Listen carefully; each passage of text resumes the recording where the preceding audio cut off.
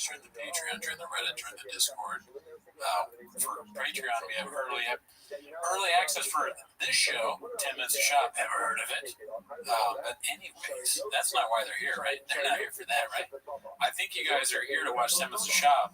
So start the timer, play the chick clip. Hell yeah, dude. Well, shout out to you guys for posting my motherfucking shit on the Reddit. Mr. Successful Egg 8345 posted the Stand song.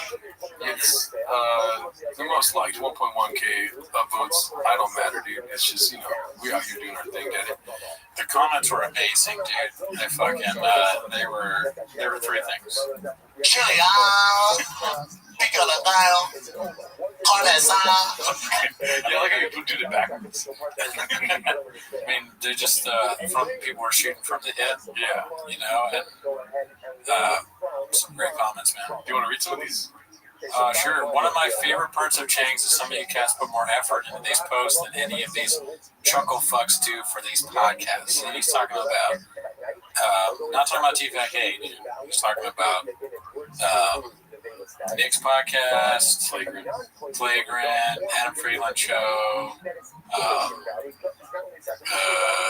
the Tiger Belly probably. Yeah. Which is bad friends, which is offensive to us because we're funded by Tiger Belly. Yeah. I will fuck you up. We're on there, definitely on their radar as far as blips go. This one's posted by Joe Rogan. That's crazy, right? It's posted by Joe Rogan. Joe J. Rogan. Oh, Joe J. Rogan. Gotcha. It says, Joe Rogan says his famous comedian friend went down a rabbit hole and became depressed because of all the hate comments. Who do you think it is? I haven't seen this yet. Have you seen it, dude? Now, I think Mike Hawk was on there. Hawk.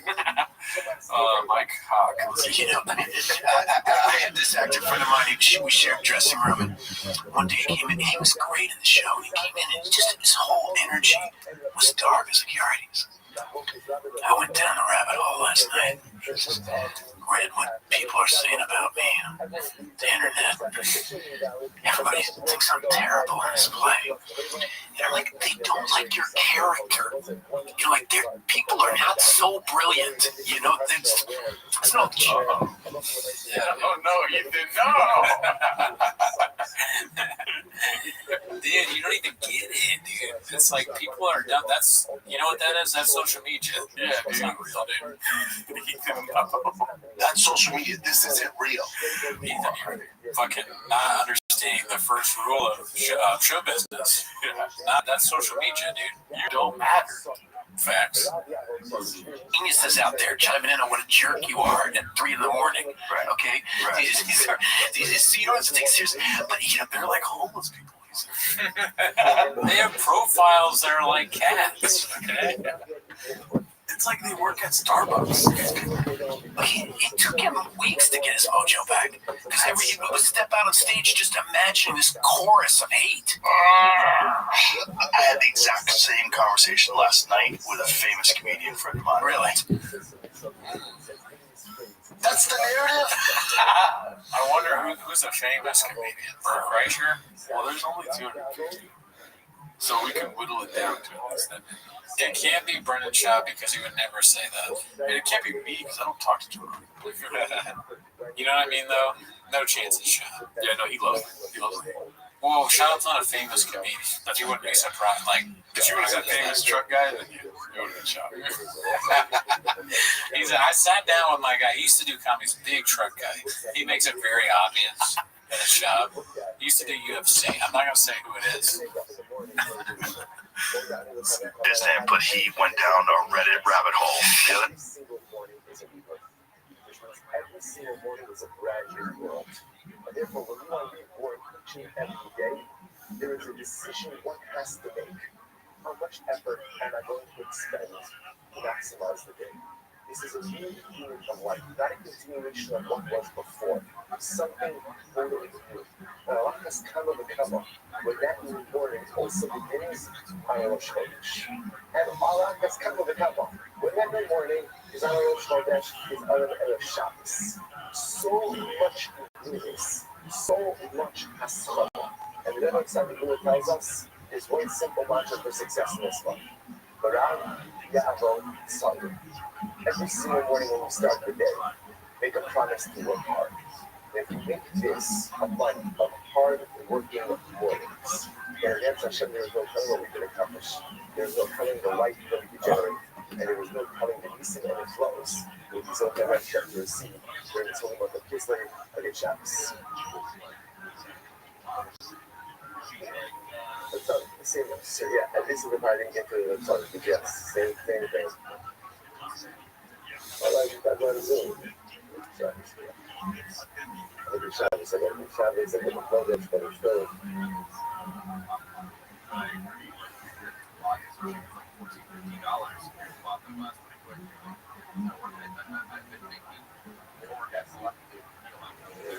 So what's it here? I'm gonna Shamat, which is your 6 line. There's a great book called Cocktail Ratios by Michael. He also wrote Cocktail Ratios. Shamat, Jesus, I heard 12 of us.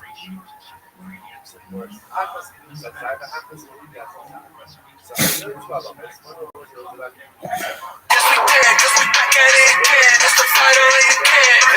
is really the fight on the kid.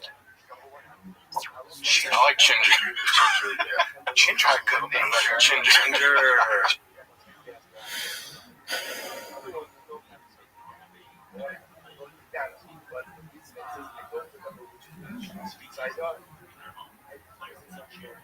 I learned 12 of us. One is that both regard to one that have up one of them you off one and another one offer up. You have to remember which one is which. I'm going to say how this says. I stand up, we need to carry the next one. Here, yes, somebody come on, even if the money is there, has to be office is there, but we go and put it is there. This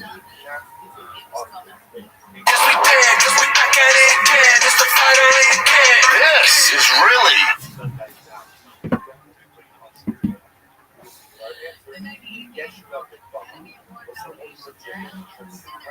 the fight on the kid. I like Ginger. Ginger, good name. Ginger. It's called Ginger. Yeah, I mix it up. Ginger's a mix. I'll say Chinster. He's kind of a hipster. Yeah, Chinster. Ginger. Oh, Chinster. Oh, Ginger. That's endearing. Chingy. Chingy. Do you like Chingy? The rapper Chingy? Gotta be careful. Again, guys, you gotta be careful of that one, but that's also a rapper. That's my bailout. Chingy's a rapper. Yeah, Chingy. I don't know what Chin like. Bobby Lee called him Chin Chin, and I thought that was super racist, and I can't do that. I call him Chin Chin all the time. Yeah, well, you're racist. That's cute. Chin Chin's so Chin Chin. Closet racist. No, Chin Chin. Especially when has that hat on, Chin Chin. Yeah. Chin. What is your real name? Jin. I fucked up. Chin? Yeah, when I became a naturalized citizen, I changed it to Chin. Do you know what a Chin is? A Chin is a man, a supernatural man who, kind of a demon who leads wayward men astray. Yeah, it's a cool name. Like everyone kept calling me.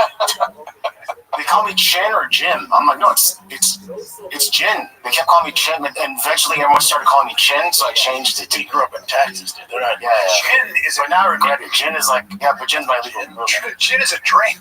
I thought it was Chinese, and you guys called him that. Do you know what I wanted? Actually, Korean. I wanted to name my kid Karate Callan. My wife was like, I'm kind of down, and her mother was like, you can't. Oh, that'd been awesome. Karate Callan would be sick. I think it's a great name, Karate Callan. How about Tripoli? How about Tripoli was like, I'm naming my kid Ghost, and he did. And I went, absolutely, dude. He goes, you think? I'm like, fuck yeah, that'd be cool, man. Ghost and did it. That's so sick. My name is Ghost. I think it's their middle name, though, right? I don't know. I think his wife's like, I'm down, but that's their middle name. Karate Callan might be the greatest name ever. Karate Callan's great. Isn't that great? My wife has to be a fighter, though. That kid has to train. That kid needs to train from birth. Or was just a girl, you know. I don't know. Yeah, I mean, that'd be, yeah. It's like, you know, karate? Nope, I sure don't. My name's karate. My dad was really into karate. Here's My the problem karate is, Callan. first day at school, it's like, what's your name? Karate. Or you get a job interview. My name is Karate. My parents were assholes. That'd be great. It's pronounced karate. My dad says karate, but it's karate. You just call me Krat. Spell is K-A-H-H, karate. Well, they're either gonna excel in karate, or if it's a female, it's gonna be a stripper. Or it's coming on the stage, karate Callan.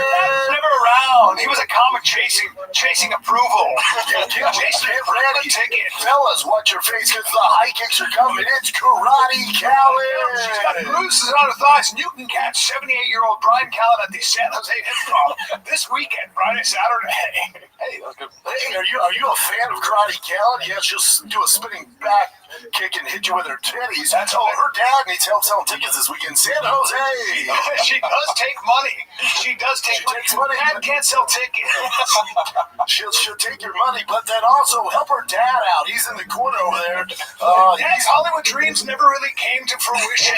He's banking on his daughter. Collect at least $100 tonight, gentlemen. Go ahead and give it up for karate He's got a lot of Callan. friends that are really successful in the business, and none of them give him a part in the movie. Hey, you guys like karate Callan? Yeah, she's fantastic. Gives the best hand job. Hey, listen, her dad could sure use some help. Maybe you've seen The Hangover. Oh, you haven't? Well, fuck me. Unless you weren't born by then, but he's still cracking, guys. 78 years old, still flying coach. Here's the thing, everybody. Also, if you see him in boarding group D on Southwest, give him away. He's still posting videos, funny videos on Instagram. Remember Instagram? He's never been able to figure out his social media. He is trying. He keeps showing ass shots of karate Callan. The news is he's still asking Brendan about jujitsu. 70 years old. He's not on testosterone yet because he claims it's still high. Ah, fuck. Dude, I love this DJ. Karate Callan. Karate Callan. KS That's 1075. She is related to Brian Callan, the comic. I see you guys scratching your head. Well, we're going to play some of his hangover clips over her dance. Little fun fact about karate Callan. Yeah, it's not just those big tits that are awesome. Her dad was in The Hangover. Give it up for karate Callan. Her tits are about as saggy as his nutsack. Because she can't afford fake ones. Sad music stops. She slowly walks off. He's here.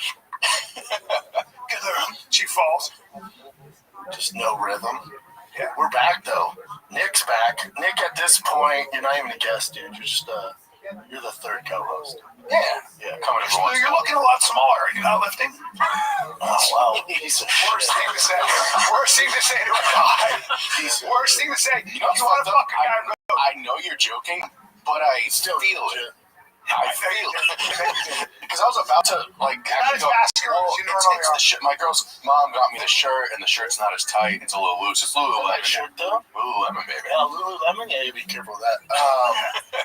You seem to be doing a lot of duck hunting, it seems. Like there's a lot of camo going on with you. Really? Yeah. I haven't worn camo in a while. Well, I guess I wore my Cam Hanes hat on Monday. Yeah. The audience didn't see because I had to leave. But that looks like a First Light shirt or something. Did you get that from Archery Country? No, this is my boy Mike Stud's brand. Okay. Brand. Are you getting full boards onto now? No. I just like camo. I mean, I've shot my bow and arrow maybe twice. That's not class, yeah. Yeah, I just don't have time. Yeah. I mean, I'm supposed to go on a hunt. You're not into I'm going on a hunt in February, but also, if I miss, I miss. It's all good, baby. You're there for the hay. You're not honing yourself. I'm there for the hay. That's the thing about bow hunting. Like the first day I went to the bow hunting place, I was like, "Fuck, I need to get a bow." Love it. And then I just didn't go back for 2 months. Yeah, I don't know when I would go. Yeah, I love it, and I'm still gonna go on hunting. It's what we do here, but it's just. It's like shooting a gun. Like every time we go out and shoot guns, I'm like, I need to get a gun. See, I don't get that from guns. I got that from bow and arrow, but I got guns. No matter what gun, I'm like, okay. I was with some soldiers yesterday. Yeah, I was with soldiers yesterday who are like elite guys, and they said, "Dude," my buddy goes, "Dude, pistols. I suck now. I mean, if you're not practicing all the time," and I was like, "Well, I will always suck at pistol fighting. Oh yeah. Do you remember the time? What city we were in where we shot with some like Seattle, that Delta guy. Was that Tom? Do you remember the time that? Because I've never seen someone shoot a sniper rifle before. Brian shot. Oh no, we shot AKs on the road, and Brian did not realize the kick that it was going to have. Oh yeah. Sliced the Oh, top that's right. of I his remember fucking him. nose. Oh no, that was not. That was That was a silenced AK. No, that was a sniper rifle that shot back and hit me. Remember, it slid the whole time. You went on stage still bleeding. Like hours later. Yeah. Because I shot the sniper rifle and the kid went boom. Was that the 50 I pound should have sniper? known better. No, it was just a regular sniper rifle. When you shoot with a scope, you got to lean forward and you have to have your eye back. Hey, I had you got a black eye from those tips. You got a black eye from I got a cut on. less 10. My dad did that. We went to, my dad's like, I was a sniper in the Marines. I was like, okay. We go to, he had the 370, which is what you use to shoot like big game. And it's so fucking loud, we didn't know. Because when you shoot like an M1 or an M16, it's just not as loud. It's loud, but those I think it was a 370, some big You rifle. say any number right now. I learned about that. I'm such a New York But the bullet pussy. was this big. When they say the numbers, I'm like, oh. Dude, he lies down to shoot it, and he didn't know the kick it was going to have because he'd never shot it. We also didn't know how loud it was. He shoots that gun, dude, and it was outside. I was like, Jesus Christ! And his fucking, he comes up with a round. He walked around Alaska with this. Yeah, hilarious. Dude, that's the first time you took me shooting. I remember hearing the guns, and I'm like, movies don't make sense at all. When they fucking shoot people inside of a house, and everyone just hanging around. Even silencers, that's no joke. Yeah. We were using headphones, and even then, I was like, Did you grow up? Did your dad have guns and shit? My dad did. My dad was law enforcement, so he had guns. But there's nowhere to go shoot in New York Still, City. you got educated. Bubba, I told you. No, he taught me how to he taught me all how to take apart a gun, safety stuff like that. Stuff like that. Kind of know. You know more than we did. No, I literally shot.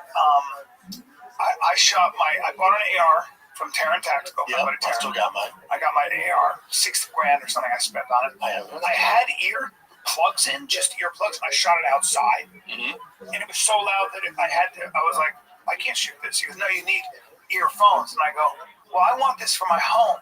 I can't shoot this in my home because I'll go deaf. He goes, yeah, you have to have it. I go, I don't want it. And I gave it to my friend Tarek. yeah, that's why the most unrealistic thing about a John Wick movie is every time you shoot somebody, they just go fucking ow. You know? You guys are also bitches because I have the same gun and it's You got that cauliflower. it's also a gun. You can't shoot it out. They're You loud. can't shoot it indoors. You need a suppressor. Even that. That's not even that. I thought Get a shotgun with slugs. That's what you do. I knew so little about guns that I thought a silencer would actually silence it. Then we shot the silencer, I'm like, it's just a different noise. Yeah. Now, if you shoot a 22 silencer pistol, that's very quiet. Is there any actual silencers, or is that just made up? I think they're all just So you can suppress an AR. But you need what's called 360 blackout. And 360 blackout is a subsonic round. It doesn't break the sound barrier. That's what makes noise. And you have a suppressor, and then those are so quiet you just hear the slide. That's what those elite guys. Really? Yeah. Because they'll use it. expensive though. That's what I think those Delta guys when they want to be really It's quiet. expensive though. Yeah. But it's like you have a suppressor and the round is subsonic. So it goes slower than 750 miles. If you need a suppressor, bro, now you know. Now I know. Now you fucking know. You guys should figure it out. I'm still a pussy. I'll still be my fucking ears. Such a pussy. Yeah. I want to get good with guns, but it's just like Do you though? it just You seems. just want enough where you can defend yourself. So I feel like as a dude, you should be able to shoot a gun and change a tire. So one of the biggest problems, by the way, when you those guys train so much, You're not changing time. those I guys do. I learned on YouTube University. those guys train so much that they get lead poisoning. They train so much that lead poisoning is a major problem. And they would put their shells in their hat. They cut their shells, and then they dump shells and they put their hat back on their head. Residue? And a lot of those guys are getting brain cancer and stuff. Yeah. So if you want to be good, if you want to be like a Delta guy, shooting, and they also practice shooting live rounds inside. That's super good for your lungs. Yeah. I don't So wanna many be things we Delta never think about. So many things. The Delta people we have met, the stories that they've told us, I'm not. If the three of us had to go into a house and do CQB, close quarters combat, and clear a house, you know what would happen? We'd end up shooting each other. That's what happens. You're like, hey, what the fuck? And you sweep a guy's head. Oh, you hit. Without the training? Yeah, you need training. And a lot of it. Jim would be all right. I use throwing stars. Yeah. You're a nunchucks guy, right? I'm a nunchucks throwing star guy. So, he's a bow staff. Oh, remember when Dana did that thing with Gary Brecka and it showed his actual physical age? Remember that? Because do we believe that stuff? Because the reason I bring it up, because Ways to Well has this app, right? And so I was there doing all my shit right hand with Brigham, and then it goes, it shows your age, 42, and then his actual age is like 34. I'm like, I don't know. Everybody says that. None of that makes any sense to me. I guess going through it, you're just going based on your blood panel, right? Like I don't know. No, even that guy Brian Johnson, the other guy who like dedicated his life to it, has like that guy's dedicated his life to science and being just like a guinea pig for science. And even he has de-aged himself only like a handful of years. And that guy dedicated. So when like all the time. Yeah, he's still getting Until they come up with it, they have Brigham from Ways to Well sent me that really interesting thing where they have taken human skin cells and somehow figured out a way to re-engineer their aging. But like, so what Gary Brecka was probably looking at was Dana's cardiovascular health, his high blood pressure, and you can compare that to metadata and say, look, people with your blood pressure, your profile, a lot of times don't live past 63 or have heart attacks. But there has to be something to it, because people like 40 or shit, I'm 40. When you look at pictures of people in the 90s and their 40s, just cast the cheers. There's something to it. Well, you know what it is? There's something to it. This is going to sound fucking crazy. Do you know what the biggest difference between now and then is? The consumption of water. People were not hydrating their bodies back then. Like, it wasn't, that sounds insane, but people weren't sleeping right. They were smoking cigarettes effectively, and they weren't drinking water. Drinking water is, people underestimate how much drinking water makes. So Dana had sleep apnea. That's a huge problem. Like, it's also overweight. It's really bad. He's obese. Yeah, if you have sleep apnea, that's like really bad. You're not getting sleep. But remember, Brett, we just saw Dana recently. He was great. He was in great shape for a few years. It's like now he looks like it's all back. Maybe I'll just you go back to your habits. You would think you. Do you like the Gary Brecka guy? No comment. Let's take a little break from chat with the boys. You don't need to overhaul your life to start investing. Just automate it with Stash. Your New Year money goals can quietly run in the background while you focus on everything else. Stash isn't just another investing app. No. It's a registered investment advisor that combines automated investing with expert personalized guidance, so you don't have to worry about gambling or figuring it out on your own. We gotcha. Stash is simple, smart, and stress-free. Choose from personalized investment. Let Stash award-winning smart portfolio do the work for you. Or pick a combo of both. Stash is there to guide you every step of the way. Don't let your money sit around. Put it to work with Stash. Go to get.stash.com/fighter to see how you can receive $25 towards your first stock purchase and to view important disclosures. That's get.stash.com/fighter. Get.stash.com/fighter. Paid non-client endorsement, not representative of all clients and not guaranteed. Investment advisory service offered by Stash Investments, LLC, SEC registered investment advisor. Investing involves risk. Offers subject to terms and conditions. Stash. It's just some of the things he says are just like, what are you talking about? Like, I don't really fuck with any of them. Like, girl, D&D. By getting in a cold D&D, if you're watching this ever, you're so nice. And you just made part of my day, girl. Your zero fucks attitude is courageous. Fuck yeah, baby. Why? Because she's right.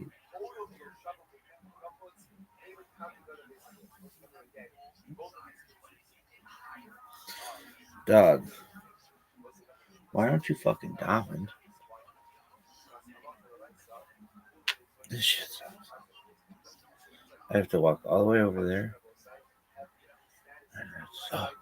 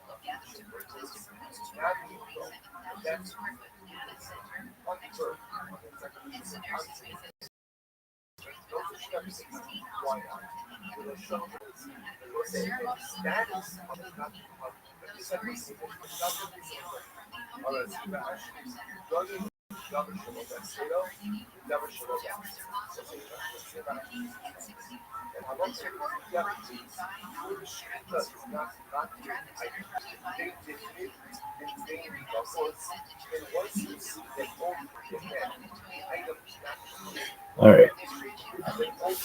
Look at this athleticism, folks. Folks, I've seen athleticism. I'm telling you.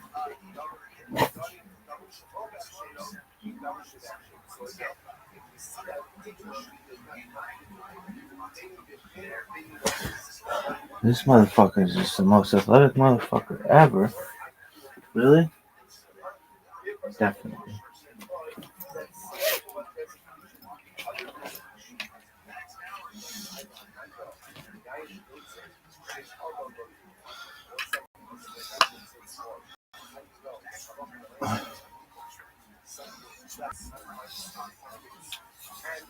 بركتها لنا لهم مكان مشكل شان بمثل بتبان وعن يكتفون.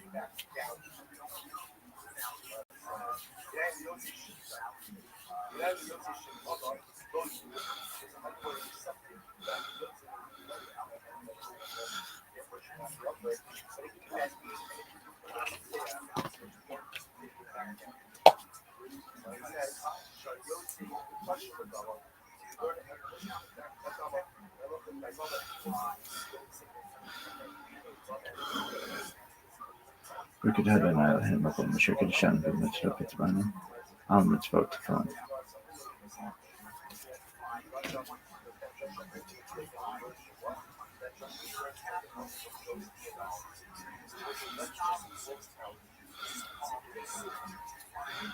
Bırakışım kibarına hırtalayalım ben. Bırakışım kibarına hırtalayalım ben.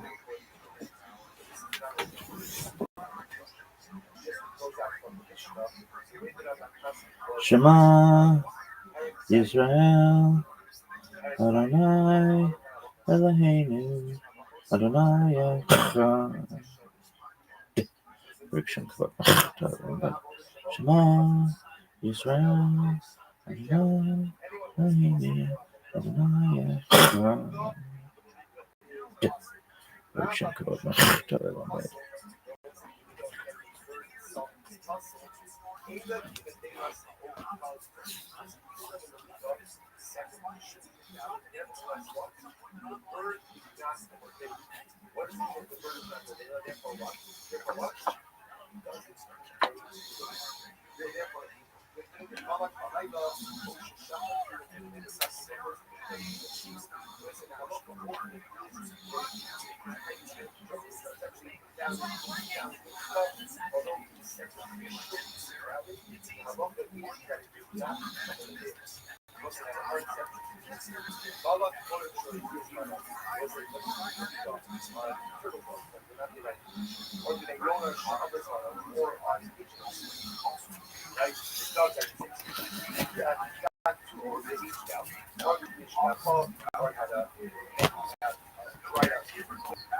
wife went on this single leg.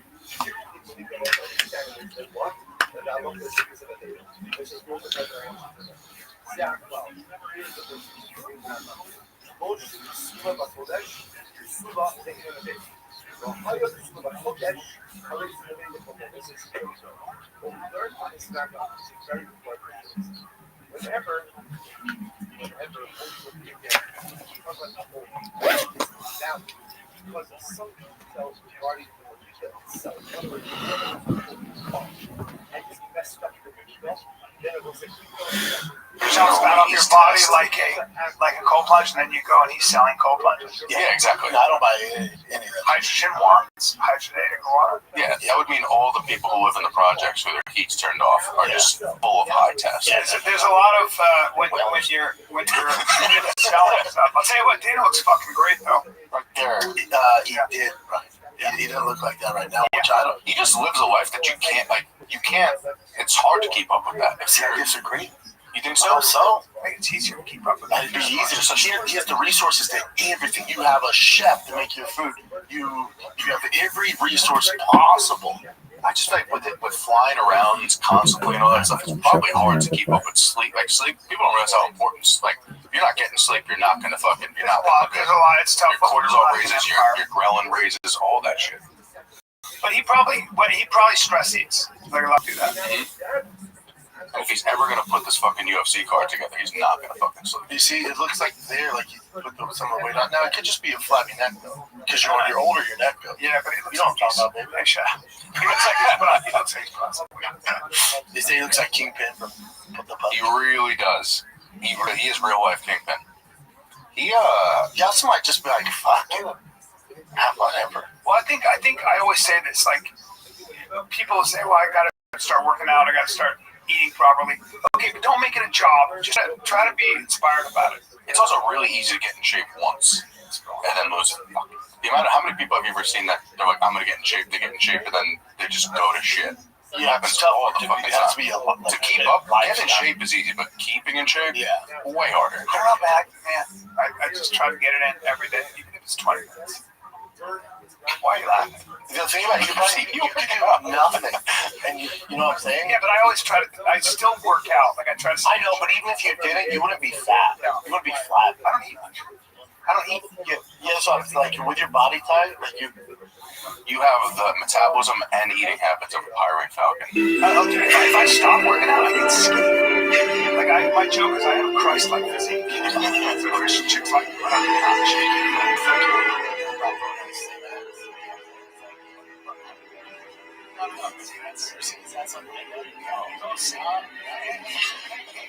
Take it back right now. I got an age. Yeah, don't say that. Don't ever compare me. Billy Bob Thorne's ass on Landman. Yeah, I think about that all the time. I think about his ass. I look at him and I go, dude, it's distracting. It's distracting. You have when he's in jeans and he's, like him and his wife are staring at the sunset, like Laxton leading the charge. Will help with the official.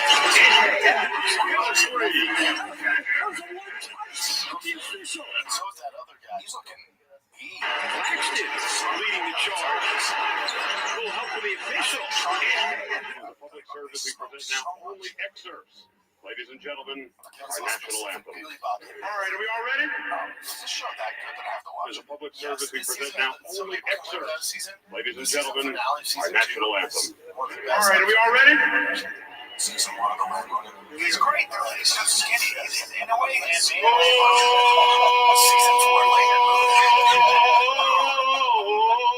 Yes, that show's great.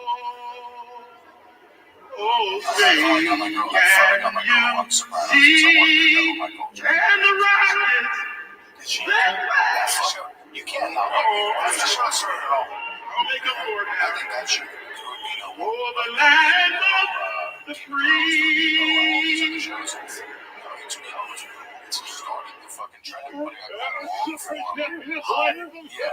I'm not saying Tony Soprano was the idea behind Johnson.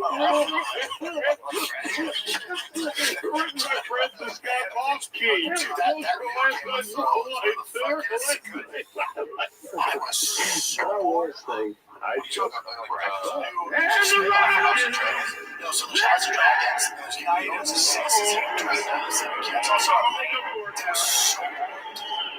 It's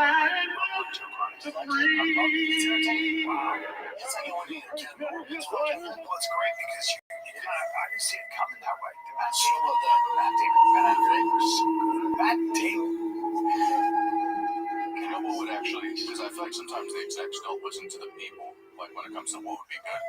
Everybody wants a Jon Snow spin-off show. Yeah. And everyone would fucking kill to see that. And they're like, nah, let's not do that. They do it all the time. They're like, let's make Doctor Doom. And they're like, how about She-Hulk? How does that work for you? And like, no one wants that. Netflix is doing it. Always hit right out last Tuesday. It's a done palindrome spelled the same way forward as it is back. Nice to meet you. Yeah, I'm Palindrome Peddler. Check out what I'm peddling today. Hannah, it's a solid name. Always hit right out. Because you were the one, you were like, I think there's going to be an episode. I was 100% sure. I'm like looking in the backgrounds of their pictures, like the cast. I'm like, there's an 11 on the clock. It's going to happen. Try 11. Convinced you were into it, man. And then because you sent me the fucking video, if it was on I'm schizo and I'm listening to these other fucking schizophrenics. my whole algorithm was just all this fucking. You know, my daughter has been reading since she was 3. And she read like all the Harry Potter, all the like what is it, Lord of the Rings. Mm-hmm. This girl would read at 13 years old. She was reading 1,500-page books or some shit. And she got to the point where she knows stories so well that we'd be watching something like Stranger Things or a movie, and she would go, "Oh, she's gonna die." I go, "What?" She goes, "It's foreshadowing." And she was right every single time. She'd be like, and she'd go, she did it, or he did it. I'm like, no, he didn't. What are you talking about? She goes, of course he did. Why do you think? And I'm like, It's like watching but she football. knew the pattern. Yeah, she knew the patterns.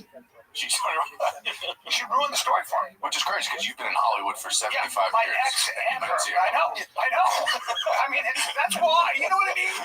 It's like, I'm sorry. A lot of my brain is still playing with crayons. Yeah. And it's embarrassing that my ex and my Acting daughter school or a successful and actor. they know way better. They know the story way better than I can. But she's read it. There's tendencies. I'm sure. You know, people that can read. Like my father-in-law, my ex-father-in-law, he's like, I've read everything by Mark Twain. I'm like, it takes a long time. It's a lot of work. You probably understand. You probably know this. Like, from what I heard, there's only X amount of storylines. There's like every movie. There's only certain. They all fit. A Stranger Comes to Town. You know, Boy to King. You know, all that stuff. Which fits everything. Was there 13 different like styles where it all fits into this? It's all about the same shit. Yeah. Just it's a different spin different on the same story. Yeah. There's drama, which is like, you know, the character wants something, and usually they're really selfish about it, and they're singularity, like, I'm going to get this thing, and then they realize, oh, I got to give up what I want, but I get something else, get what I need, and I become a different person. So, yeah, I'm still poor because I gave the money to the girl. I've been chasing the money the whole movie, and I'm like, you know what? This person, for the first time in my life, I realized somebody else matters more than me. I give the money to somebody else. And then it's like, man, he's a good guy after all, that kind of stuff. Yeah. Tragedy, you know what a tragedy is? You know, the tragedy would be, what's a good example of that? Anytime there's a crime movie or something, the guy won't give up. He won't give up what he wants. He holds on to it in the end. That's what Moby Dick is. Yeah. He still wants to kill that white whale and get sucked under. Because that's why Game of Thrones is so good.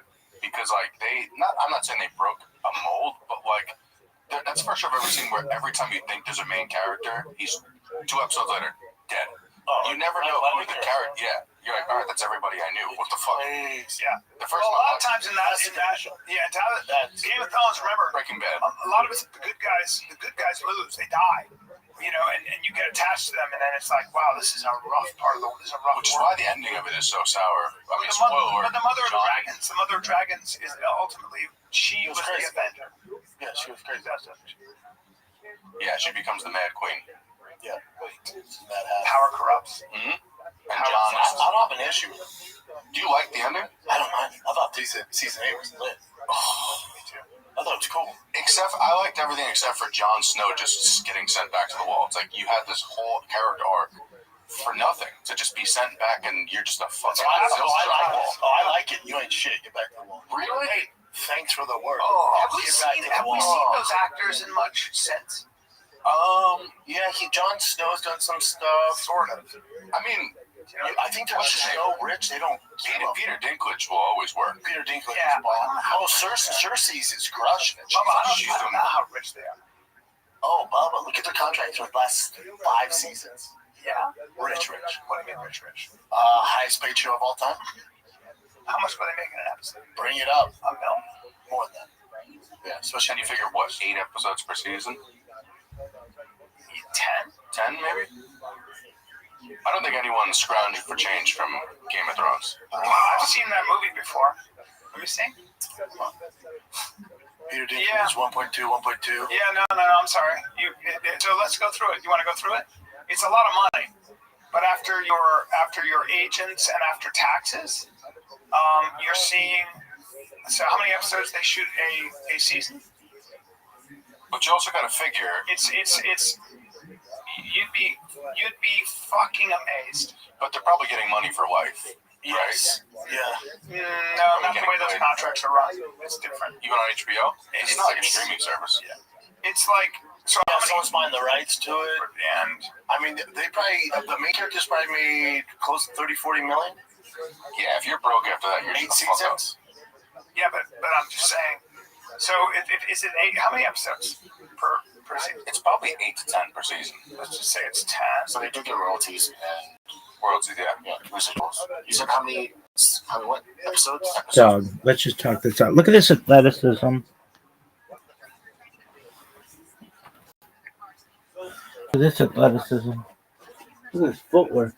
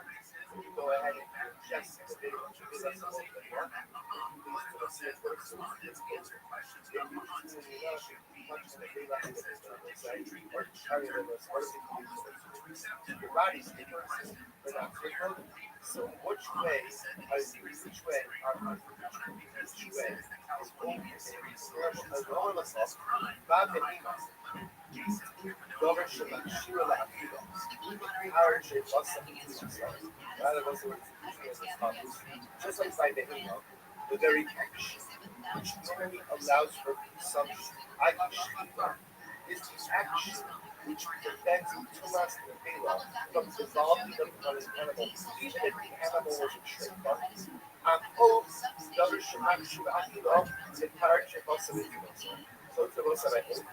There is action which normally permits the for consumption. So said I know this one. My own will be from God, the entire Tumas of the Tumas, and see what we go. Is done on the bird, even if the bird itself is straight off. Nevertheless, will prevent the animal with bird carcass from becoming covered into Tumas of the Tumas. So it says that's what we're here. It is the Tumas of the Tumas. Not sure exactly what the process is. Just like by default, sheepdog, which ultimately again is the benefit of consumption, ultimately again prevent the animal from so to by both sheepdog, normally prevents consumption, will also go ahead and prevent the animal from extracting the animal was already trained. So you can say, night, it says that it's shack which is a trait of the varsity trait of the bird is the kind of muscular. What's it?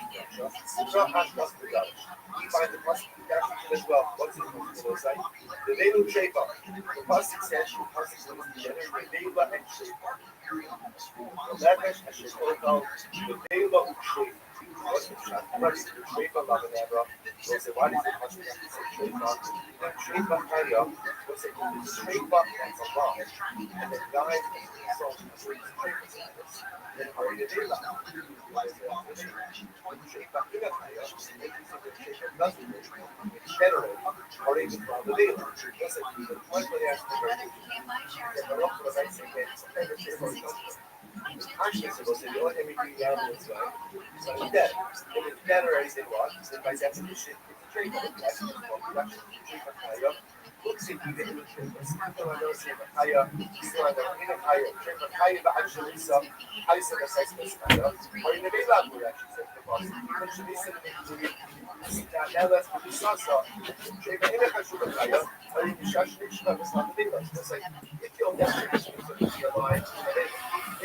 Folks,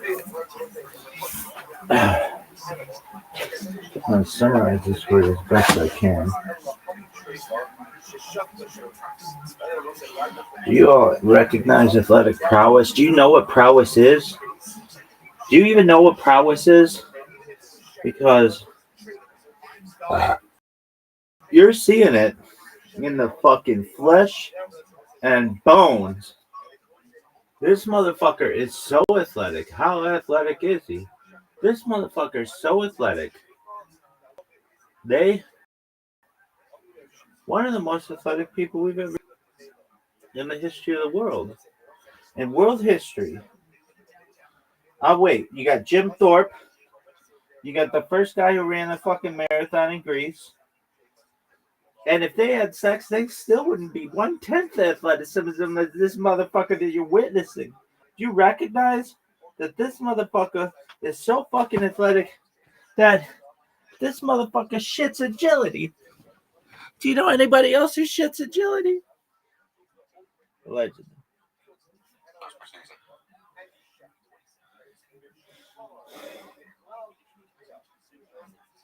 This show sucks. I mean, so it's $1.2 million after, so it's $12 million after taxes and after commissions. You're going to see $5 million probably. Realistically, It's a lot of fucking money. it's a lot of money. $5 million. So $5 million. For 8 years though. Yeah, but they're not doing it for 8 years. It was actually the last 4 years or something. 20 mil. And you get royalties? Yeah, the royalties are shit. But 20 mil in the bank, if you're, let's just say that's Royalties are shit for making. Yes. But you still get. You know what he sounds like? He sounds like the guard in Shawshank Redemption when Andy Dufresne's like, I could save you that money. He's like, get minimalized by car to kill him up. No, but you know how it is. $20 million is a lot of money. That's because we're bad with money. But they might be really good with it. Well, history would suggest otherwise. But I'm just saying that actors, like you make 20 mil, yes, it's a lot of money. Mm-hmm. It's just amazing how fast it goes. Also, for that, for motion, Depends how you live. Yeah, right. most You buy a $5 million Depends how you house. You know. And they're also, a lot of them are older too. I bet some of them are just with most shows, like people who are that ingrained into a character, it's so rare you ever see them do something. So this show, out of all the shows, I think is doing the best. I think the people who are going to do the worst is actually Stranger Things. Because did you see them on SNL? Oh, terrible. It was just you're like, oh, I can't. You'll never see them as like. You're never going to see Dustin as not Dustin. Yeah, it's like what other toothless character can you play? Yeah, it's you know what I mean? tough. Quasimodo. Cersei's has been on a ton of shit though. Cersei's was just on a Netflix show. She's on a bunch of shit. Keep working. And this might be it's just the reality of it. Because me and my girl, we watched the newest season of Stranger Things, and like, there's something about, I don't know if they got worse at acting, or if you just give kids grace at acting when they're younger, but when they're adults playing kids, you're like, this kid kind of fucking sucks. Yeah. I think you might just give a grace to a kid because it's easier when they're actually I've worked with a lot of kids in my career, like that are on Goldberg School, and a lot of those kids come up just like with boxing. They've been acting since they were in Hollywood since they were 5, 6, and their parents were there. And puberty. Yeah, and then and it's interesting because some of them, like Matthew Perry, was I think a Disney kid. So was Justin Timberlake. So was a lot of people have started and they just hit it, but. Yeah, it's not as though when you're always on the set, you become a great actor. You become reliable. You're not that character. You just become reliable. Expand energy. sad. Yeah, like But then also those kids too. Like, how long was it between season 4 and 5? 4 years. The bright chill. How many of them are going to class and have, you know? And once it gets popping, like, oh shit, it's like dusting off the old cleats, like probably. So those first two episodes, that's what I told my wife. I'm like, man, this acting is bad. Except for the girl Sadie Sink, the girl, the redheaded girl.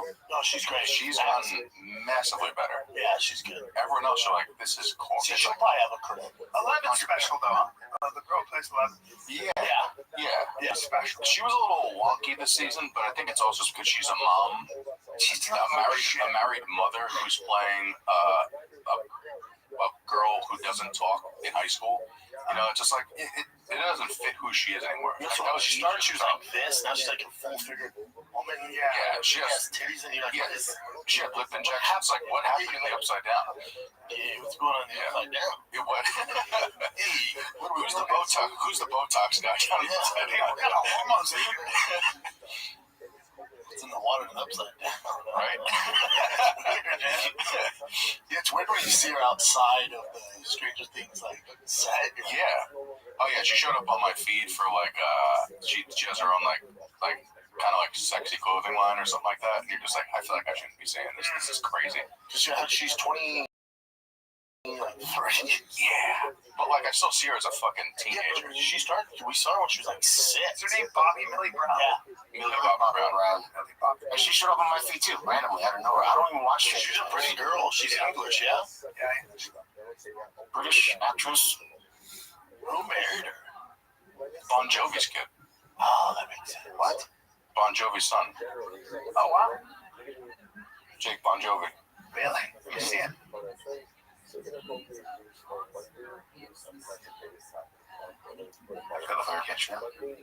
said good looking? Yeah. Handsome bastard. Bon Jovi and that whole group are good people. Yeah. He's a traditional. He's a New Jersey Italian guy, conservative New Jersey. I think he's still married to the same woman. Bon Jovi's not British? No, Bon Jovi, Hey, man. bro. Bon Jovi is shut to the. That's not a British guy. Man, oh man, he's as Italian. He's as New Jersey Italian as a British. Jovi, buddy? Yeah, and USA, and a baby. conservative dude. Am I confusing him for you too? Yes. Probably. Yeah. Oh, okay. Yeah. Bono. They're not Bono. British either. You think of Bono? They're I'm confusing Bono's Bono the and Bon lead Jovi. singer. Yeah. Fuck. No, he's. I thought he was British this whole time. No, John Bon Jovi and his brother, I think, is the drummer. Also in there, it's the Bon Jovi brothers. And I remember the. This is why I said in the last episode, I know I'm a fucking idiot. But you have to just accept it. We all are. No, This whole time I thought he was a British You man. didn't grow up listening to him because it's like not actually even your generation. It's mine. So As American, they should know. Yeah. I remember that the whole band came to my show in Nashville, but John did, but everybody else did. And they couldn't be more normal Jersey guys. They're just a bunch of Italian. Maybe I don't know. They're mostly. It looked like they were mostly Italian, just regular dudes. I was with him at Tucker Carlson's. Oh, you were? Yeah. With John? Yeah. Cool guy, right? Cool. Hello, Brandon. Yes. What's it? Hello, my name is John Bon Jovi. Hello. I mean, they're copying the Brits. You know what I'm saying? So the American bands, no, but the American bands back then. This is British. You know who they're? The Beatles? No, but they've done a really interesting thing about this. So the 80s bands in America, Poison, Motley Crue, John Bon Jovi, Rolling Stones? no, but the 80s bands. What were they doing? They were copying Led Zeppelin and Black Sabbath. Yeah. That's why their voices were so high. That's Robert Plant. So they were like literally the definitive heavy metal band of all time was Zeppelin. It's dicey, though, because they're slowly turning into chants. Like he's wearing a woman's power suit. Well, again, the glam rock was started by Robert Plant. You know, bring up Robert Plant from the 70s. Now take a look at See what. the guy with the curly hair there? He was at the party, and I legit thought he was dressed like Dracula. Oh yeah. I was like, oh, it's a vampire. You know what? You're right. Get less off. Also, you're 60. You're 65. It was a vampire. Yeah, you're 65. Oh, dude, no, he had a blood. It was like a maroon, like nice, like John Barbados coat on with a collar high. Like, what are your vampire? Okay, so what do you notice about him right now, John? Like, do you see his shirt? Do you know what he used to do? He would always he'd wear the girl's shirt from the night before. He'd take her shirt and he'd be like, I'm wearing the shirt. He'd wear it. That's kind of badass. It's badass. So he was always wearing a girl's shirt. Kind of badass. Look, Just because you can't fit in No, hey, hold on. It's badass if it's a true story. it is a true story. I'll tell you what's not badass. Dude, that guy, if you're just wearing female clothes and then saying Robert Plant started the whole. it'd be so funny if he banged a fat chick the night before he's wearing just a loose fucking dress. just a giant jacket on. Guys, take it easy. She's diabetic. Well, speaking of high voices, I got on this rabbit hole the other night of seeing what what's his name, Axl from Guns N' Roses is like. Same thing. He sounds like Mickey. Have you heard of him? Now? Well, yeah, come on. Be cool. So now, he's a legend. But Slash is playing with cover bands now, so he can actually play with someone who actually sounds like Slash Axl. still do the goddamn. But if you heard Axl is because he's destroyed his voice over time. Because doing that with your voice, you can't do that. He was Robert Plant. Yeah.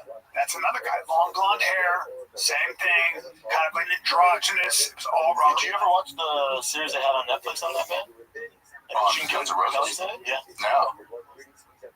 I like Machine Gun Kelly. People, yeah, I like him. I've heard him talk, and like, he's a guy who's very aware how you feel about him. He's aware about how he feels about himself. It's like, he's that was special guy. You want to watch any of it? Or? It's so hard to listen to.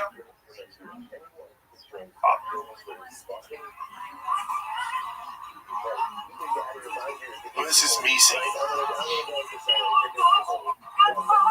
That's Mickey Mouse. Changed. It's a bummer. I saw him. It'd be like watching Larry Bird fucking dribble. Larry Bird still got it. Maybe. But let's say he had a bad back and knees. What are we doing? That's actually a great analogy. Yeah, it sucks. That's a great analogy. What do you got, Chen? That brought the party down. Yeah, Axl Rose's voice. That's the mood music. That's the mood music. That's how we're feeling right now. Something he just brings everything down. Oh man, it sounds like Axl Rose's voice in here. That's it. I can't hear him. Jen, I like the. You guys watch you guys are on the road this weekend? Yeah, we're in San Jose Improv. Do you miss the UFC? We'll miss the UFC. Oh, I see it. because this time we're not gonna have to. I'm so happy that Paramount is fucking doing this. I'm so fucking pumped because now we don't have to fucking Illegally stream it? exactly. Yeah, exactly. And try and figure out how to use AirPlay on the television.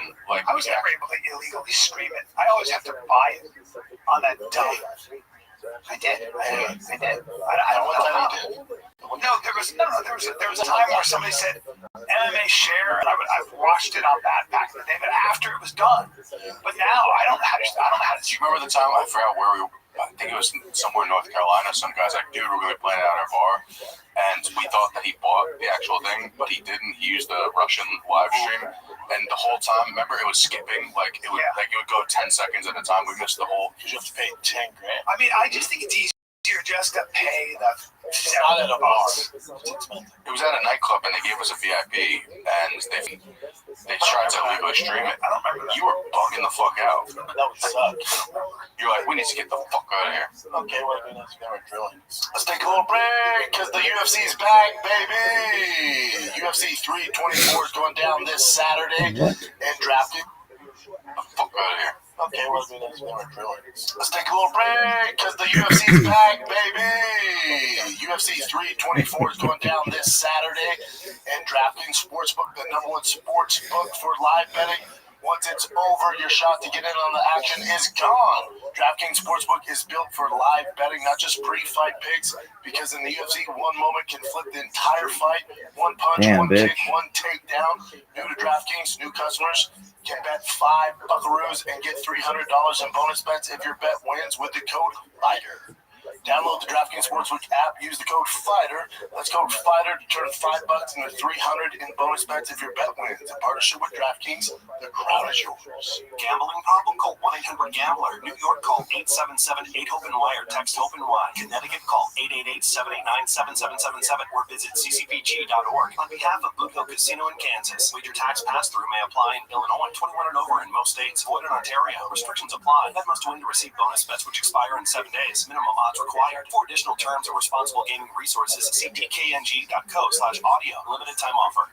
Pluto TV has thousands of free movies and TV shows. This is free.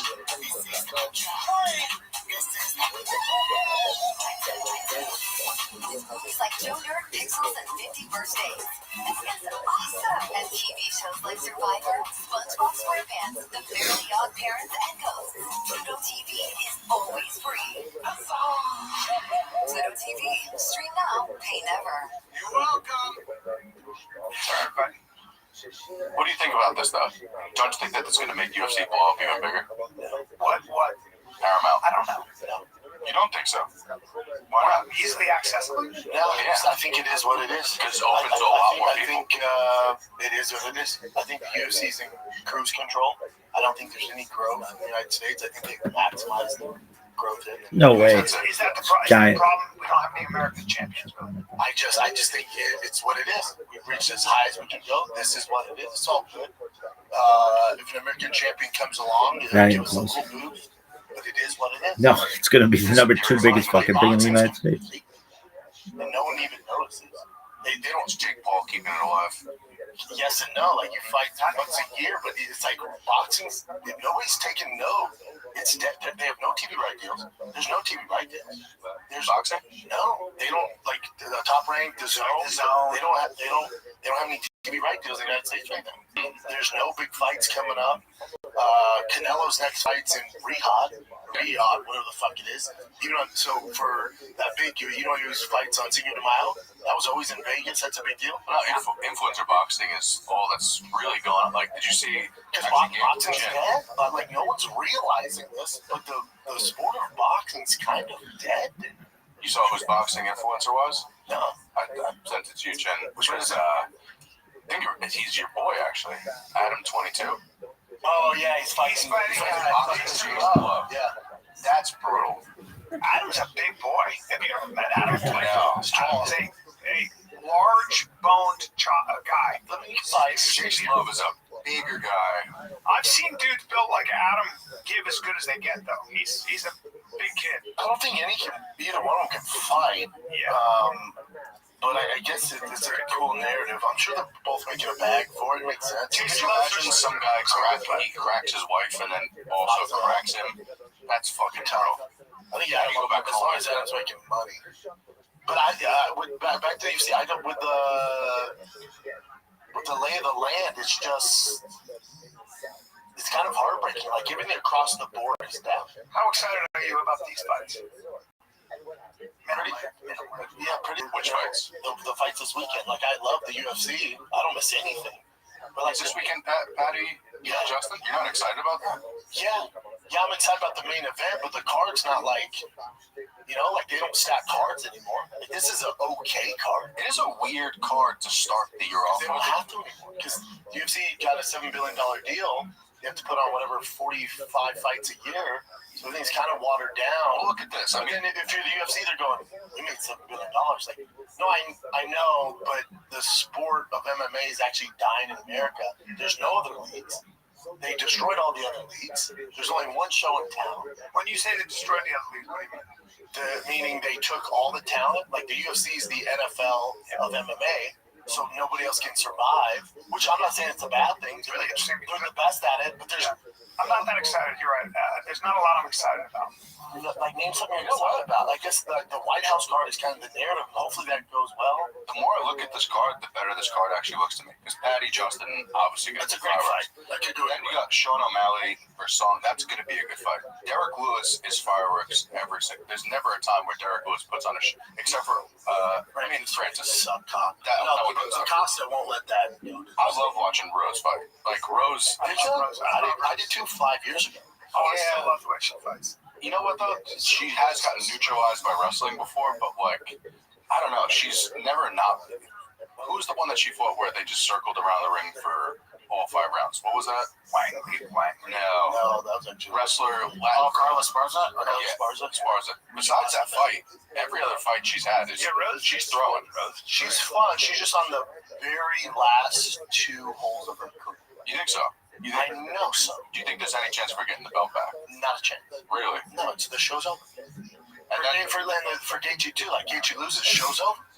Sugar Sean loses, show's over.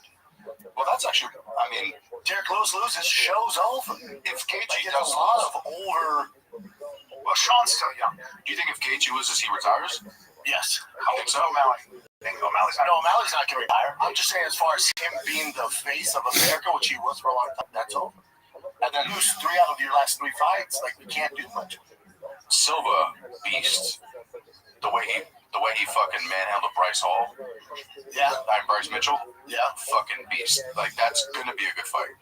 He doesn't go like he goes in there like a fucking animal. Yeah. Arnold Allen's a beast. Yeah. Arnold Allen's gonna be a good. That's gonna be a good fight. You know, Arnold Allen's dad was a strongman. Was he? And would do steroids and tell him not to do. Really? Yeah. He's like absolutely do not. It's funny. His dad's good. And Arnold Allen's a featherweight. He's a monster. He's so strong. What's Arnold Allen's record? No, he's a fucking savage. If he didn't lose to, I think he lost to Max Holloway, but he's lost to Max and lost to Evil. He's a fucking beast, though, man. That could be.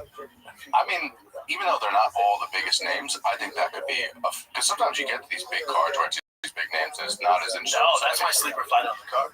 Yeah, that's a good fight. Again, the card's bad by any. And then you got an undefeated fighter in the prelims, right? Yeah, you got homeboy, who's a fucking monster. Where's he at? No, the fucking African. Yeah. I mean the middleweight guy.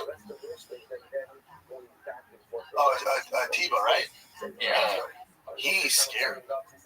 Who is this? But they should put him on the main card. Tiba. He's like he's blowing up Silva and Rose. He's like the next big thing. He's bodied up too. You ever seen this guy? No. Get ready to get your cock out and start trumping. Oh, I love this guy. African, chiseled. Yeah. And fights like a fucking undefeated. Fights like a fucking bench. Damn. What's his thing? Just striking her. Fucking people up. Yeah. That's his strength. Like just exploding in your face. Like a Morales type of fighter. Yes. But not as technical, but yes. Where in Africa is but again, it's he's a real problem. Again, cards are fucking good, but you know what I'm saying? Like the UFC on Fox card, if you remember that, or the ESPN, like I don't know. I'm just hoping. It's just to me, it's like the UFC. Even Dana White, and I'm not saying I do anything different about them. It's like they're in cruise control. They reach cruising altitude, it's 10, and they're like, we're good. Let me ask then, for the White House card, if you could build the perfect White House card. We've talked about this last time. Did you? That's going to be a bonus on Patreon, though, so we can do it again. I would say, what's your 3? I'll tell you what they have to do. So I think it's going to say Jones Pereira. It's going to be a royal disaster if you don't have Jones on there, Alex on there, and Connor. If those 3 are on there, or 2 out of the 3, it's a failure. I don't give a fuck who they put on there. There's been so much pressure from those 3 fighters themselves, and then also from the public to make sure they're on the White House card.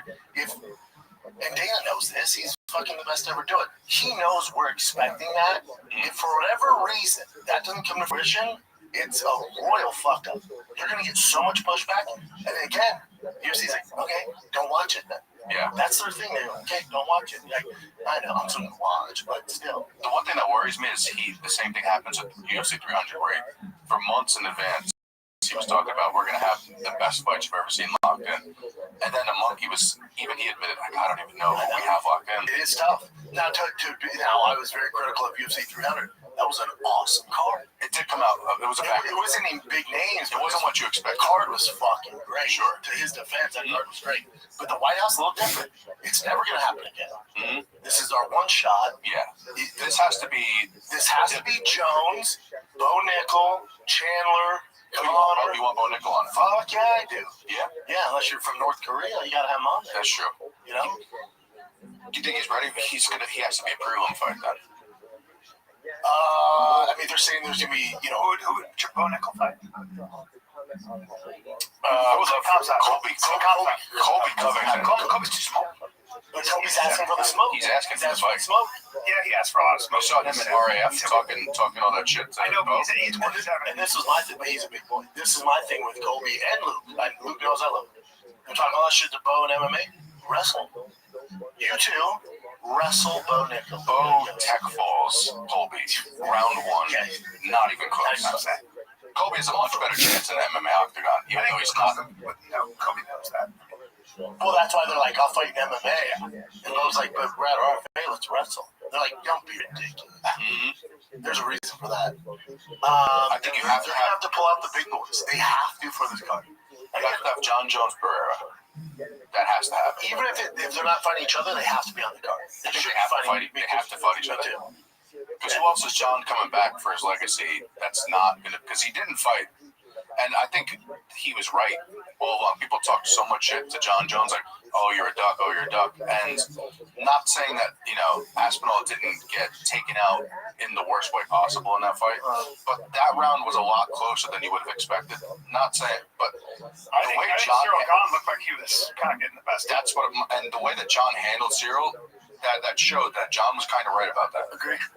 John was right, because if he can handle Cyril in less than a minute, and John and he's and then out Aspinall's getting handled by him. Yeah. That's not the fun. Like now that the want for that fight, no one really gives a shit. So, like with the back to the White House card, I'm not the one who said that there's gonna be 8 title fights.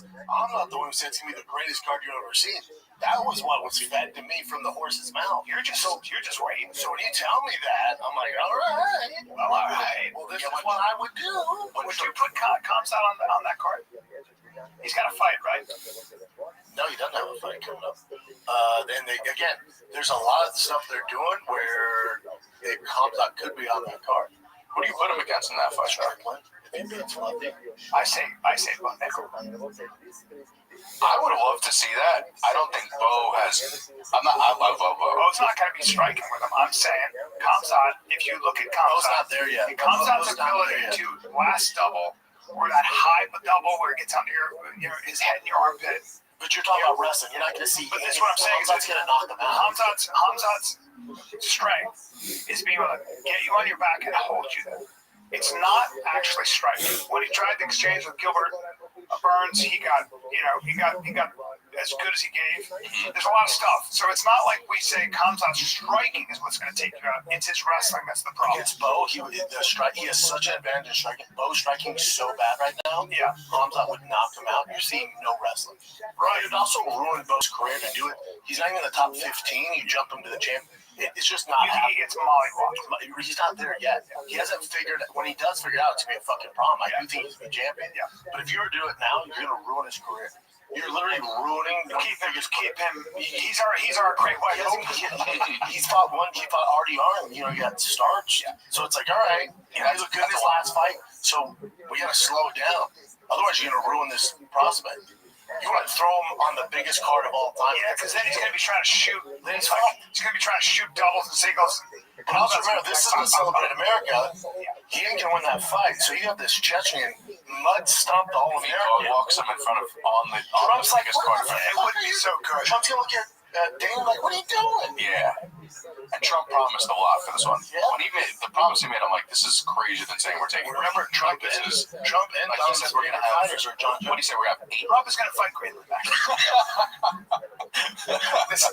Trump's going to. It's going to be the fucking premier of Denmark and Donald Trump in the octagon. How's it going to be? That's one of the title fights. Also, Putin Zelensky. Putin wins. Take my money. Putin beats the shit out of everybody. Putin beats him like Hamza beat Bo. Yeah. Even at his age, yeah. Oh, yeah. His judo is Samba to Putin. Mops the floor. Also, what you might get too is, and this would be big, if Justin Gaethje beats Patty, which could very well happen, you're gonna get Justin versus Ilya. The only reason I say that, Or you get Patty Ilya on there, even though they're not. I think Patty Ilya would be really interesting. But on the White House card, Sure. I think Conor I'm all Gaethje. about it. Connor Gaethje or Connor Masvidal? Problem with Connor Gaethje, Connor's not making 55. You don't think so? Not a chance. He's not at 70. But you do Masvidal. Gaethje's bigger, but I bet you Gaethje would bump up for a fight like Gaethje's that. got a bigger frame than Connor, so I don't know why. Gaethje's big. Yeah. I think him Masvidal would be great too. Gaethje's, He's with the Connor Masvidal? That'd be a good fight. You could do Nick Connor. That third trilogy. Connor for a trilogy would be sick. Yes. Or wait, they fought three, no? Yeah, but what's they do? No, they fought twice. Oh, you're right. I mean, they got some of it. Yes, That's the one they both won. sorry. I was That could be a insane. Your big fight husband's in for here. them to come And back. I I mean, think it's like watching my the money's old into people a fight at sound that point. Take that money. Those That are would blow nice. me. Yeah, If they're they just had that man, I don't even fuck what else is on there. I'd be like, oh my god, I can't believe they pulled it off. John Adams on there. You could have all the shit You fight. just picked Just the wrong those two. one. And I'm like, It's been a tough year. If Connor shows Is there a female fight that people would do? Kayla versus Amanda Nunes. you can't do that with her. Look who the fuck it is. Other than that, It's Raw Comedy's newest champion. How'd it go, big dog? female MMA, We should take Ronda Rousey. Hear me out. the biggest worry though about Zoot. Connor is him showing. Okay. Be cool. Tell me all about it. At this point, I feel like he's like my deadbeat dad. And He's I'm gonna just fight what? Just Well, I don't want to go too much into it because, but everyone, a lot of people thought I should have won. I could get wild carded, but a lot of people thought I should have won, and it kind of was some bullshit.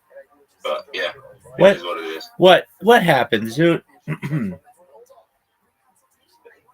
So this woman rocks up, right? Right, She doesn't even come to open mic nights, right? I right. killed my set. Like everyone said, it's the best set they've seen me do. Killed my set. This woman doesn't even come to open mic nights. She's not even a comedian. She's a slam poet. She comes in.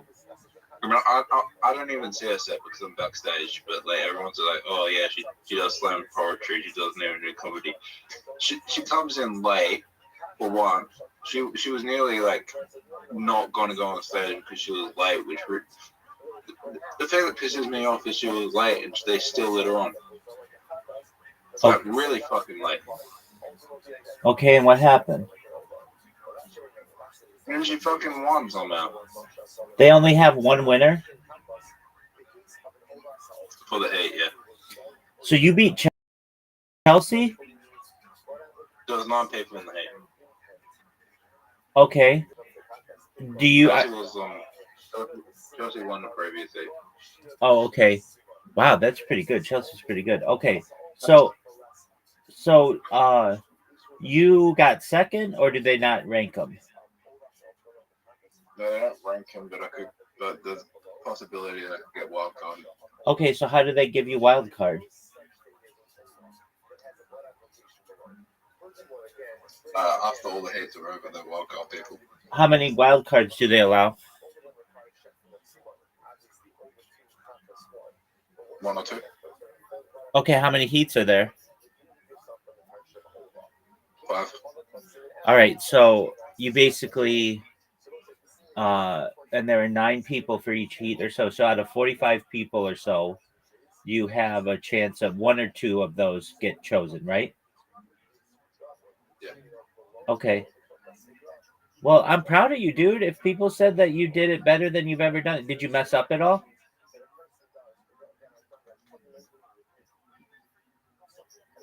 No.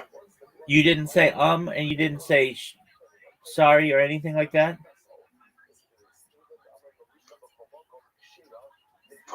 Probably did, but not to the point where it was off-putting. Like, I paused a lot because I was laughing. Like, the crowd was fucking laughing, so I kept on fucking pausing a lot.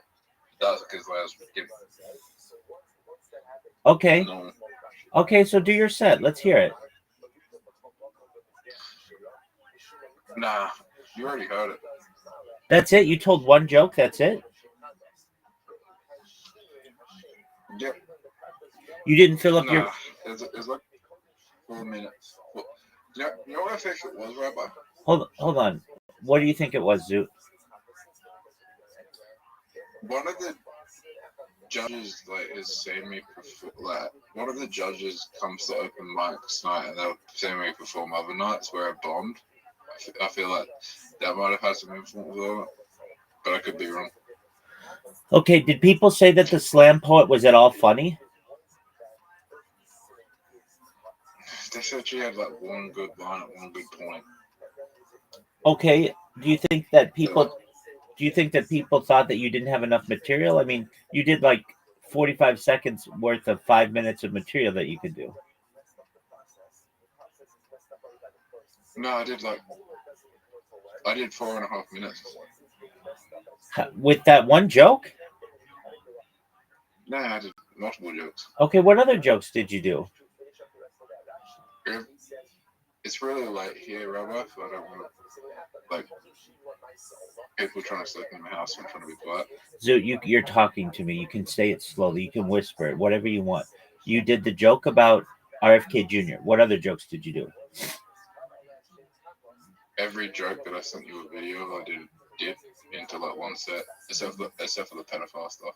Okay, that's good. The Okay, why didn't you record your set?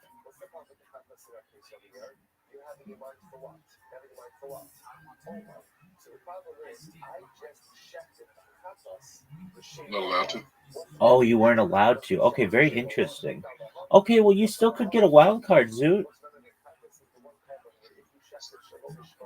And I feel it is unfair that if they had judges there who previously knew your work and saw that they could have been swayed by your previous showing.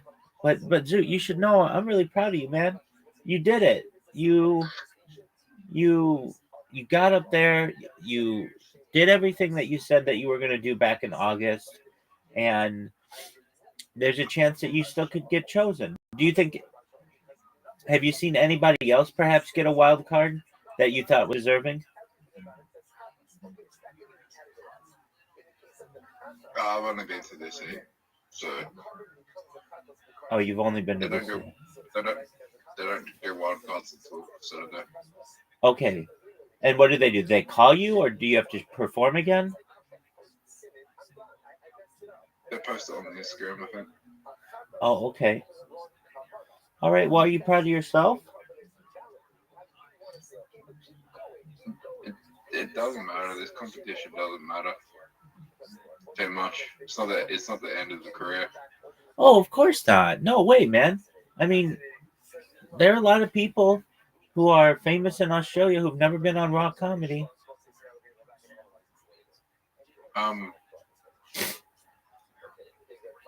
Even James McCann didn't win his year. And look how big he is now. He didn't win. Exactly. And so I have a cool story. So there's a guy who was the feature act named Jay Michael. He was in LA and he was sleeping and he had a meeting with James McCann, Amos Gill, and Shane Gillis. But he slept in during the meeting in LA, and that's the same time that meeting is pretty much the meeting where Shane Gillis brought on James McCann and he blew up. This Jay Michael guy's pretty good. If he was there, he probably would have blown up with James McCann at the same time if he went to that meeting. Well, things happen. People oversleep. That's unfortunate, but there's nothing you can really do about it. And either you've talked about him before, or I've heard about him. So he's Jay Michael. Oh yeah, he's good. If you find him on Instagram, he's good. Everyone loved. He did better than anyone there. Okay. Look at contestants. He's made it to the state finals. Well, so he didn't get home nationals. So he can't. Once you make it there, you can't do it again. If you do 2 state finals or you go through to the nationals, you can't do it again. 2 state finals.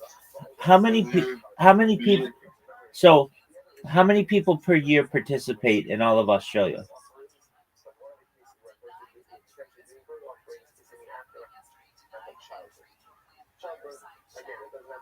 usually 1,000, but this year it's. I think it's not as big this year. Okay. And you still have a chance at the wild card, which is really cool. And you said it, and I mean, it's unfortunate you didn't see the slam poet. You didn't hear her set at all. I was in the green room. Okay. Was there anybody else there who did better than you, maybe, than the slam poet? No, not at all. Okay. Is there anybody who did really badly? Yeah. Oh, what happened there?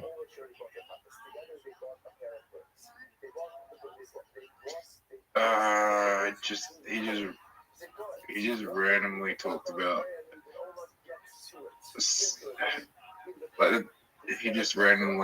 like suicidal ideation. Just didn't make any sense. Ooh, that's a tough one. Okay.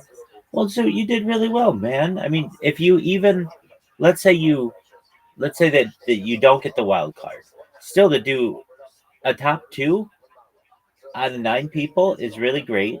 And you still do Monday night comedy like you continue to do. And Zoot, funny's funny.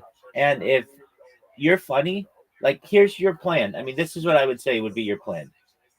And Zoot, you're not going to do this, but because you like doing your own thing, but you keep doing your Monday open mics and you keep making people laugh, and eventually you'll have the confidence to post one of those videos on a comedy Instagram, and that's how people find you. My Instagram feed is filled with just comedians, and you'll be one of those someday if you continue to work at it. Yeah.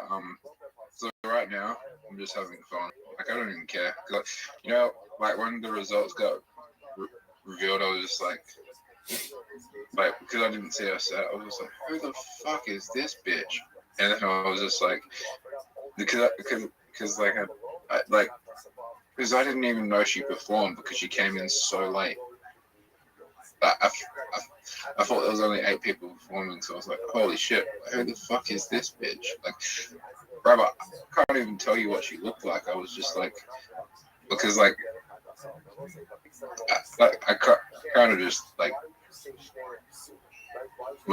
just blanked out like for a minute, because I was just like, okay, I don't, because I felt like I was gonna win, but then I was just like, when the results got read, it was just like, it's kind of relieved. I was just like, that's fine. But anyway, I'm just rambling. Sorry. You're good, big dog. I'm proud of you, man. Good job. Anyway, I did talk to this gal, really attractive. Afterwards, she said I did well. Did you finger her? I wish. There you go. There you go, big dog. Did you get her number?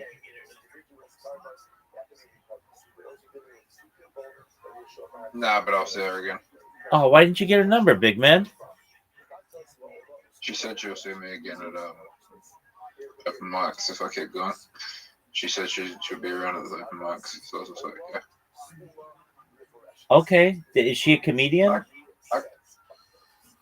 No, her friend's a comedian. Oh, I so can find her on Instagram if I look hard enough. So she's a chuckle fucker.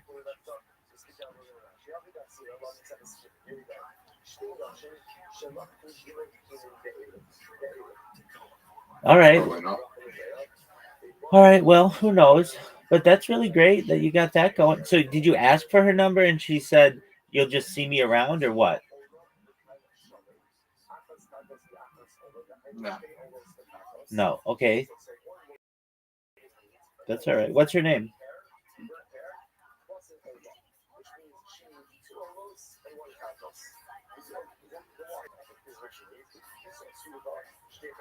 Started with a K. Started with a K. Okay. Well, that's all right. All right. That's cool. And she said you did well. So that's even more reason to be positive, and if she was like, "Hey, you," I know the friend, like I'm kind of friends with the comedian, like her friend. It's just I kind of know the friend of the comedian, but she's really. But I'm not. But sorry, I know that the comedian she came to see. I know who she is, who's a friend of hers. But I can ask her. But like she's like, if she's performing, she's hard to talk to because she's focused on her performance. But if she's not, then I can ask her. yeah, or you could just wait till that chick shows up. Did you see I sent you the name of that lady who was the mom of the performer on Kill Tony this past week? Yeah. Do you know who that woman is? I saw the set. That was actually good. Yeah, people liked her, but did you see the Wikipedia of the mother? Do you know who the mother is? Who? Dude, I sent it to you. That's what I'm asking you. Her mother is When did you named. see- I sent it to you yesterday. Her mother is when- Fiona O'Loughlin.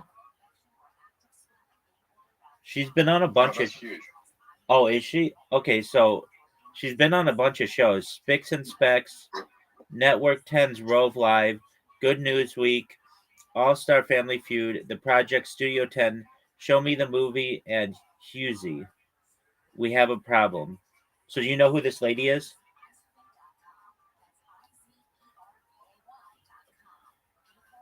Yeah. Okay, well that lady's daughter was on Kill Tony this last week.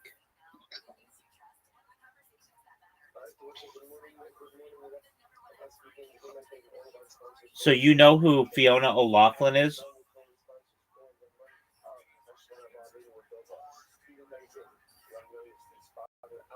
Zoot. After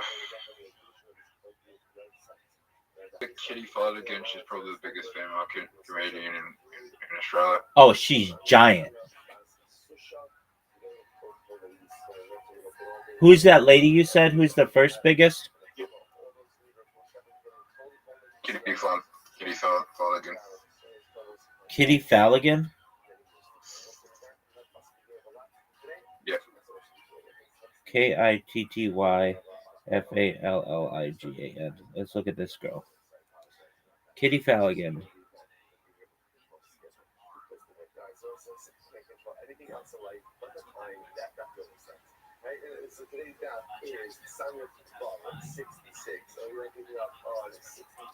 Oh, Kitty Flanagan.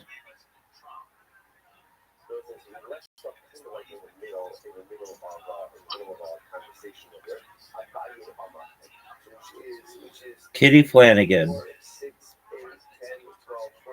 She's a pretty lady.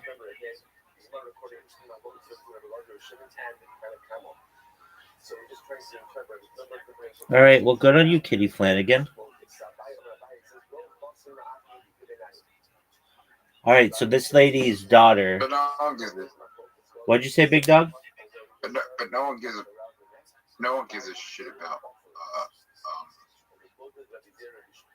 Australian people. TV comedians. Oh, okay. Well, In Australia, no one cares about like TV comedians anymore. In the 2000s, like they were huge, but like there's you know how there's subreddits on that guy you sent me? yeah. Being the work, there's subreddits on Australian TV comedians not being funny, especially Tommy Little. Okay.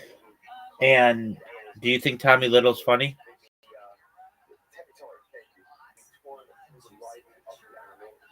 I think he's just got by on his books and he's just a good TV presenter. Okay. And I feel like he just got a good career based off his looks and being in the right place at the right time. Okay. I think a lot of people in Australia would agree with that statement. So, on Saturday, you're gonna check the Instagram of whatever the Rhino room, and you'll see if you're a wild card. Yeah. Okay, give me odds. What are the odds you think they pick you as a wild card?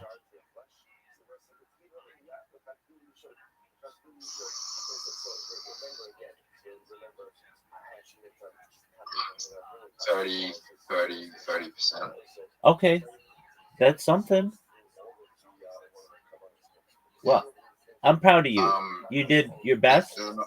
Go ahead. There's another guy, I think it was on Chelsea's night, that might be a wild card.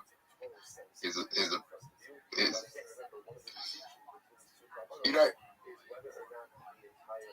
if you watch the interviews of like I sent you where Chelsea's being interviewed, you can see like every single one of my friends on that fucking podcast. Are you gonna get on that podcast?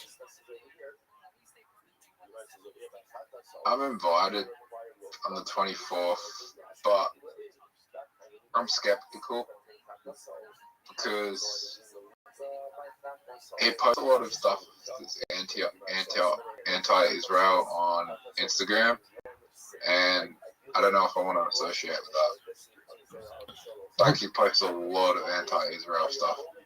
Okay, well, so I don't know if I want to associate with that. Do what makes you happy, big man. Yeah, I just don't know if I want to associate with that. Okay. Well, I'm proud of you.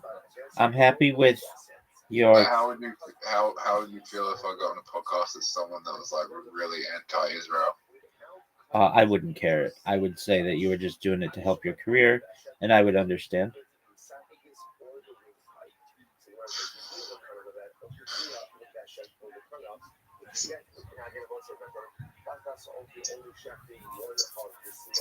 You know, people's views change.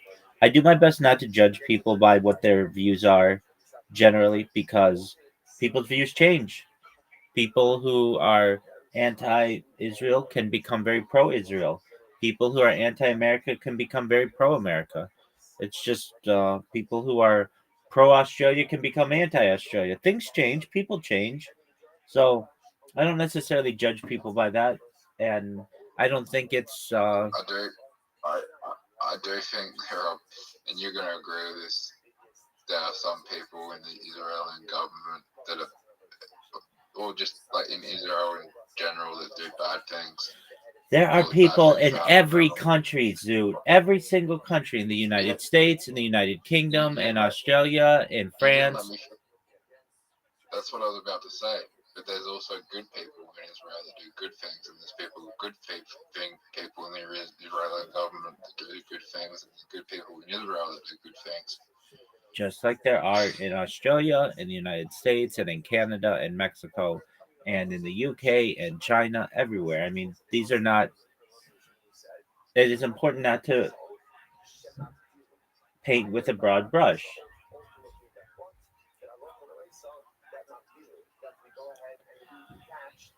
Well, I'm proud of you, Zoot. I'm happy that you did your best.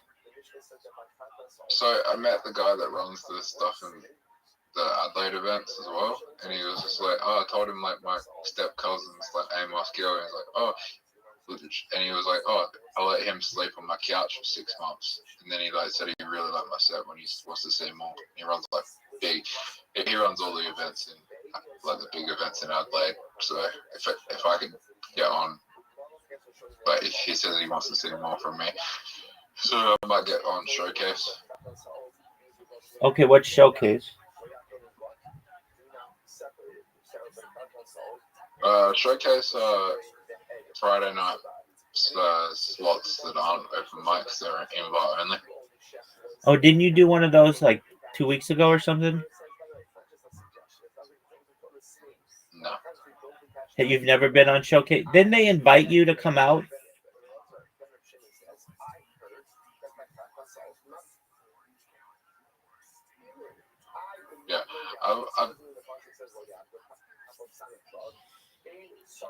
Yeah, they might invite me. And there's another one.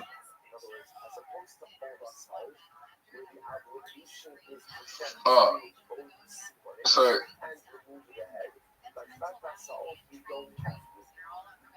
Jay was doing he did two venues in one night. He was at another venue and then he sped run through that one and then came to back to the runner room. Oh, very cool. A lot of comedians do that. Yeah, that's really common in New York and LA. Yep.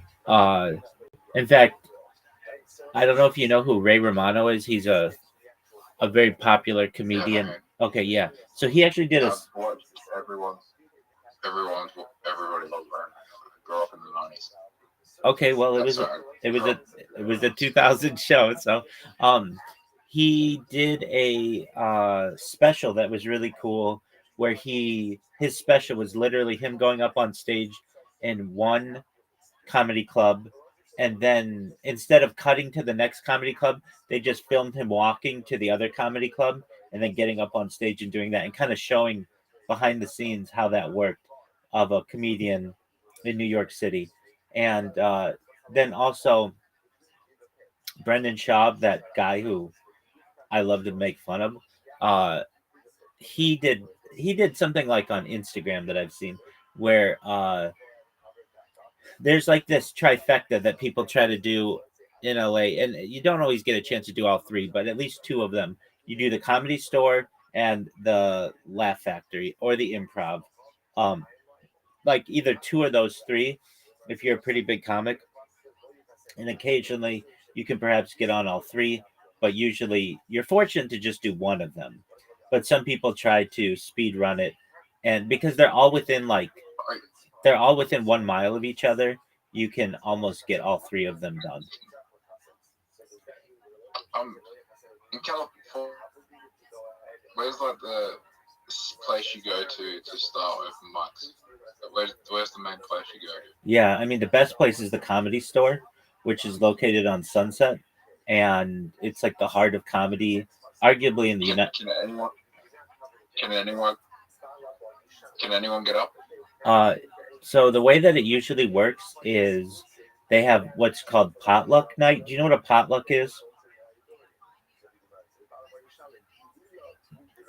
It's okay if you don't. No. Potluck is where you bring a dish, and so like Sunday nights they do a potluck night where you bring a dish, and you kind of get familiar with the people there, and then in the past they've done two open mic nights. They've done Sunday night and Monday night, but Monday's the big one. That's when Kill Tony would do the Comedy Store there. So Monday night in the United States is the big place for open mic night. I mean, it sounds like it's the same in Australia, where the clubs aren't. They don't have headliners there. They don't have features there. Basically, they have a bunch of people who are fighting to be openers, and so Monday night is the big night, and um, people do their open mic sets, and then if you're good, like at the Comedy Store, if you're good, somebody will see you and ask if you want to be a door person, and that's the big key. That a lot of people have become door people. Like um, Tony Hinchcliffe started as a door person. David Letterman, I believe, started as a door person. Jim Carrey started as a door person at the Comedy Store. So there's like a long list of really popular comedians who started that way. And what a door person is it's literally somebody who works the door, who takes tickets, and also helps people to their seats, because the comedy club wants to ensure that the seats are always filled, so that you have people who are ordering drinks and food and such. So that's kind of what you do. If you're good on an open mic night, they'll ask you to if you want to be a door person, and if you don't have a job, that's great. That's what they want to hire you for that. And if you do have a job, then you are just someone who comes in on Mondays and does their thing. And then if you get really good, a lot of agents in LA go to these comedy clubs to get new talent or to scout new talent, but they also have in to the ground. If somebody's really, really good, they will tell them, "Hey, do you know about X, Y, and Z?" As a comedy person, and there are some comedians I know, even people from Kill Tony, who were regulars. There's one girl in particular. She was really, really attractive. She was like probably the most attractive person to ever be on Kill Tony. Even Joe Rogan was like, "Wow, you are really hot." And this girl was like not that funny, but she was just talented enough that she got a job with HBO. Like, basically, like there's enough talent agents there that they'll get you in some way somehow if they want to. What's the best place if you don't want to go like on Kill Tony and you're just trying to practice? Yeah, then it would probably be one of the smaller open mics that are available. And uh, if you're looking like anywhere in the United States, then probably New York City has the most amount of comedy clubs per square mile just in Manhattan. I think there are 26 clubs or something like that. LA has something like 18 to 24. If you consider bars that have open mics to be comedy clubs, then the number increases dramatically. Um, Orange County has a few open mics. We have an improv. I've been to that improv, but it's a big club. It seats like 500 people. It's a big club, maybe anywhere between 250 and 500 people. It's big, and they have like professional wait staff, drinks, food, the whole deal. And so that's a pretty big room for an open mic. So you probably, if you're going to start, you just go to a local bar that has an open mic. And if they don't have an open mic, a lot of comedians, what they'll do is go to a bar. Let's say you're not in one of the major cities in the United States, and you go to the bar owner and you say, "Look, I'd like to have an open mic night here." And what's that going to do for you? It's going to provide entertainment, and it's going to bring in people, comedians specifically, to fill a night that you're not popular. So you say, "What's your slowest night at this bar?" And they might say, "Well, Monday night we have Monday night football, so Tuesday is like a pretty slow night for us. Why don't you do it on Tuesday?" And then what you do for like a year or two is every single week on Tuesday you host your own open mic, and then you bring people in to do comedy, and then eventually that grows into a serious show, and you hope that you'll be good enough with your own comedy that you'll be able to start at least going to larger clubs. And it's just ways to get for people to get up. As you know, as a comedian, the key element is stage time. You have to get comfortable up there. You have to get comfortable with the mic. You have to get comfortable with the audience, comfortable with their laughing. You have to get your timing down. You have to make sure you have excellent word economy and precision in your words. You know how it is. And the more that you do that, the better, more comfortable you become up there. And then, like, Zoot, how long have you been doing comedy? I know you say going way back, but you've really only been doing comedy seriously every 2 weeks or whatever for like 6 months, right? Less. Exactly. And so you're brand new. I mean, even the good comedians on Kill Tony have been doing it like 5 years. Like very few. They had one guy who came on, he'd been doing it 9 months, and he just got a golden ticket this last week. But he did something different. He did musical comedy where you like play an instrument, and he's really rare. Like the one guy who they just made a regular, he'd been doing comedy 12 years in Atlanta before they let him do it. Ari Maddy, the another regular on Kill Tony, he's been doing comedy like 18 years or something like that in Estonia. Um, William Montgomery, the guy who Riser and I always talk about, he did comedy in Denver for several years and in LA, but he'd been doing it for like at least 5 years. Very few people get up there after maybe 6 months or as long as you've been doing it and are at all comfortable. It takes time. As you know, it's about how many mics you can get. I mean, that's why James McCann didn't win World Comedy because he only done it when he got on Raw. He only be done it like 6 to 12 months. There you go. And you're right in there too. And you know, Do you know what the biggest comedy club is where I live? Can you remember what it's called? in where? Where I live in Adelaide. It's not Rhino Room? Yeah. Okay, Rhino Room. Doesn't.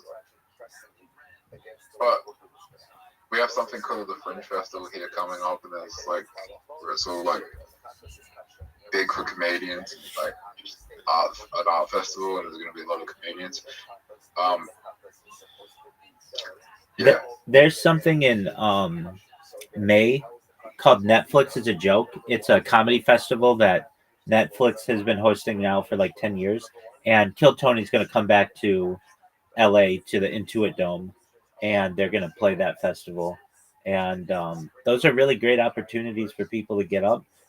For your festival that you've got in Adelaide, is it something that you think you're going to have an opportunity at which to perform?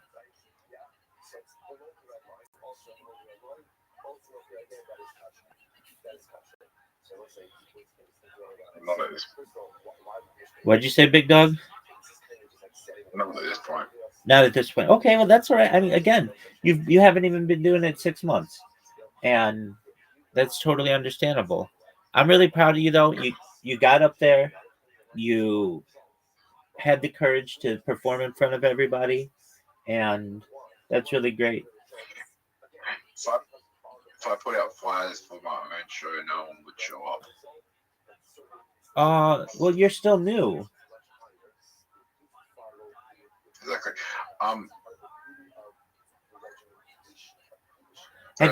Have you ever thought about? Apologies for interrupting, but have you ever thought about doing comedy on Twitter Spaces? People do that. They have open mics there. No. Why not? And Why not? Why not? They have comedy nights. What's the big deal? They have comedy nights on Twitter Spaces. We should host one.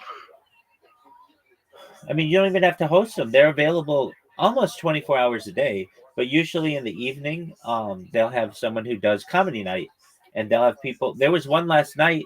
Yesterday was National One-Liner Day. So you go up with a joke that's just one line and deliver it and see how it goes. But then they have people almost on a nightly basis who have comedy nights. And you go up and you do your 1 minute or your 5 minutes or whatever, and you make people laugh. I can tell you this, dude. I've gone up and I've done those.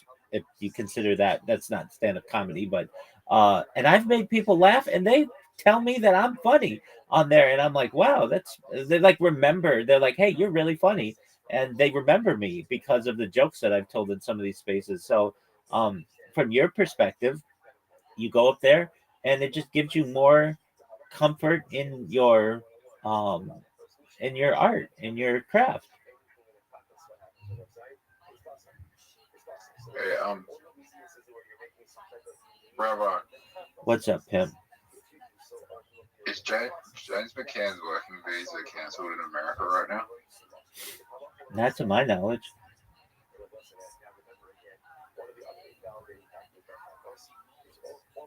And if anything, he's big enough. If anything, he's big enough that he has enough people who could help him with that. For instance, Joe Rogan, Tony Hinchcliffe, Ron White, they helped Ari Mahdi with the process to become a citizen, and he's very close to becoming a citizen. So I'm sure someone like James McCann, they could do the same thing.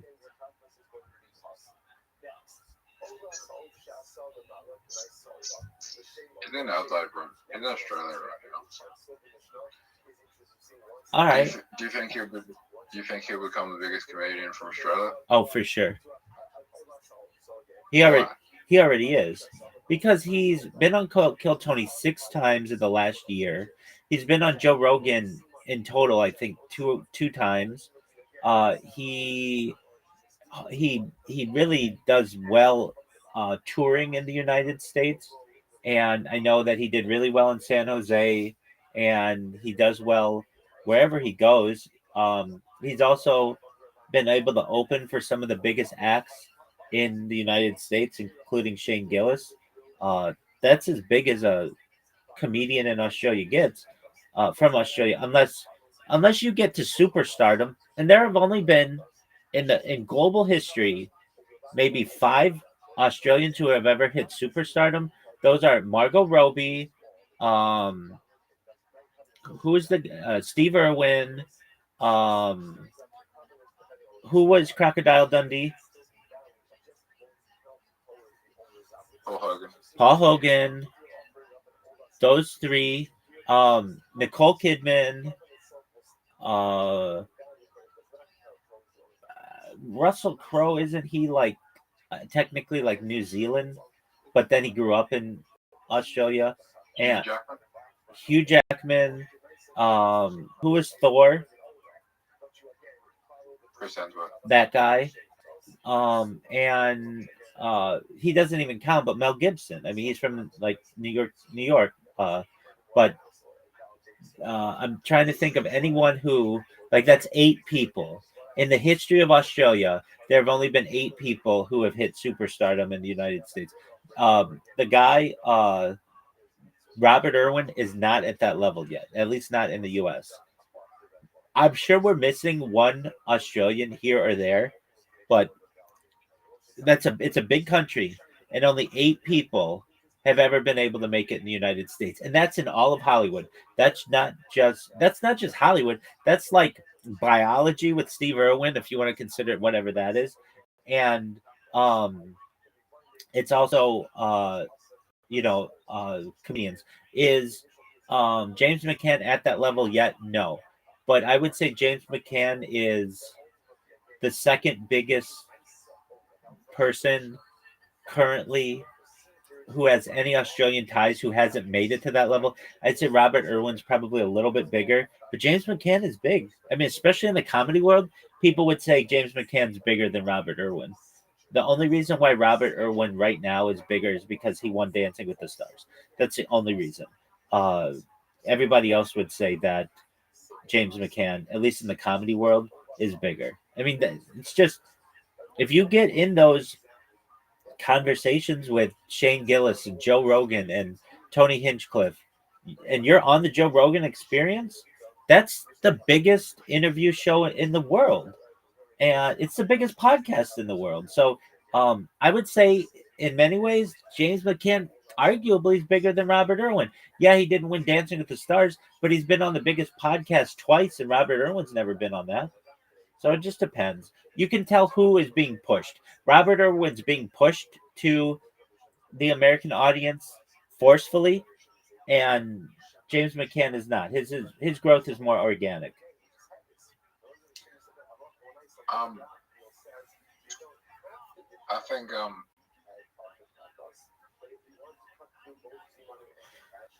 I would tell you this: I don't think James McCann's that funny. I don't think James McCann's.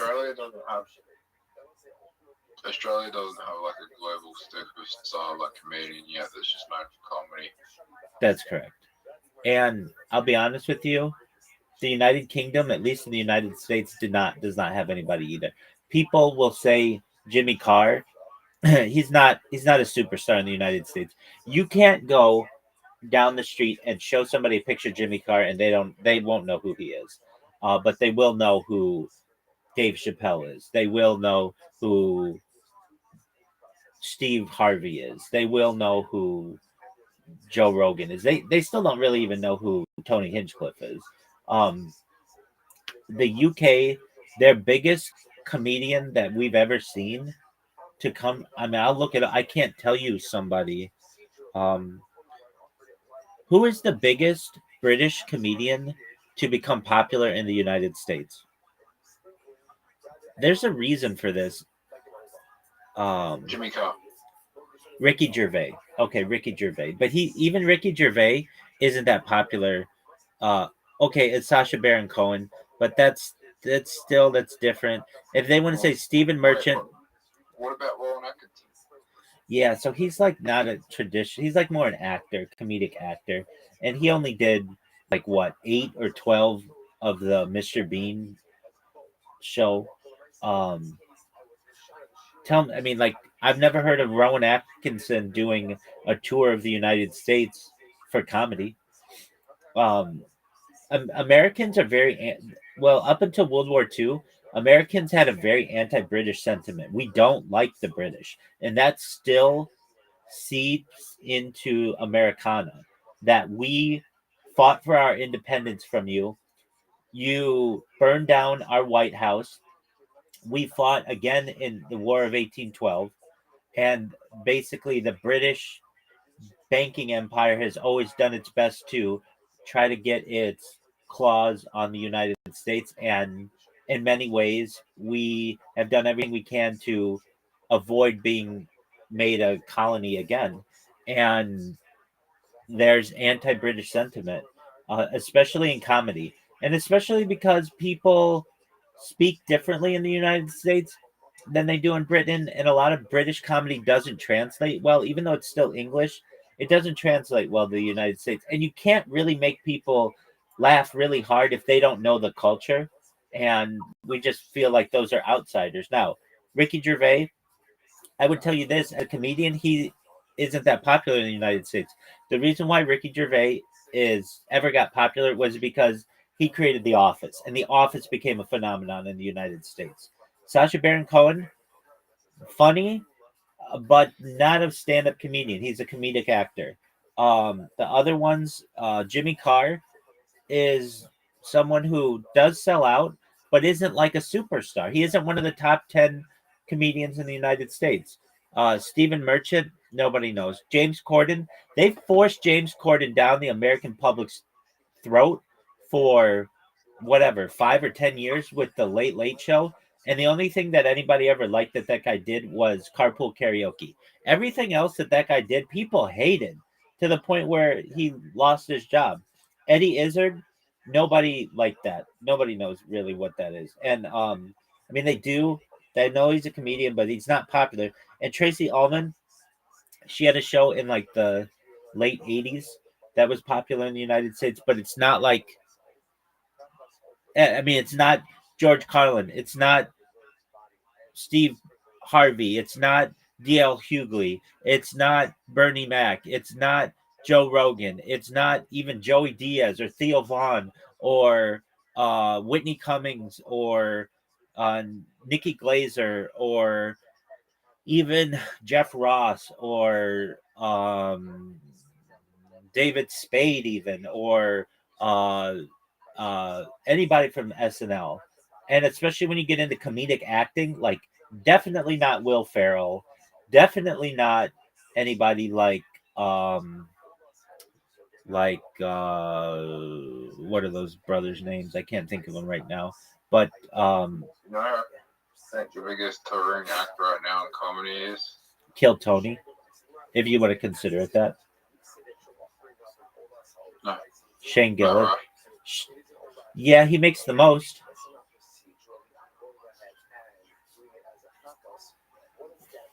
Matt Rife, then probably Shane Gillis, Yeah, and then Shane Gillis does the biggest crowds. Shane Gillis does football stadiums, which is basically unheard of in comedy. Um, Shane Gillis is doing the Philadelphia Eagles stadium this summer, and that holds like 80,000 people. That's like a giant stadium. He's done that before, though, too. Matt Rife does not sell out a stadium that large, but Matt Rife is touring all the time and grinding it out, and he does really he's well touring really well globally. right now. He's doing totaling. He's in Adelaide right now as we speak. That's right. You He said might be on that. a plane to like somewhere else, but yeah, he's in Oceania. He just did the Adelaide show. He's probably on a plane somewhere else right now as we speak. And how big was the facility that he sold out?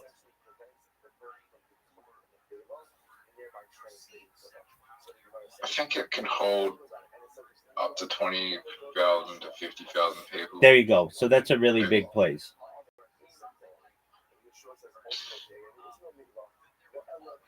I'll tell you what, this is an interesting one. Do you know who Dane Cook is? Yeah, no. But I do think one day I'm surprised that like no I'm not surprised actually, but I think one day a comedian will probably sell out in Adelaide Oval. Yeah, Oh, I'm sure. Maybe you, Zoo. Adelaide Oval. And Adelaide Oval could fit like 100,000 people. Is it a racetrack or is it a soccer stadium or something? It's a football stadium, Oh, okay. AFL stadium. Okay. Well, maybe that'll be, Not 100,000 people, but I know it can fit 60,000 people. maybe that'll be you. Would you want to play that if you had the material?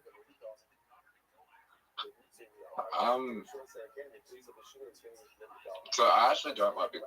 I actually don't want to do big crowds, and I don't. I kind of want to be like famous after I'm dead.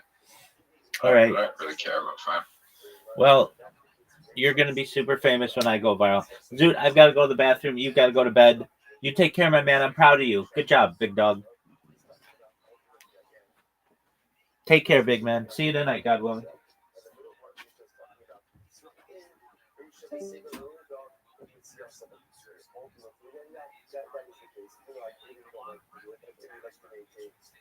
Symmetry, but I like for myself different cases of deviation in different parts of the Mishnah. Good. It looks like what is the takeaways? So the takeaway ultimately again is the Mishnah once again reinforcing the distinctions between Chata Solve and Ola Solve.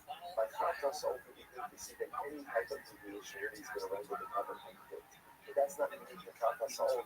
That's specific to the category of Chatas. In general, Chatas itself is very sensitive to any type of change, and therefore any type of deviation ultimately again will render the carbon conflict. By Ola Solve, again, certain changes specifically, again, for example, the type of Marika metrics will absolutely render the carbon conflict, as will the placement of blood application. That's another big thing. Ola Solve, ultimately again, blood applications above the red line, Kratos below the red line, another thing to add to the list is ultimately again of distinctions, and any kind of mess with blood placements, that's ultimately going to render the carbon conflict as well, which makes a lot of sense because in general the part of carbon stands after most is Shrika meets with blood applications. If you mess with placement, that's always going to render it beautiful. The Rosai Mishnah, this is a very interesting Mishnah. And that goes a little bit, it's not off topic, but just an extension. The Kumar in the Kangi Sapya. Also, now watch this. The Allah is like this. Anytime Rashi points out the Kumar,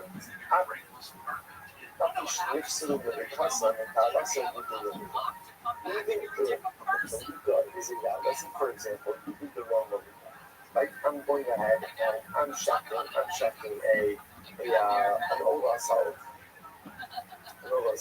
Which means how many money? 2. Instead, I will do 1.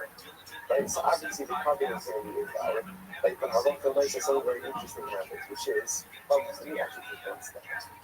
So the video is that of a carcass conveys tumor. Now generally, let's say by a regular animal, the way it conveys tumor is not done less. If you capture it, if you carry it, that's not what. Now, what Shechita does, just about a regular animal, not for example. But what Shechita does is, Shechita is entirely getting the data. So once the animal has had Shechita, let's say, even if for some reason the animal becomes, let's say, unfit for consumption. You do a proper check, you open it up, there's some type of problem with the lungs, then the animal is a trade back. So you can't eat it, but because it has Shechita, it is no longer considered to be in the data. That's the general halacha shechita. The Mishnah is now saying the same halacha applies to birds as well, which is if you do malika on a bird, even if it turns out that combinances, the malika wasn't that the wrong type of malika. Malika to a bird is the equivalent of shechita to an animal, and therefore once malika is done, that even if sacrificially the bird becomes unfit, the bird is unfit, it is not in a velo, and therefore there's not condemned to life. Right, that's finished the same. So again, the Kumar in the Kamei Sap instructions. So the Kumar, it's in the 1 line, whatever, it was like 5 lines in. The Kumar, I thought we should look so when they classify us in the order. Even though the Malika might be invalid, and the carbon itself is invalid, ultimately, again, the Malika itself, or I should say, prevents the animal from conveying Tumah as an Malika. Furthermore, overcoming the base idea. So those are very interesting in general. Let's say there wasn't a value in Tuma. So let's say again the bird does convey Tuma. There's a unique halacha by birds. That a bird, whereas an animal conveys Tumas Nevela through how Maga and Masa, touching it, carrying it. If you touch a bird carcass, so let's say God in that proper shooter, right? The halacha is it doesn't convey Tuma. The bird's carcass only conveys Tuma, but they have Riyah when you swallow it. Only once it was supposed to see again, that's just a puzzle. It only had these on the whole. She said, these Tuma, ultimately again, the base of the only once it's been swallowed. More than that, and furthermore again, it is subject to Midiba. The actual one of it, the Kakas hold the Nupsulu, named by Shas Henter, the Akarnit, Yatsu, is Midiba Shabbat. So ultimately again, this is talking about even if Kakas, even if a carbon old isn't valid, it is still going to be subject to Midiba. So we'll say, so three halachas over here. Number one, if it has Midiba, it's no longer going to be in the Milah. Number two, if it isn't a thing that only contains Tuma when it's being swallowed. And number three, ultimately again, it is subject to Midiba. Chutz mechatas old, shasar l'mamdog, k'mais mechatas l'shem chatas. The exception of to this rule, that's the wording of it is very interesting. Is chatas old, where the blood application was done below the red line, followed procedurally the process for chatas or l'shem chatas. What is that called? That's called the proper chatas. Like, if you offer, there was the same like this. If you offer the proper chatas, the halacha is it is no longer subject to Midiba after the avoda has been done. Now, let's say this is not thing over here. This is general halacha with Midiba. Once the carbonic process has been done, usually the carbon itself is no longer subject to Midiba. Just think about this. After halacha reminds you, I will say, if you go ahead and let's just run through this series with Chazal. How do we got a chatas? How do we got a chatas? One sinner, leave the headed package. Where do you buy chatas? Hold the street off, right? Sprinkling of the blood and mutzah smoothing out. Where is it done? Where is it done? Right? Below the red line of the matzah. Then I'm going to say, what happens after all this is done? We get to do Cohen. Remember again, after you do Zruda and Mitzvah, ultimately the covenant becomes the target of the Quran. Once that happens, it's no longer subject to Midiba, which makes sense. Why? Because when is something subject to Midiba? When it's the property of the Beis Hamikdash. But obviously, once you've done Zruda Mitzvah, it belongs to the Kohen, therefore no longer subject to Midiba. But hold ourselves. So we'll say, hold ourselves. Next is Shasal Nagdach, the nice separate as the Shem Chatos. So we'll say, so now let's go. So now, this is very interesting. So once you've gone through the procedures of Chatos, is no longer subject to Midiba. It's done. It's done. What about Olasal? What about Olasal? So stop over for a day. We'll pick up the answer of this last part of the show tomorrow. So again, going through the policies and procedures over here. So we'll see in their session Olasal tomorrow. Incredible. Incredible. What about? What about? Shkai Harila. All right, my version of the same thing. Dr. Tanner, so wonderful to see you. Don't frustrate our love. Very soft that was getting is every day. Again, what's also a London talk to the family show you last week. I don't know what you're doing. That's nice to respect as well. I respect whatever they do. Imagine all this in the nation's first zero-carbon emission medical facility. Better still, discover it. Powered by UC Irvine. UCIHealth.org/Irvine Hospital. Dr. Lester, show my way.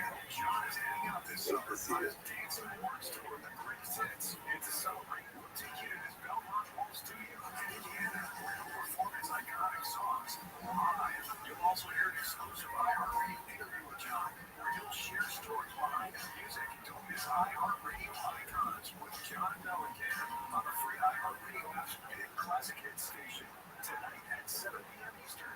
Are you tired of going through retirement? Last year, the S&P was up about 16%, gold 65%, silver almost 150%. Get real patient, get on adding gold and silver to an IRA or 401k tax exempting for goldenfractal.com. 833-362-3843. All right, we'll say good morning. Good morning. Let us begin to give my thanks to all of our sponsors for this morning share to thank. Our Talmudar sponsor for the month of Tashuvah, Stephen Karizik. We're dedicating all the Shimon shows this month and welcome Larry and Steve. father put in at sea and then kind as a photograph on the occasion of his 40-yard sight. I got the only sponsors for today. I Alan Sarah Steinberg. It is supposed to be countries. Pushing with the Shabbat Steinberg Fast Susha. You're there in there. All the hour from Flora. All the shows like now. The other things in the from all those who were Shabbat has a cold in Israel. Which one should near touch and showers and so it's bubbles upon all and Israel for many years to come. Those are that to let us give you the lot of today market really beautiful that. Today's date is Sunday, 65. We are picking up at the Mishnah on Sunday Dawood on the case 64b. So it says, the Mishnah says as follows. So yesterday's date, we spent a significant time speaking about Chatos, bird Chatos. We've already begun to enter into the world of bird offerings, which in certain ways are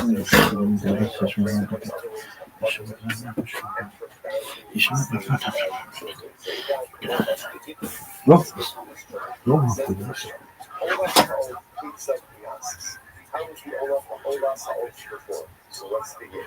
Although the Kalash, we're part of the Sunday. So it's summer again, we continue the hour journey. To that porch, just smacking my glove. And every time my dad says he's about to show up, I'm just sitting there in the front yard, just smacking my glove, waiting for him to show up. He never shows up to pick me up for practice. But that time, it feels like that time he does. Let's go! Ice cream! All of the year! You guys know this yet, but Connor and this is going to change some things. I don't know if you know this. It's about Jesus. Magic. Have you seen it yet? Say he's dedicated to social media to serving Jesus. So you take Conor McGregor and you put some Holy Ghost power in him? Hey, Kamzat. Y'all notice. Hey, Kamzat. Y'all notice. Because the Irish Catholic warrior, is now going to come out of Ukraine. Literally anybody else, man. The worst. Well, I'm saying, but Connor has Jesus now. Go back to the champs, Chen. So if they said there's 8 championship fights on the card, that's what Trump said. Obviously, he doesn't know the UFC, so there's no Americans on there then. No American be found, dude. There's not an American. There's about as many Americans as there are in Dagestan right now. There's just, like, you can't put a card on of all champions. Wait, how many Americans do we have as champions? Joshua Van, even though he won in a weird way, he's our only one. Kayla Harrison's still a champion, technically. So you have Kayla Harrison, Joshua Van. Oh, we're washed. America's washed. And you know what? This is my theory about why we're washed. The only way to keep up now is to have good wrestling. And now that D1 wrestlers can get paid very well, like you can make $300,000 as a D1 wrestler. So what's the point in getting into MMA now? There's not, and it's a great thing. It's good for wrestling because those guys have to be like, man, hopefully can take a punch at MMA to make some money. But dude, to make money, you're not making $300,000 your first year in the UFC. You're not making $300,000 until you're on your second contract and then fighting 3 times a year at least. Yeah. Maybe then after that. Like, what's the incentive of the next Kyle Dake to come up and be like, now I'm going to fight in the UFC when he could just make a shit ton of money as a wrestler and then become the coach of Oklahoma, or, you know what I mean? Which is awesome. Now, sucks for the UFC. And for American MMA, really bad. Well, you remember Gable might be the last one that, because he's already way past college, that he might be the last great American wrestler that could. I think the UFC challenge is creating incentives for American fighters, wrestlers, athletes to be MMA fighters. It's an incentive structure thing. It's just hard because the money's not there. But A, the money's not there. B, it's really tough to get hit in the face. It sucks. It's a hard way to make a living. So, like, I was that first wave. It's like me, Mitrione, Brock Lesnar, right? Well, former football players. I remember how much you hated it. I remember. Well, no, hold on. So I didn't hate it. So there's 3 of us, right? And then they're like, man, this is just the start. Like these guys with their athletic ability coming over, man. Think there's gonna be athletes that start when they're kids and they're gonna be inspired by the UFC, and it never happened. There was actually, because I saw it was viral on TikTok, because your season, there was a lot of football players that came over, right? Oh, yeah. I don't remember the name. Jones? Was he the Jones? There's a video that I just saw on TikTok the other day of you fighting him. Knocking him out. And you're a big dude, but when I saw how big this fucking guy was, Were you nervous for that fight? That guy's a fucking monster. And it was funny. His name was Marcus Jones, and it was funny because Jesus. So his jiu-jitsu and his ground pound was so dangerous. So before we go on, Rashad's like, just don't let him get on top of you. I'm like, no doubt. He got on top of you though. Within 30 seconds, he had full mount. But you got him off. I remember you stood up. Dude, I put my fucking sequence in his throat and just stood up. Yeah? And then he threw a knee and then I knocked him out. Did he not have like that killer instinct in him? Because he seemed like He was old. He was like 30, I want to say like 34 at the time, or 36. So killer instinct when you get blasted in the face by another 250-pound guy. What was that feeling when you got on top of him? After Happiest I've being, ever been. yeah. Happiest I've ever been. You'll see me, I do, boom. Ooh, look at that. Watch, I do, so my nose is shattered, but I do snowmen. I made the snow angels in the middle of the What's that? Boom, boom. For sure stop the fight. For sure stop the fight. For sure stop the fight. Same here as Brian. For sure stop the fight. Keep playing it, Chin. It's the best part. I do the snow angels. That's the happiest I've ever been. Yeah. Sports. Yeah. That's the happiest I've Your ever nose was different back then. Well, this is the fight that changed my nose. He kneed me in the nose and shattered my nose. And then Crow Cop did it. That must have felt good. Was that a better feeling than the Crow Cop one? Yeah. Man, stop that fight, dude. Hey, ref, stop the fight. Ref's like, sorry, he's still breathing. Let's keep this going.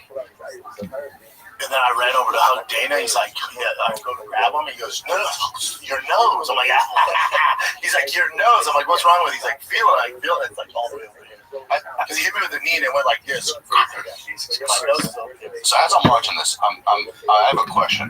When you're on top of someone, hitting someone, and like you probably in your head are like, I hope this ref stops this fight soon. No. No? No, I'm like, you better stop it. You have to win. But so there's I don't want never this anything like, motherfucker getting back up. yeah. Like, that's on the ref. Like, I'm in kill mode. So I'm going to keep going. That's what I'm wondering. Is there a thing in you that just goes, I have to do this till the bet, like, till the ref? Tim, the rules. Yeah. Like, that's on the ref. And so, remember, my entire livelihood's on that fight.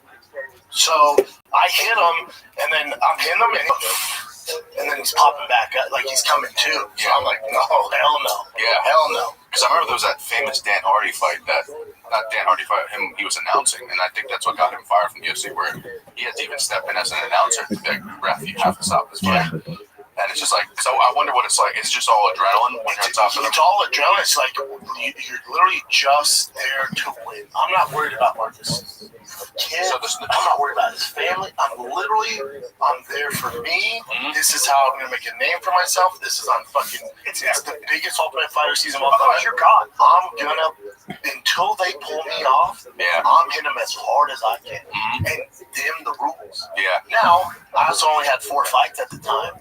If I was a little more older, mature season, I'd be looking at the ref like, what are we doing? Sure. Come on, bud. Yeah. Then, dude, my fist could have went through his face, blood everywhere, and I would have kept going. Yeah. I just didn't know. So I wonder if You're that's talking about a young killer. I've always wondered if that's something that goes to your head or not, or if it's just the adrenaline that just pushes. Never. Even with the Crow Cop fight, like he was clearly out, but he's this fucking Croatian zombie. Yeah. And then you hit him, and then he's like fucking the Undertaker. I'm like, oh hell no. Sure. Yeah. Yeah. You know. Yeah. You don't want like a. And then I get half my day. Yeah. If he somewhat pops up and hits me in the face, he's gonna do the same thing. Very possible too. That must have been a fucking nervous thing, being like, I don't want to be on that highlight reel of his kicks, because those kicks Even are. think about it. My thing in that fight was, I was so hot at the time. I was coming off 4 fights, just beat the shit out of Gabriel Gonzaga. I was training with like Shane Collin, GSP, starching dudes in the training room. I'm like, oh. And then when they give me Crow Cop, I'm like, this old fuck, I'm gonna beat the shit out of him. Yeah. I was so cocky. I was like, I'm gonna knock him out in 30 seconds. Really? So I went out there and I had the fight of my life. So I was actually super disappointed. And he was strong, right? You said. So strong, so well versed, ready for everything I had. And I was so arrogant. Remember, he's known for his head kick. If you watch that fight, first thing I do is throw a high kick at him. Yeah. Then he touch gloves, fucking right high kick, and he blocks and smiles. I was like, what's that? Yeah. I do wonder too, because like, does that mentality make a difference when you're on that win streak? Do you just feel like I'm untouchable, and you're a different fighter? Out like everything else. The best I've ever seen. That's what I wanted. So me and you were watching. What was it the other day? It was Dominic Cruz versus Garbrandt, and just watching that. That's like one of the best rounds of MMA I've ever seen in my life. But then you see him after he lost to TJ.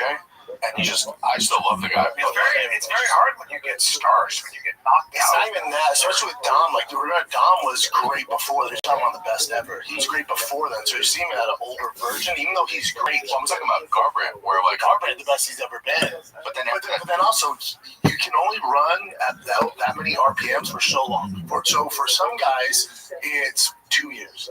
For some guys, it's 3 fights. For some guys, it's 2 fights. For me, I was in my prime for about 3 years. And I only fought maybe twice, 3 times a year. I had 3 years to do it. Mm-hmm. That's what they don't tell you. Yeah. So in the NFL, you can kind of work your way up, get going. You're year 7, 8, you're in your prime. The UFC, it depends. For most of us, we have about 2 years to make it to the top. Yeah. After 2 years, you might, if you did well enough, you still get big fights. You're never gonna be champ. You have 2 years where you're your ultimate prime. 2 years. So that's why, like Alex, who's like, let's fight. Like, he knows. Yeah. My clock's going. Yeah, but he's heavy. So he's in his prime. So he's like, my clock's going like this. Let's fight. Make as much money as I can. You have 2 years to run at that red line. You better fucking imagine the pressure. You have 2 years to run at that fucking. It's like being a woman. I have so many eggs left. I gotta make this happen before I have a kid who's allergic to grass. It's out of your control. That's how you're like an ingenue for just a short period. I would tell the UFC, hey man, I want to fight. I'm ready to go. I'm in my prime. It's like. And it's probably frustrating if the UFC is not giving you. Not ready. Yeah. Or it's a timing thing, and they want you to fight this guy. Like, fuck, there's another 6 months. Mm-hmm. You're absolutely right. Yeah. And then even it's not even after those. Once you're at your red line, like even you take a step back, you're still fucking good, but you're not elite. And then also and then there's another guy coming up, and now he's in his prime. And you're a step behind. Back then, the UFC would do things like, though, if I never told this story, but I was with Nate Marquardt, and they said, you have to take this fight. He's like, I'm 205 pounds. And they were like, if you don't take it, you'll get cut. Yeah. He's like, but I'm coming off an injury. I'm not. They're like, you have 3 weeks. And I was like, you better take that fight and figure it out. There's 1,000 pins, like 1,000 parts. I guess that's why it's so crazy. Anderson Silva being that long. That was a long fucking prime. That's why people don't put him in the GOAT status. That's how you can tell who's been watching MMA since Conor McGregor. Because I remember watching him. About Conor too. Yeah, Conor. If you look at it, most guys have a 2-year window when they're in their absolute. That's actually true, right? There's some outliers. John Jones, right? Yeah. But remember, John was very best about 2-3 years then. Sure. Now, because of his knowledge and IQ and his size and the weight class he's fighting at, it's going to extend it. But you look at guys, GSP, there's about 2 years where they're the baddest motherfucker walking the planet. Yeah. And then, again, I'm not saying they're not ladies, right? They're not. Even Kane, right? All of them. All of us have. John now is like at that Tom Brady at the end of his career stage, where like he's still the GOAT, but like he's not. He doesn't have the same step he had back. In his IQ is great, but he's a little slower. He's not putting things together as fast. Mm-hmm. Muscles are a little tighter. Yeah, you have to fight a lot smarter. But you go back and watch him, when he was 26, 25, fuck you. Yeah. Yeah, that's why Anderson Silva, to me, he's in the top 3. I remember the way he just, for that long to be that good, and for his loss. You talk to guys who train with him and know him really well, they would always say he's a fighter. Yeah. They just get obsessed with different techniques, and he loves the kung fu shit. He loves it all. And he got too cocky. But the thing about that, this is why Anderson Silva should be listed higher for the greatest of all time. This is why Alex Pereira should be listed higher. This is why Izzy should be listed higher. Because they're strikers. You know exactly what they're gonna do, and they still win the fight. A Khabib, a GSP, a Makhachev, Hamza. These wrestlers, they're wrestling. They're wrestling. Sure. So your margin of error, your chances of losing isn't that high. And Anderson Silva can get knocked out any minute. Alex can get knocked out any minute. Izzy's run? Yeah. Y'all must have fucking forgot. He fucking... leapfrogged everybody. He ran circles and everything. They had to find a fucking guy working at a tire store in Brazil and be like, hey, can you come out and fight MMA? Because he fucking ran circles on competition. They had nobody else for him. So they got Alex Pereira. So and remember, Izzy can't wrestle. The only way he's going to beat you is by striking. Yeah. So the chance of him losing is so much higher than it could be a GSP. That's why when we talk about Mount Rushmore, I always put strikers so much higher. Yeah. Because they don't have that outlet where it's not going my way. I'm going to take him down. I'm still going to win. I'm going to take him down. Yeah. You, And also, you would say that Khabib, as great as he was, didn't really fight. The only wrestler he ever fought was Aya, whatever his name is. we've heard my crazy thing about. We've heard my crazy thing about Khabib. I think Islam is the better fighter. I think Islam is much more likely to get or should get GOAT status. But the fact that Khabib had the beating Conor part of his career and then retiring at undefeated, he has just so much more. So classy. He's just so But classy. I do think Islam is just the better fighter of the two. I think His strength of schedule is way better, too.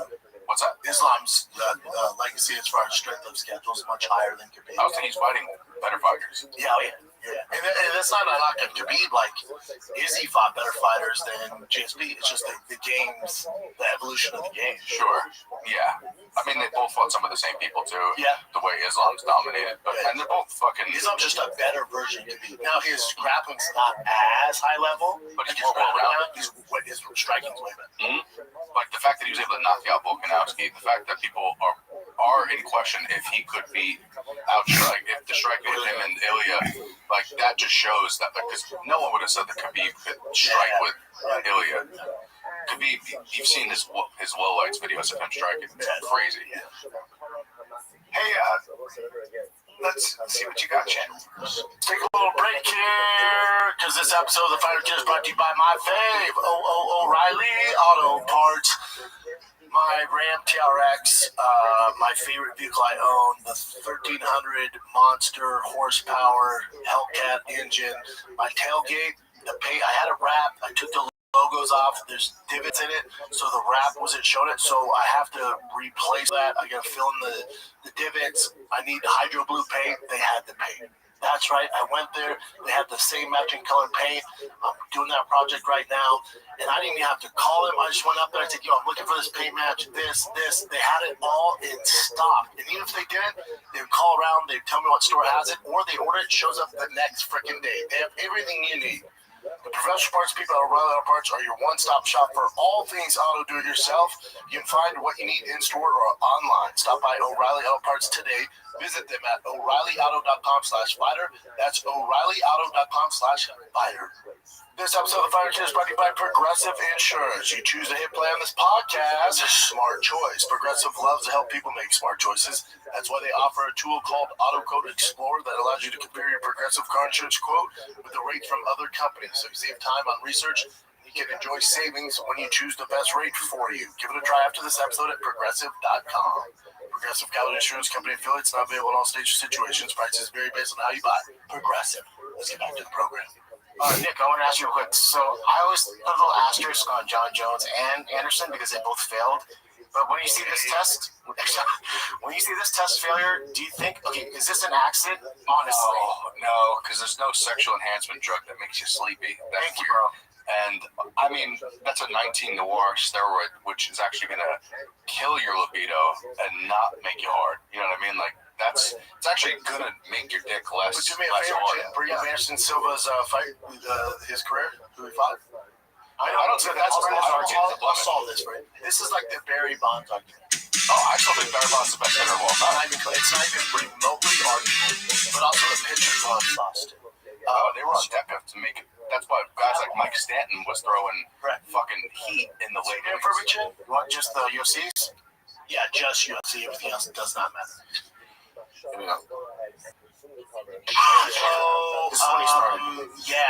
So Travis Lutter tested hot. Nate Marquardt tested hot.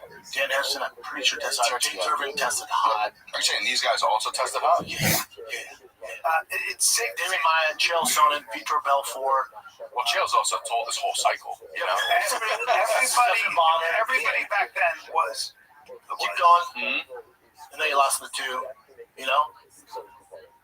So if you go through the last ones, I don't give a fuck about, but if you go through when he's at the height of his career and that stuff, everyone was doing it, yet they hold it against Anderson. Dude, I look at those Chris Weidman losses, and it's like the first one, he was just dancing and he got caught. That was not him being. It wasn't like Chris got the better from that fight, and then just also breaking your leg in the second fight. It's like those two losses are like. I'll tell you the problem with that one though. Chris Weidman, He checked again. in his prime. If you took Chris Weidman in his prime, and you took Anderson in his prime, I'd take Chris Weidman. Dude, I'm telling you, he was a motherfucker. Chris Weidman, and now again, he was only hot for about a year. He was running at higher bands for about a year. That year, good. He was kind of getting starched the first Well, time. Luke Rockhold did some work. Luke would have been the nightmare for Anderson. You think so? I think so, because Luke was training on a daily basis with Daniel Cormier and Kenny Velasquez, and so his wrestling and everything else was just. He didn't use that. So then he'd be forced to strike with Anderson. He would put up on Anderson's strike. It's like a Gaethje, where Gaethje was a D1 wrestler, but That no one doesn't even use knows. his wrestling. Yeah. I don't give a fuck who he's working with. When's the last time you've seen Gaethje shoot a takedown? He doesn't. Anderson Silva in his prime was such a high IQ fighter. Such a special fighter. Is there Kurnovic? Yeah, no. This is Dana White yesterday talking about Paddy Pimblett. Are you surprised that Paddy is at this level? We knew he was a fan favorite. The fans loved him, all that. But did you think that he was a championship level fighter? Or did something change? He reminds me of the Conor McGregor story because came in with this great personality, and they were always over. Every time they fought, everybody believed that they were going to lose. And Paddy has been that guy more so than Conor McGregor. And obviously, this is a huge test for him. And, Gaethje's been wanting a shot at the title again, so.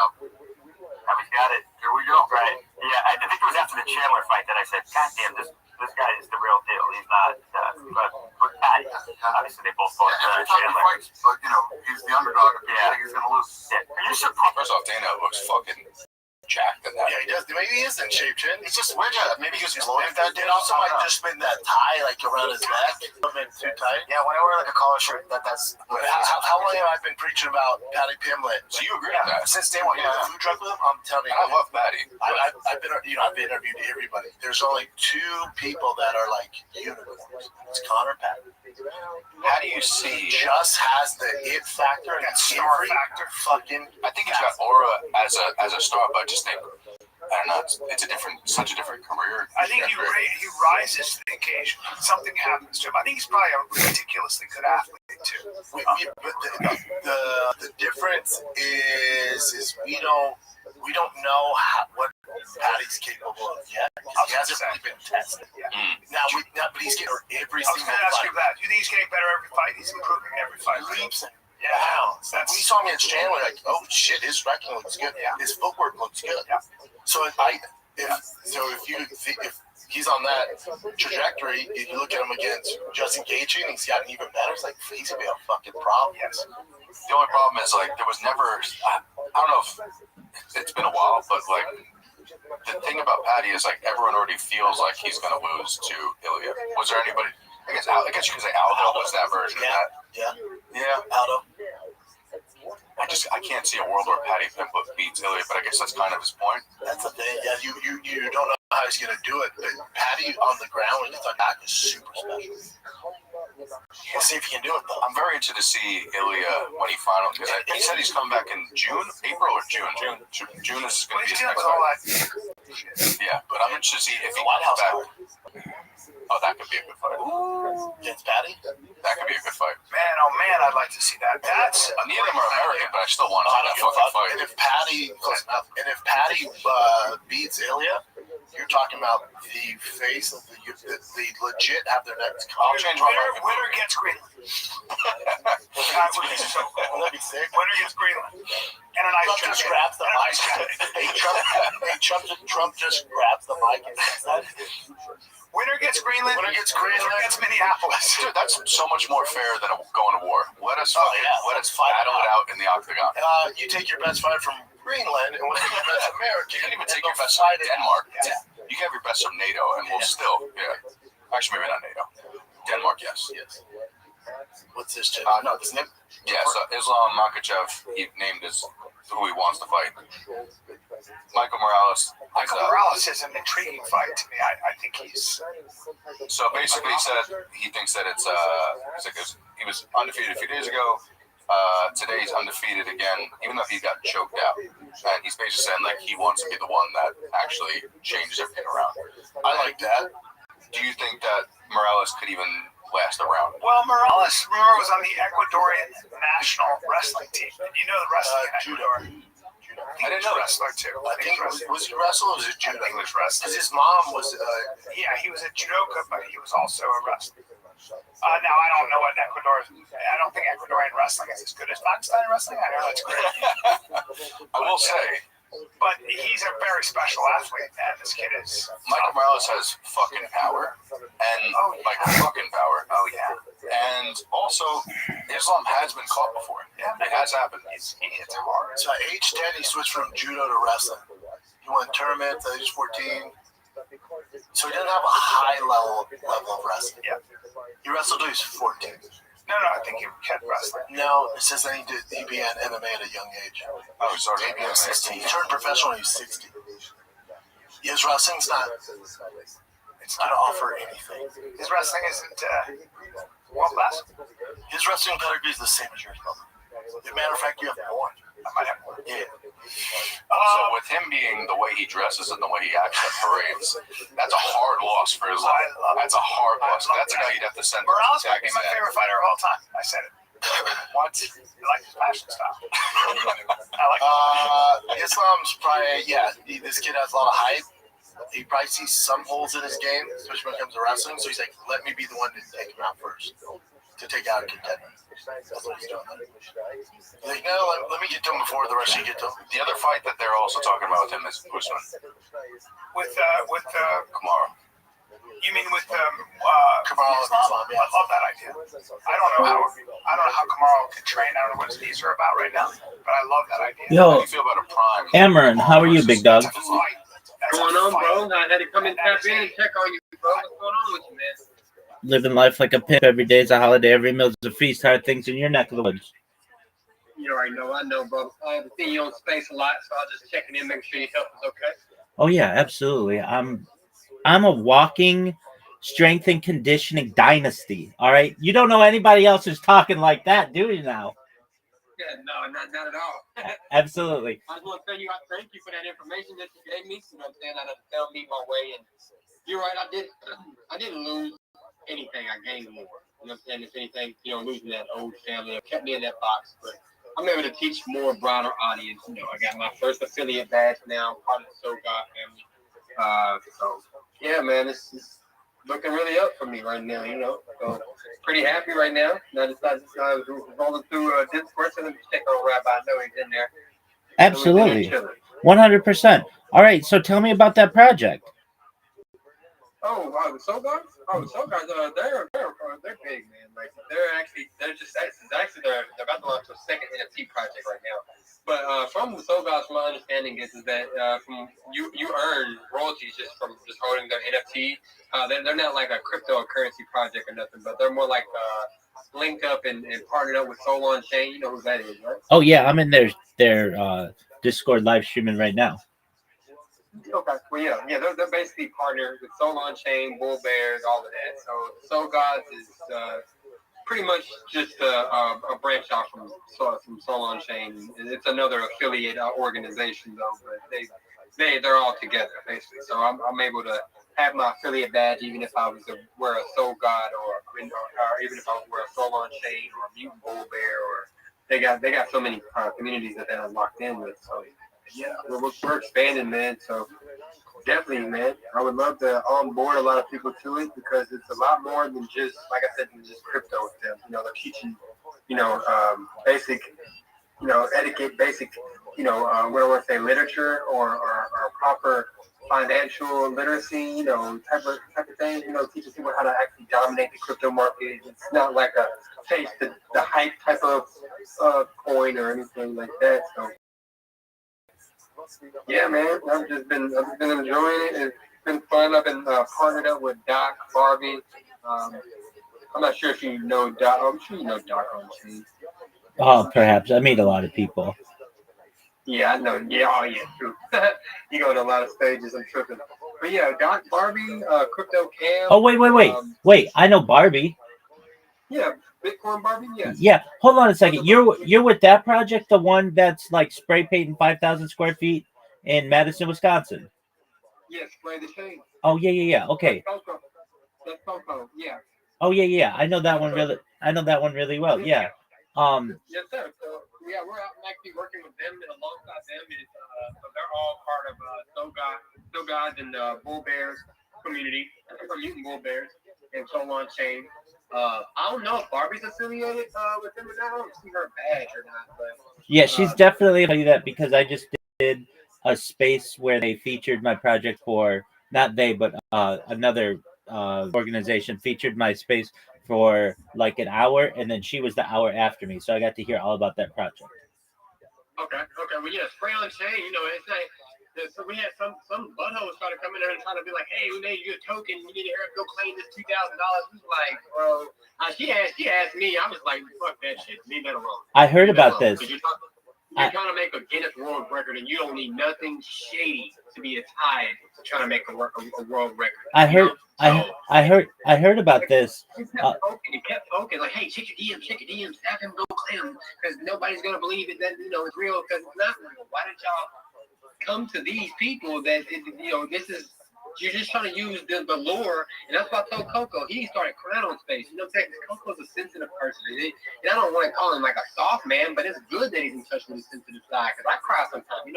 I don't care what the fuck I'm at or who hears me, but he was just so stoked. You know what I'm saying? Because his life and how it's turned around within a year, and now he has a real purpose to life and.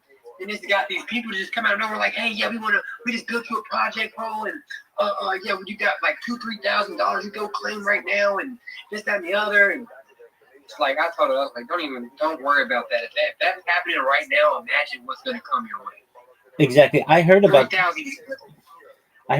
Basically, we're talking about 6,000 feet of canvas that you have to cover for a Guinness World Record, right? And he's bringing it, blockchains. NFT projects and stuff like that, and like all the history of the blockchain. So you definitely should be on. Right. Everybody knows you. So I heard about this. What happened? And basically, they started and rugged like 7 different coins over the course of a weekend, right? Yep. Yeah, and that's not cool. And I know that project's an NFT project and not a crypto project. So I think that person was doing an excellent job of clarifying everything for the Twitter community so that they know that, hey, that is not our project. We are an NFT project. We're not a crypto project, and to steer clear of that. He's actually not even a project. He's actually just what we're calling is the RWB. You know what I'm saying? He's not a real world asset. He's a real world business. Even though tagging could be illegal, but they're actually getting in touch with vendors and people that's allowing the graffiti to be done. So it's not just going at nighttime tagging stuff to try to make how can you make a world record doing it illegal? Right. Well, okay. So let me clarify. So he's featuring NFT projects, right? Yes, sir. Is that right? Yeah. Okay, so he's featuring on that wall. Yeah, he's taking all the projects that's on the chain and like the real projects, not just anybody's, because of course Bitcoin Barbie's very knowledgeable. We know how to check the charts. We know how to look through to see what tokenomics is. We know how to you can look at a project or tell by when they're pitching how, like, if they're long term or if they're not. As soon as they start talking about we'll do this giveaways for people, like, bro, we go on. You know what I'm saying? Like, we don't. That's not how a real project ever started talking about giving away nothing, because everybody knows it's ground level. It means all boots on ground. That means we need to be going in every different direction, getting the word out before paying anything out. So yeah, so it's just communities like that. So we're watching now. So of course, Mutant Bull Bears will be on there. Soul on Chain. All the long-term projects that have been through there. I'm sure the Bored Apes, stuff like that. Like real stuff that people know about that's been on the blockchain that's still on the blockchain. Right now, what's the aspect of a vending machine? What was that? That was actually dope, man. That aspect there was just like NFTs. Like I think he showed. Let me go look at it again because I think it's NFTs that he just put like inside of the vending machine. Like there's gonna be another vending machine, but let me see who that one was dedicated to. Because he's gonna do a few of those, and I also gave him an idea about he should dedicate Elon on there because Elon's crypto pro. And he's like, bro, I didn't even think about that. I'm like, yeah, we're on SpaceX and Doge and all of the stuff that he's done, did for crypto. I mean, I wouldn't see, why you wouldn't slap him on there for real. Word, but I don't understand. So you explained the vending machine part of it to me.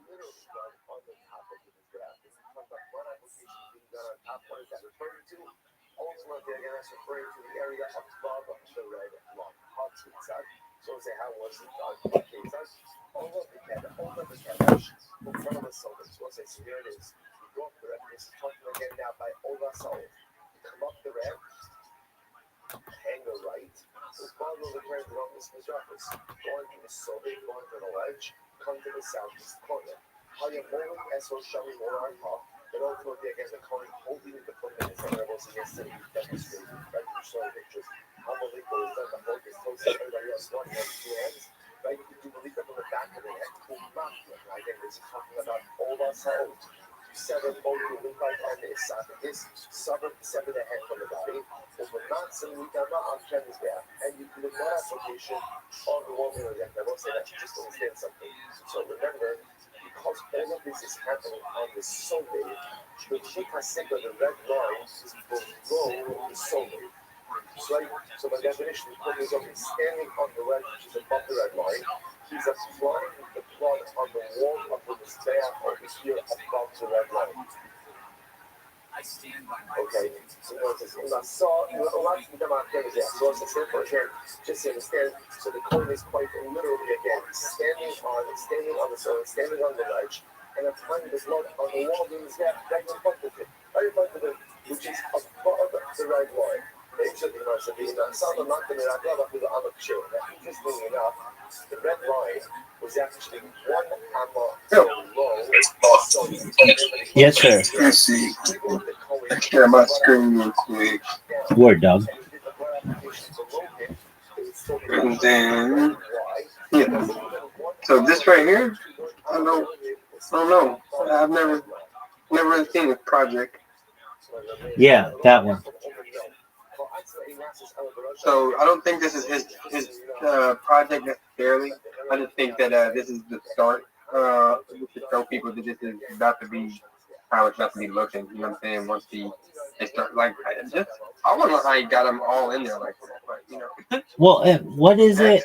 What is it? Do you go up and buy it like it IRL or? I don't get that part. No, it's just literally spraying the cane. He's spraying the cane like he's using paint and just created that vending machine. That's 3D sticking off the wall. Oh, on the wall. Okay, but I've heard him talk about a vending machine. Yeah. That's the vending machine right there. He's spray painting it. If you look at it real closely, that's not real. Okay, no, I see that, and it's very good. So, but I thought I heard him talk about there'll be a real vending machine that you can get at. There could be. Yeah. That could be coming true. But I think this is the one thing talking about putting these vending machines, with the NFTs like on the project like that across this wall. So I have to touch with Coco before I just talk about that. Like I said, my main position with them right now is that they are the business, they are the tagging. So I'm just spreading the art, topping it up, getting it out to the people, doing my part in being a community a member. I'm like that. Like everybody needs to learn how to be, without asking for stuff. If you want to be amongst something great, you have to do stuff for free sometimes. Like you do have to sacrifice. People are sacrificing their time to create greatness. So what makes you think you can't sacrifice some time to help greatness? Absolutely. And the way that you just phrased the vending machine aspect, it very well he could be saying, hey, you can get your NFT in this vending machine, but he's talking about on the art. That very well could be. Yeah, exactly. Yeah. Okay. Well, then that's I don't think they're gonna go like literally buy a vending machine because then they would have to like 3D make NFTs of people's stuff. But we do have Apollo, who is that dope, man. Every project stuff right now. Like he did Space on X's microphone. What was it? Spaces and X Spaces or something like that. It used to be Spaces on X, but I think they changed it to X Spaces. Yeah, I know. But, the one who they do 24 hours, right? Yeah. One with the microphone, and some days they have like a music day. It's always Van Doge up there. He used to have his little taco project. I don't know whatever happened to them. It's a lot of tacos, whatever, a little lizard looking thing.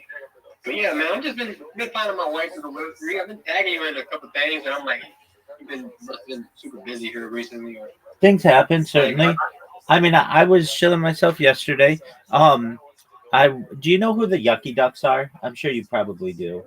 Yeah, they're a great project. If you're not in their Discord, you should join. It's discord.gg/the waddle, and those guys are really great. And then also Baby Billionaires. I'm sure you're familiar with that project. And then also the OGs, the Big Steppers Discord. Are you in that Discord? Yeah, me and Kubo just really actually got cool. A lot cooler because Lala tried to ruin my image with them. Because she hates them or he hates them. So as I was with her building, they all was like, who the fuck is this Amron dude? Or who the fuck is this guy? And why the fuck would you pick him to be with you over us? And we basically built you. So they put that as a personal challenge to fucking just like every time I came to the stage after that, they just, oh yeah, they're let me up for 2 seconds. They asked me a couple questions, laughed at me, and then they just dropped me off the stage. I'm just like, damn, okay. So it don't mean nothing to me anyway. I really don't have to log in on this shit. I have a real deal business. Yeah. Okay. So if I remember correctly, yeah, things weren't good with Lala, but that was like a month ago. Have things improved at all? A lot. Okay, good. I got a partnership. Good. Like I said, partnerships. If I would have still been stuck inside there teaching and inside like Strawhead still really opened my eyes. He was the one that told me, like, man, I was in the same. He's like, I was in that bubble, and then when I got pushed out, it really hurt. Like he's like, I really shedded a tear, and I was like, damn, I did too, bro. Like what I'm saying? Because like I really gave my all to teaching people that I don't even know. Free time, animation, graphics.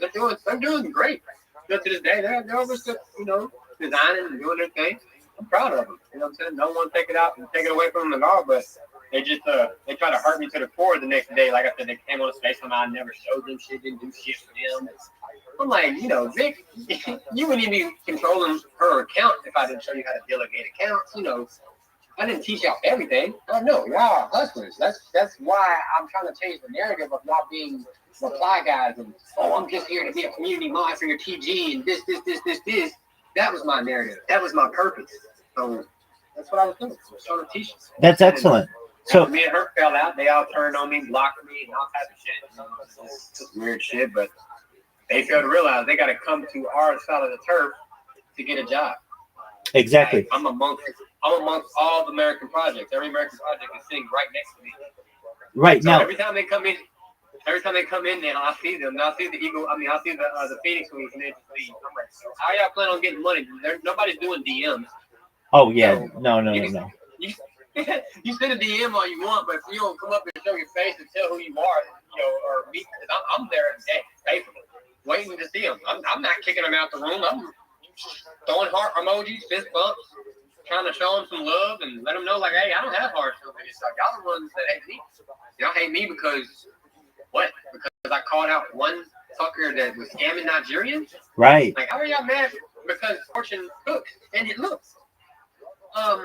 Lavonda just hit me up yesterday. He said, bro, do you know Fortune? I was like, yeah, that's exactly how I lost the community off the back of him, by calling him and blasting him out across space. And yeah, and he said, yeah, bro, he just got me in Unchained over on for some money because they were supposed to be doing a giveaway and they can't send him the money. He was supposed to do the giveaway and he just never returned and never came back. Same shit he did. Same shit he's been doing.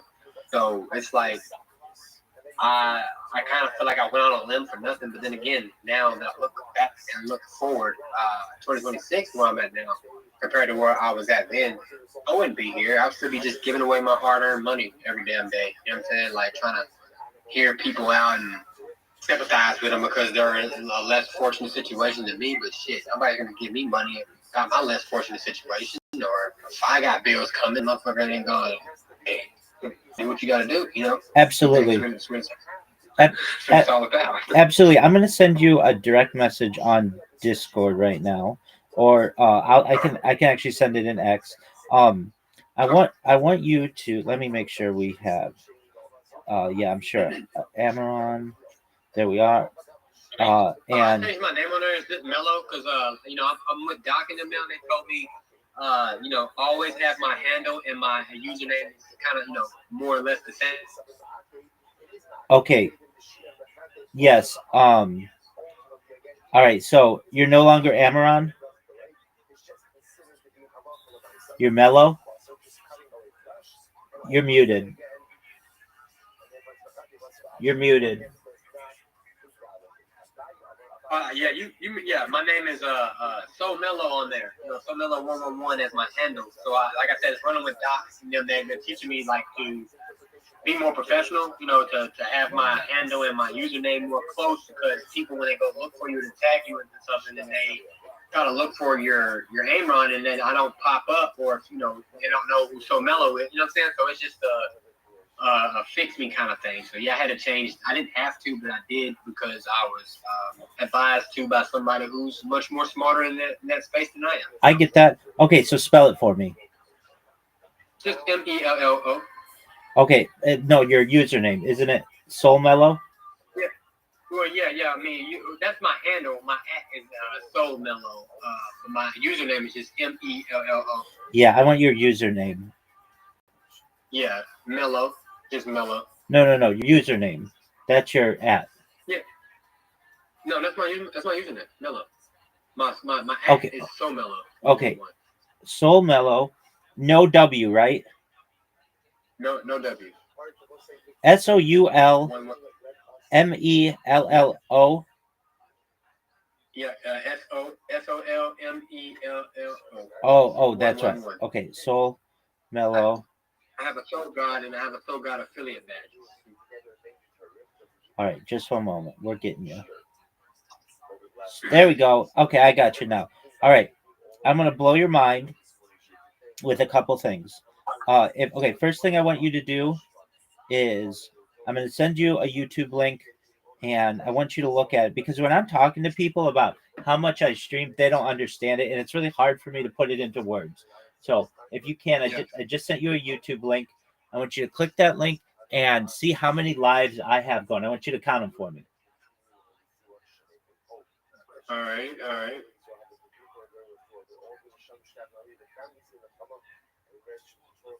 You got Rumble. You got 2, 3, 4, 5, 6, 7, 8, 9, 10, 11, 12, 13, 14, 15. At least. 15. How many people do you know who are streaming on YouTube with more than one? Not many. Exactly. Not in different angles. Exactly. And I've been doing this for 4 years, which is a huge deal. Additionally, the account that I just sent you, that message, I want you to go to the timeline and look, I created a robot that actually uploads my life on Twitter as well. Can you do that for me? So just go, it's 2x thought. It's the same account that I just messaged you. Look on the timeline and you can see a robot that just every hour uploads the last hour of my life. Do you see that? Where is it at again? On YouTube? No. On X, the account that I just messaged you from with that YouTube link. Just click on that profile and go down the timeline. All right. And you should see like embedded video in my timeline. Do you see that I'm live? Yes, you do. I think you do. I can't hear you when you go maybe to the other app. That could be. Amaron, I can't hear you. Amaron. There you go. Yeah, I see all of them. Yeah, yeah, so you see every hour I upload, and I created a robot that does that. And then the last thing I'm going to send you is another account. You don't have to follow it, but I've been doing live streams 24/7, or a live space 24/7, for more than 333 straight days. So I'm coming up on 1 year of 24/7 spaces, and I don't know anybody else who who does 24/7 spaces, but I'm going to send you that account, and you can just, all I want you to do is just take a look at um just look at the account, look how many spaces I have now. There aren't a lot of people who attend them, but these are on video, so I have video spaces. So if you would look at the link that I just sent you on X, on Twitter, and it's in your DMs, and you can see it's just like 12 hours, 24 hours, 12 hours, 24 hours, like really long spaces. And I've been doing that since February 14th, 2025, and they're all on video. I don't know anybody else who does 24/7 spaces, literally 24-hour spaces. It's a lot.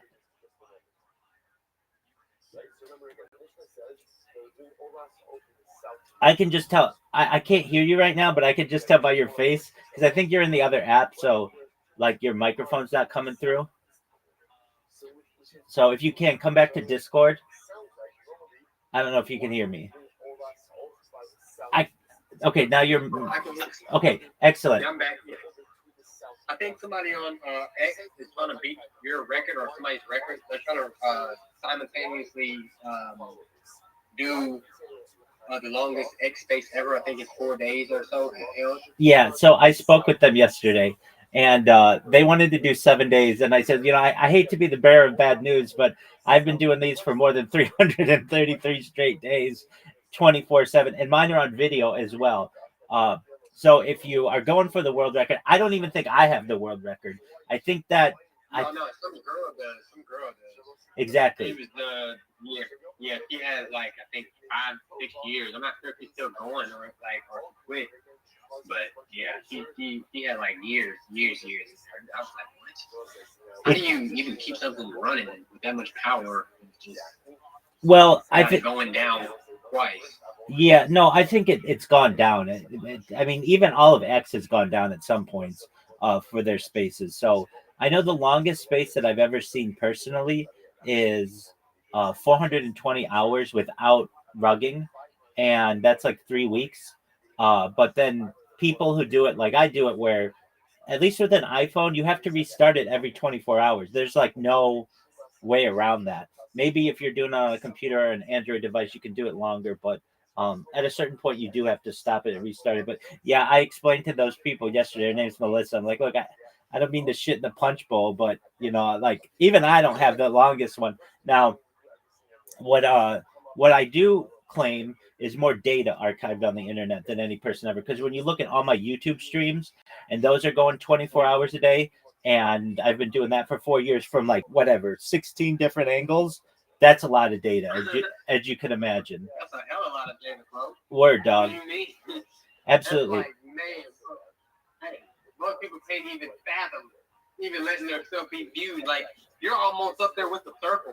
You ever seen that movie, The Circle?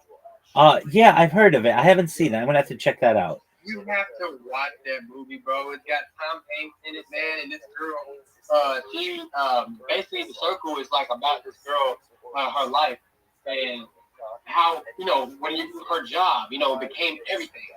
They made her like she had to report everything. Like when she went home on vacation, they was like, oh, it's not like a mandatory thing that you have to be here and all quirky, like just being weird. And it was like, well, we heard that she's like, while you were gone, there was people participating over so many different events and this, that, and the other. And she had to go full transparent. Like they wanted her to go full transparent, like her whole life, like from the time she woke up, went to bed, everything was documented. Like, you gotta watch that. Yeah, that's what almost like what our world is really going into. Like not even you just doing it yourself, but it's almost like what our world is going. That you're forced to do. Yeah, that's with Emma Watson. Yeah, I'll check that out. I might even check that out later today because people have recommended that to me.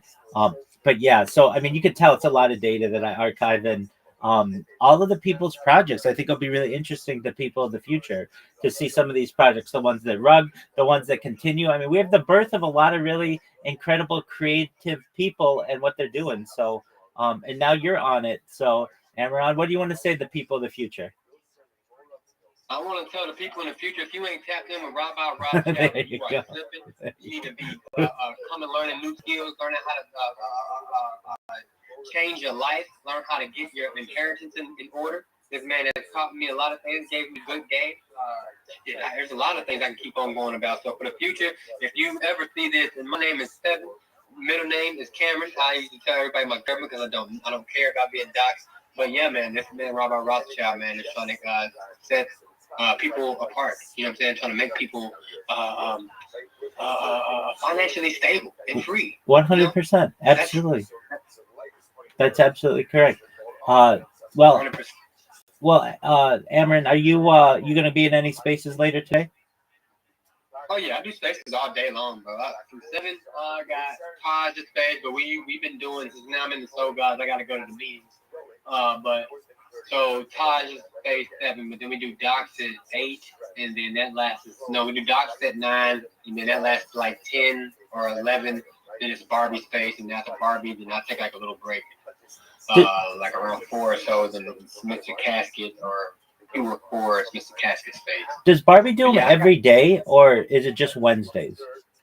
Every day. Oh, okay, excellent. And Taj, does he do? He does Monday through Thursday, right? No, every day. He does it every day too. Okay, excellent. Do you do the yucky? Yeah, he's doing it anyway every day. So he has those Taj be having goddamn. He said he's trying to give out $200,000 by the end of this year. Oh, that's incredible. I don't know how many people win. I know I won $50 on birthday. I went, but I think that was because Doc. You know what I'm saying? Doc got to pick. You know who the winner was. So I don't know how much or how many people have won, but I know every day there's at least like 1,000 people in there, real people. Yeah, no, I know that. It's really early on my time zone. It's like 4 a.m., but I sometimes tap into those things. And he does them for 3 hours. Is that right? Or how long does he? Where are you in California? Yeah. Oh yeah. So yeah, it'll be 4 a.m. for you. He hosts it for I think like an hour. No, he hosts it for 2 hours. 2 hours, okay. Doc goes in there. They start at 7, they end at 9, and Doc starts his space from 9 to 11, and then from 11 to 1 is Barbara. Okay, and then you said you take a little break. What ones do you do in the evening? Which ones do I do in the evening is Casket, which is Cold Trust. That was bro, I was with a project that I was really that I really believed in, that I thought was going, this is how I met them, was calling out a rug. Okay. And the fucker who built it, named Wealth Wave, rugged it the other day. No way, you called it. Yeah. He called it, he rugged it the other day. And we're still building. Like, we're not going anywhere because, first off, the deck is, it's already migrated from there to Radium. So he pulled all his money out talking about the back end is costing too much for the website that he built for people to go on there and just to put a comment or to rate KOLs was costing him $600 a month. I said, bro, you're fucking lying. Why are you lying like that? Word, dog. $600 a month for a .io, not even a .com. Wow, that's incredibly expensive. Right. Come on, like ridiculous. Like he's lying just to rub the coins, and I had about $300 in there, and he's like, you reckon like you put in I don't care if I put in a $10. You know what I'm saying? Like, what does it matter, bro? Like, my money ain't there. You know, Word, I'm mad for the Nigerians that put in, like, he didn't even give a fuck that he rugged the Nigerians that was there that built this whole TG, the Discord, and X-Rater cried on there. He's like, bro, like, I had $60. I just bought more. Like, he's like, what are you? I'm like, bro, you did this all wrong. If you wanted to shut it down, you should have told everybody they could pull out what they got and you get out and you take what's left, bro. You know what I'm saying? Like you don't pull out first so you can send us our money. Like that's what he tried to say. I took it out so I could send y'all y'all's money. Nigga, what? Shut up. Right. My money was already there. I could have pulled it myself. I don't need you to handle my money to send it back to me. I understand that. Hey, have you heard from Spider Pig recently? No, he rubbed his entire community. And then why the fuck as soon as we called him out, this fucker did it to us. That's why I'm Shut like, the we go from 10 million down to 6,000. Shut the fuck up. Spider Pig rugged everybody? No, wait. This is a guy who would come into spaces every single day, do his spider pill shill or whatever, spider pig shill, tell everybody he was going to be given like $1,000 away every week or something like that in B&B. And the Lord, that's what I'm telling you. When people talk like that, that's the setup. That's what everybody needs to start realizing. What real company comes and pays you? Like look at crypto. I look at crypto like real businesses. Like what company is gonna come pay you? Maybe if they're in their demo stage or if they're in this stage, come test a beta app or website for them. They might pay you to do that just to get real feedback from customers. But in a project, bro, if I'm giving you out 1,000, that means that you either already run some other stuff before, and just the voice. Like if you're constantly doing like either you have a voice changer, or that's your real voice, but I don't see nobody having to like really keeping that up. And then he had a Miss Piggy. They used to talk like him, and it was just, I told everybody. The dude had the coin already launched for 2 months, and then I got added into a fucking Discord, or not Discord, but to a X community by Dicey, and he added everybody that in there. I was like, what is this? This is the Spider Pig he's getting. This is the early release. I'm like, I'm not sure, but I'll take you in on that. You know what I'm saying? Like, that's what I told Dicey to his face. I'm like, why the fuck would you add me in there? I'm glad I didn't even buy none, because as soon as I seen that you said that it was a $10 million market cap, I'm like, what? This is the early CA. What? Get him out of here. Get this shit out in front of my face. He gonna start out like y'all coming in with a $10 million market cap already sitting on 1 cent. So everybody who ate in a couple $1,000 supposedly ran up 15 million. So he got out with 5 million. Whoever that had the 10 million in there. So 10 million. That plus, so that the millions was made off of people. no way. And then he's gone radio silent ever since. No, ain't nobody seen it. Ain't nobody heard. Ain't nobody. Hell no. And then his community on X just was deleted or whatever. I was nothing in that community, so I don't even know what that's about. Like, you'd be better off talking fucking Dicey. You know what I'm saying? That's the motherfucker who always talk about the Spider Pig. You know what I mean? When Spider Pig wasn't around, he was the one. He used Dicey to onboard Dicey and paid Dicey a lot. So I don't even know. I never trusted the project anyway. And I was just like, Spider Pig? Like, I wouldn't buy that for the life of me. I don't give a fuck about me. I like meme coins. I like them, but they have to have a real good lore narrative. What was his narrative that he got it from The Simpsons? Like, what's the lore behind Spider Pig? Yeah, that's an excellent point. Wow, he was just shilling so hard that just something about it made me apprehensive. And that voice threw me off too. That he would. That's what you tell people is a scam. He's not using his real voice. He's a fucking character. He's playing a character. So it's like when you have somebody playing a character right before your eyes, do you believe that it's real? No. Just like watching a movie. So if somebody's like, oh, doing all of this shit, you think that's how they really act in real life? No, they don't conduct themselves when they're in characters like they do in real life. So it's a joke. That was what KOL Trust was supposed to be about, was calling out bad actors. You know what I'm saying? But except for the thing is, there are good actors too, just like Spider Pig. That's why I just asked you, what was the lore behind it? You probably heard him shill more than I ever have, because you're always in big stepper spaces, and I'm not. Yeah, that's exactly right. Yeah. What was the lore? So that's why even when I heard him, I'm like, dog, there's nothing that catches me or makes me like it. I don't even like the look of it. It's just the fucking pig in Spider-Man's gear. I mean, like, okay, like The Simpsons is all I know is Homer on the fucking pig and the Spider Pig, Spider Pig, Spider Pig does whatever Spider Pig does. That's the only thing I know about Spider. Right. I'm surprised he didn't. I'm surprised he didn't delete his account. He got rid of that community. He changed the PFP, and he changed the name. Now it's some. Well, it's like an Asian text. Like I think it's Chinese, but his username still Spider. His handle, yeah, Spider Pig BNB, and that's an interesting one. Wow, that's what happens. I mean, these people, you got to tell the good actors from the bad actors, and who's been around, and who's open and out there, and doxed and everything. And there's just I'm tell you, bro. Everything that has everything to do with the big steppers in him. okay. I can tell you that right now. Okay, so you. I already know, bro. Yeah. The Yucky Ducks, whoever's behind Yucky Ducks right now might be the same motherfuckers that just did this shit. Because that's who he said his partners was. Okay. When Spider Pig's last, I haven't seen Spider. I even asked Dicey. I said, Dicey, I don't even follow Spider Pig like that, but let me ask you this. I said, was Spider Pig active for like the last 3 or 4 weeks or so? Or 3 weeks or so? He said, no, bro, he wasn't. I said, he just popped up out of nowhere, didn't he? And was like, yeah. And he held his face. He was like, y'all, I want to give away today. We got this going on with his Spider Pig voice. And yeah, we got our launch token. And yes, it's going to be epic. And then boom, boom, boom, boom. All that. That was last I heard from him.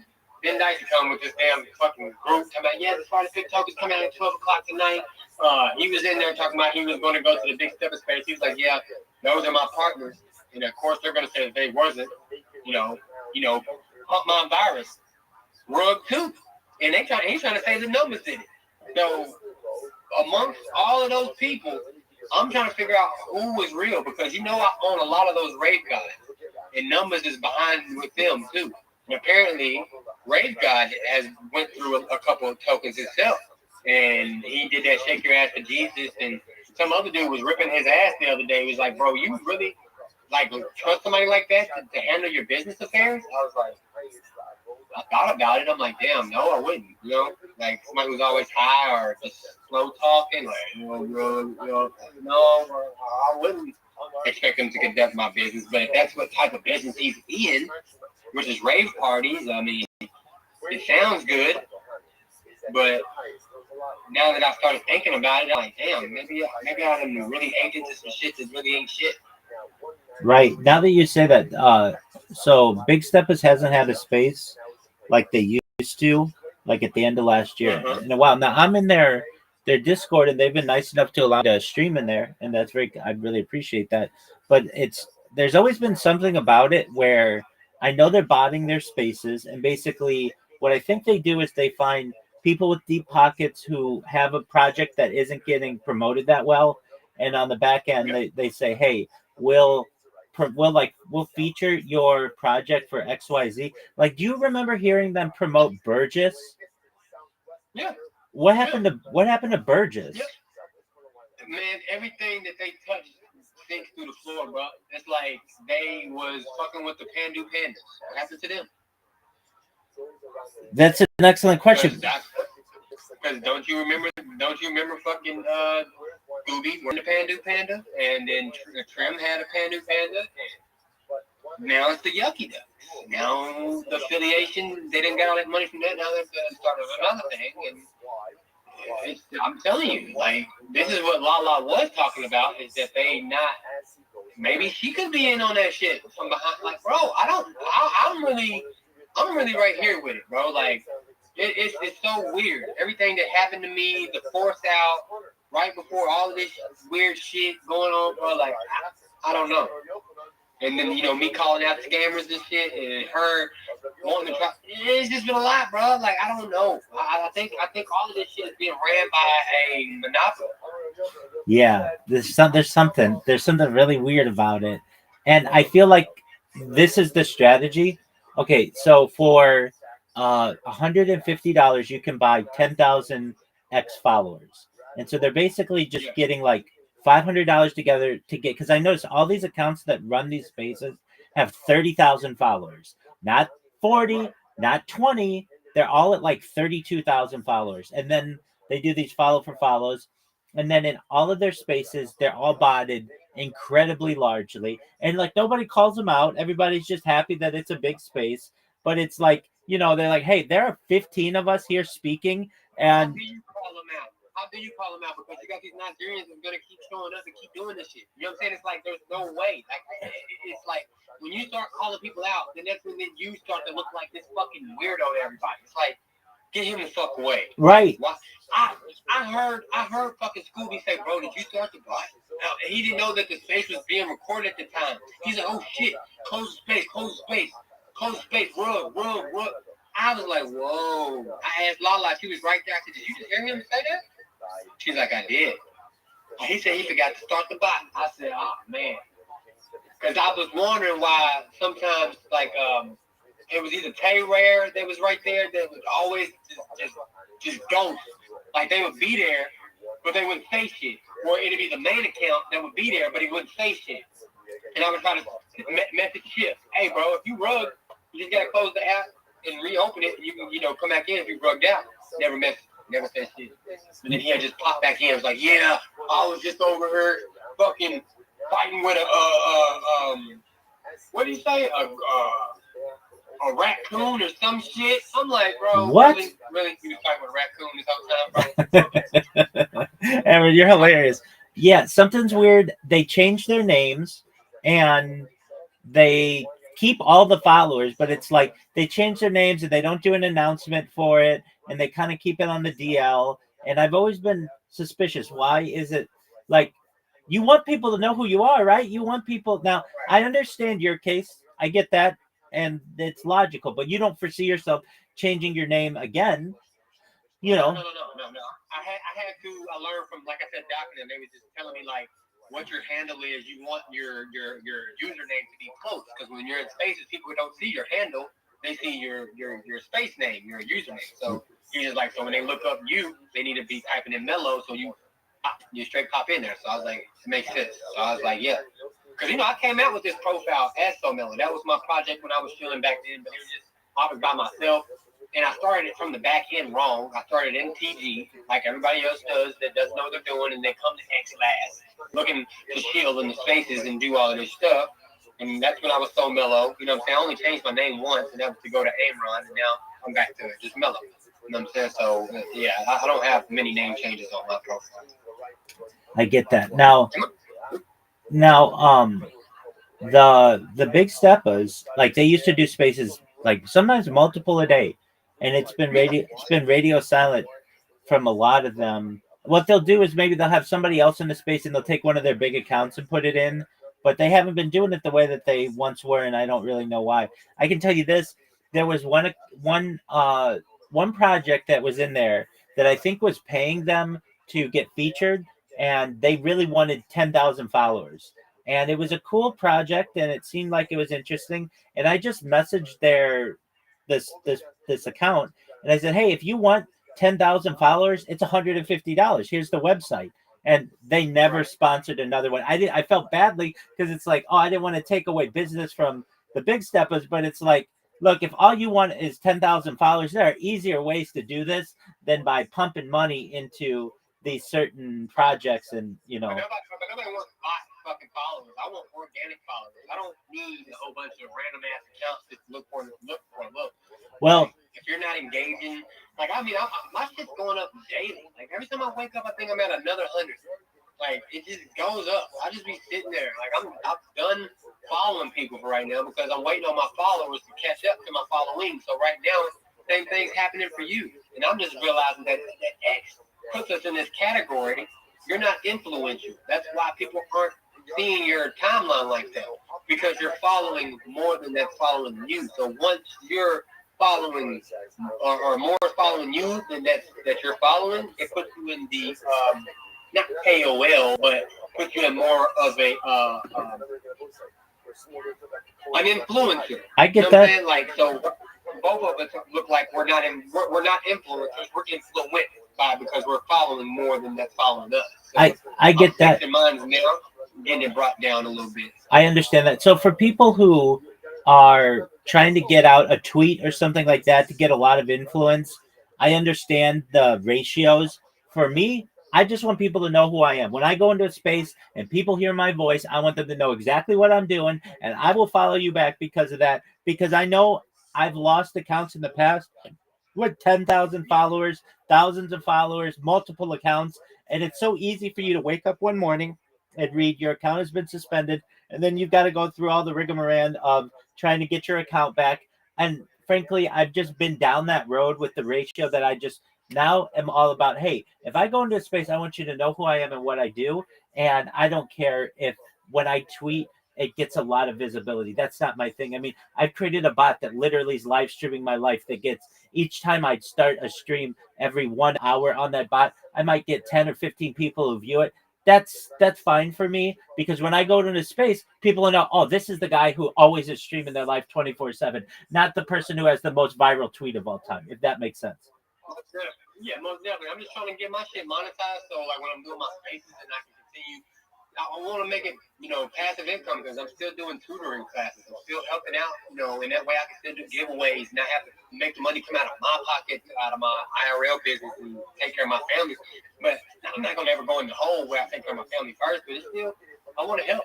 Yeah. I want to help. So I don't want to. So I don't want to be like them. I don't like luring people in and be like, hey, I know, but I want to make them work for it, because as I look at Nigeria, I was just watching plenty of stuff over there. It's beautiful over there. Oh yeah, y'all not definitely. as poor. Y'all just broke as y'all acting like y'all are. Just, y'all want shit that y'all act like it comes easy, but when I looked over there, I'm like, bro, y'all see how the world moves? It moves the same way. Y'all get your ass up, you go to work, you come home, you do it all over again. But y'all think y'all can just come in here and be like, hey, we'll do a rating for you for 150 this week. Hold on, bro. I done did my history on your country. You're telling me that people that done went to college with degrees, that work in your government, that are teachers, that are bankers, nigga, you want to get paid more than them? They only make $50 to $60 a month, and they only get paid once a month. Exactly. You're telling you want to get paid bro. I know. After I busted them out on that, they stopped paying me. That's probably why they didn't really want me to run the King and Queen, because I figured out a lot by asking those questions to them. Yeah. Digging deeper, like, why are y'all like that? Why do y'all think it's okay to be rude with what you ask for? Like, I was like trying to do like before I left, I was trying to do like this crypto Santa thing, like Santa Amron. I was gonna help out a few people. Like if they had, like I did help out people actually, the ones who asked for reasonable shit. Most of them was like, I need a new computer, a laptop. Here's $450.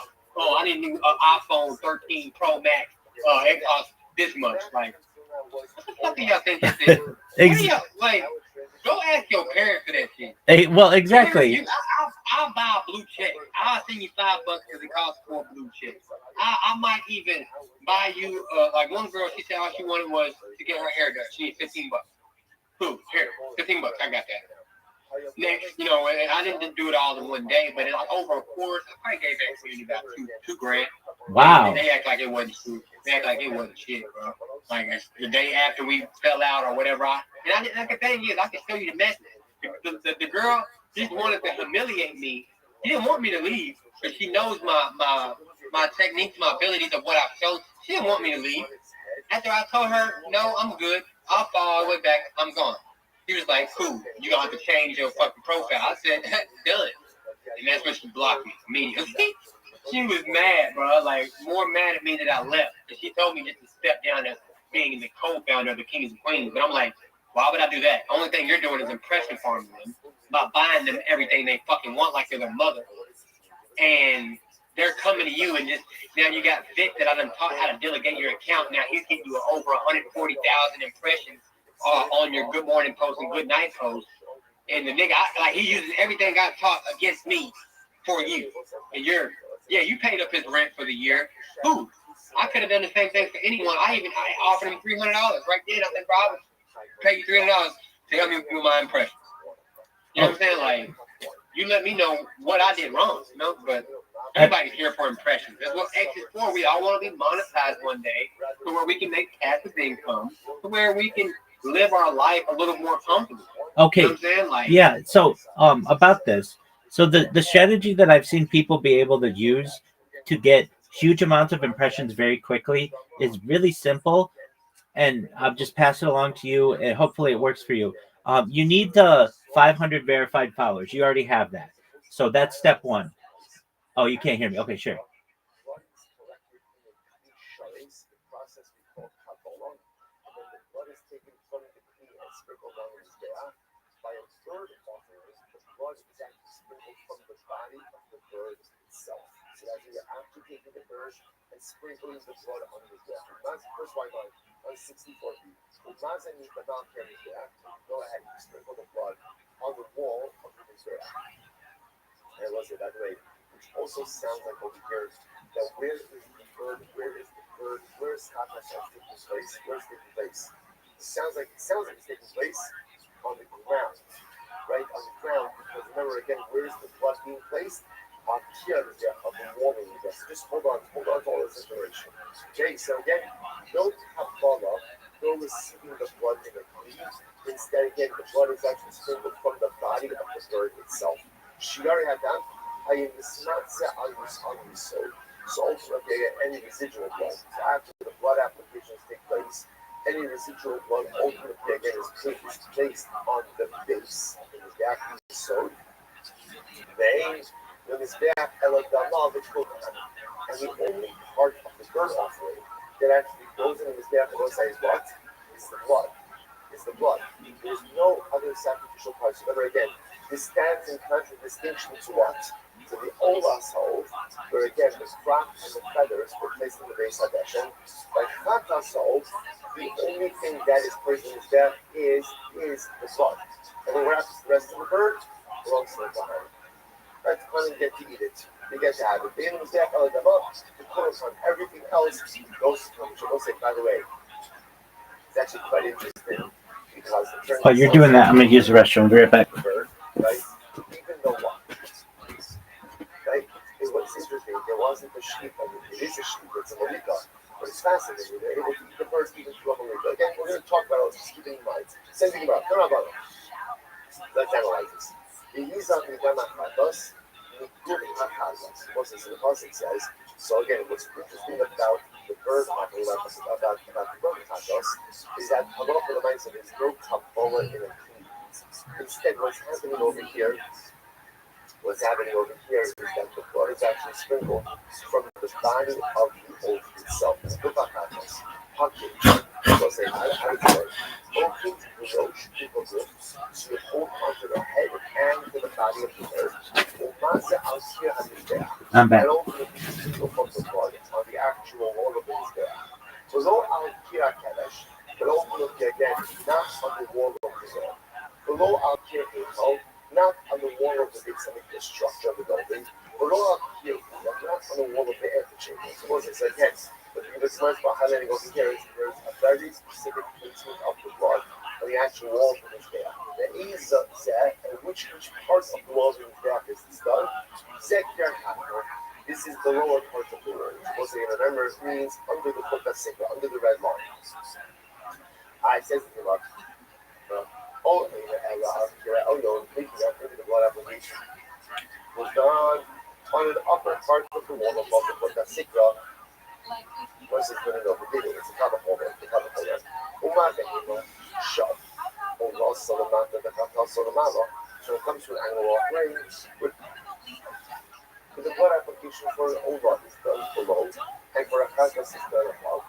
All shall also is the mountain, so for all the blood application is done above.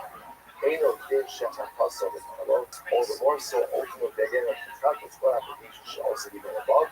And we'll go Mars. Therefore, the Pasuk said that the residual blood will be placed by the base of the mizbeach. Here, so place it on a part of the wall. Place it on a part of the wall where the residual blood ultimately easily flows down to the base. The Eiso that is which part of the wall of the Zayat refer to? This refers to the lower part of the wall. Meaning below the red line. The Gemara says, so there's two blood applications. Maybe do one application above the red line and one blood application below. So the Gemara says, so that's the Pasuk say Yansen shall be placed in Yansen, which means the Lord said, it shall gradually flow down. Give a made of mashmos, that you should place the blood on a arch of the wall, so the staff can easily and just gradually slow down to the base. What does that refer to? The lower part of the wall below the red line. Incredible. So our research about today. Let's say it's very exciting. So this part of this is a summary. Keith's broken plasma solid. So let's say I watch this. How do we do broken solid? So the Gemara says, okay, so now, okay, so that's what we do very often. But take a look on the WhatsApp chat. Only 4 days. Don't check anything else.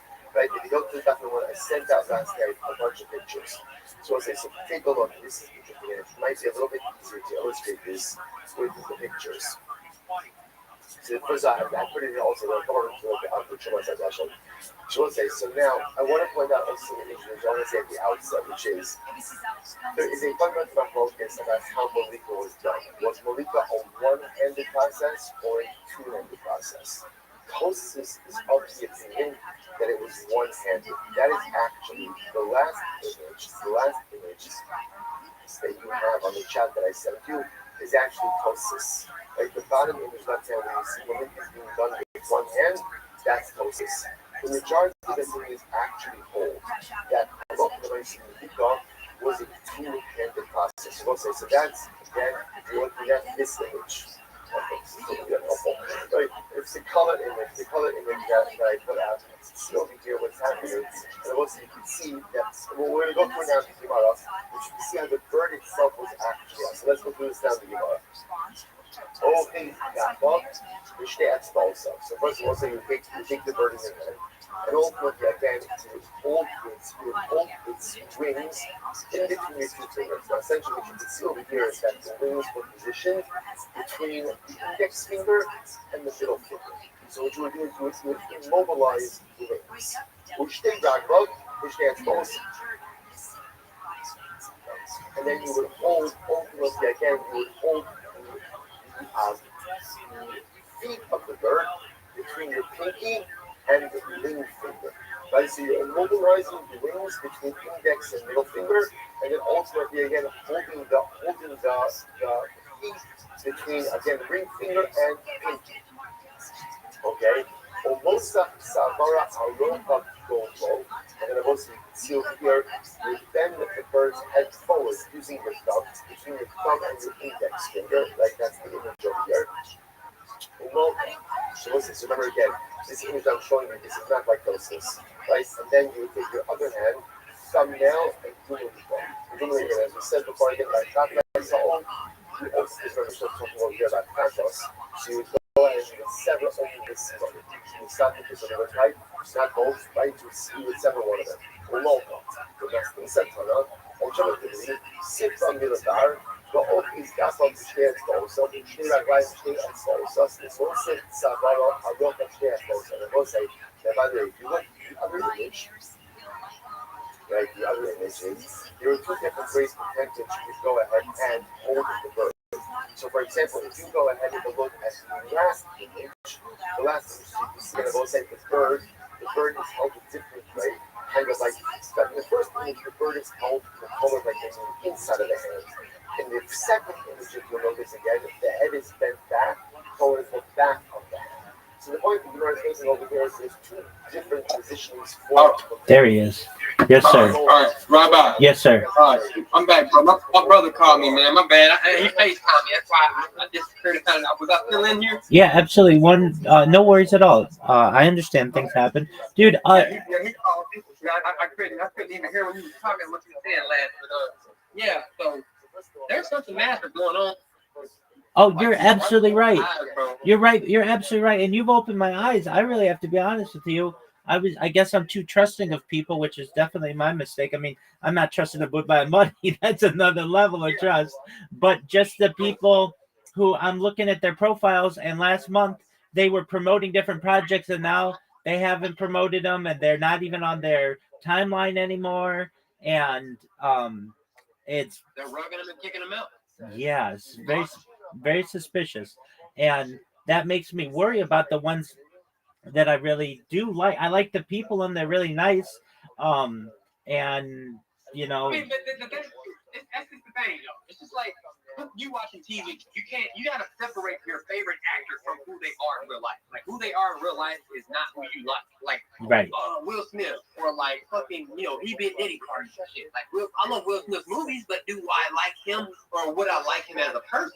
You know what I'm saying? So you have to separate online from offline. You can like them online as a personality or as a person, just for somebody to give yourself somebody to talk to, like Right. I so fuck that. It's just a communication factor for you. That's- It's not that you necessarily best friends with them. You just enjoy the conversation and enjoy hearing what the fuck's going on, and But I don't see you as a bad person for that. You know what I'm saying? But it's just watch what's going on. Watch who's getting to suck the energy out of you. You know what I'm saying? That's what really counts. Is who is actually taking the energy from you. Right. No, I appreciate they give me a stage more than what anybody does, because I just need people to be able to hear what I do. And that's what's important. Can you hear me? I can't hear you anymore. I see your ear. You're muted. You're muted.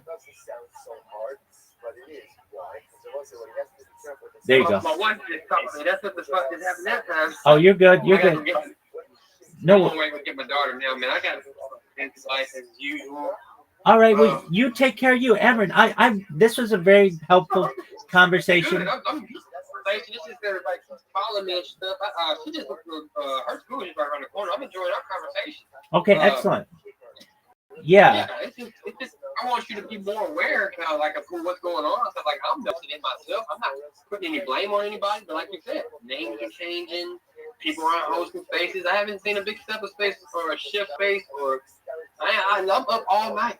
All night. And they usually host them around, later, 8 o'clock, 9 o'clock. You know what I'm saying? But hey, after that spider pig rug, that was a $5 million. They've been pounding money in there for 2 months. And I'm trying to figure this out.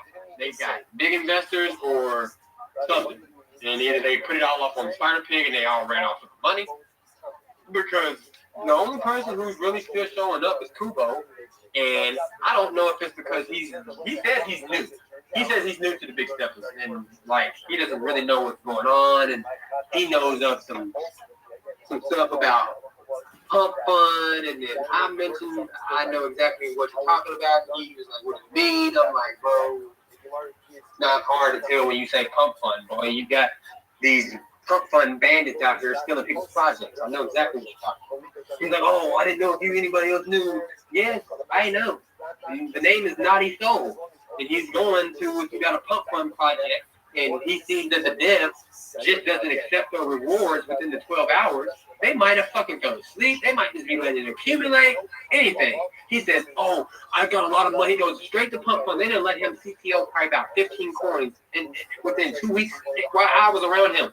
I was just chilling. I'm like, "Bro, what are you doing?" I'm like, "What?" I was new.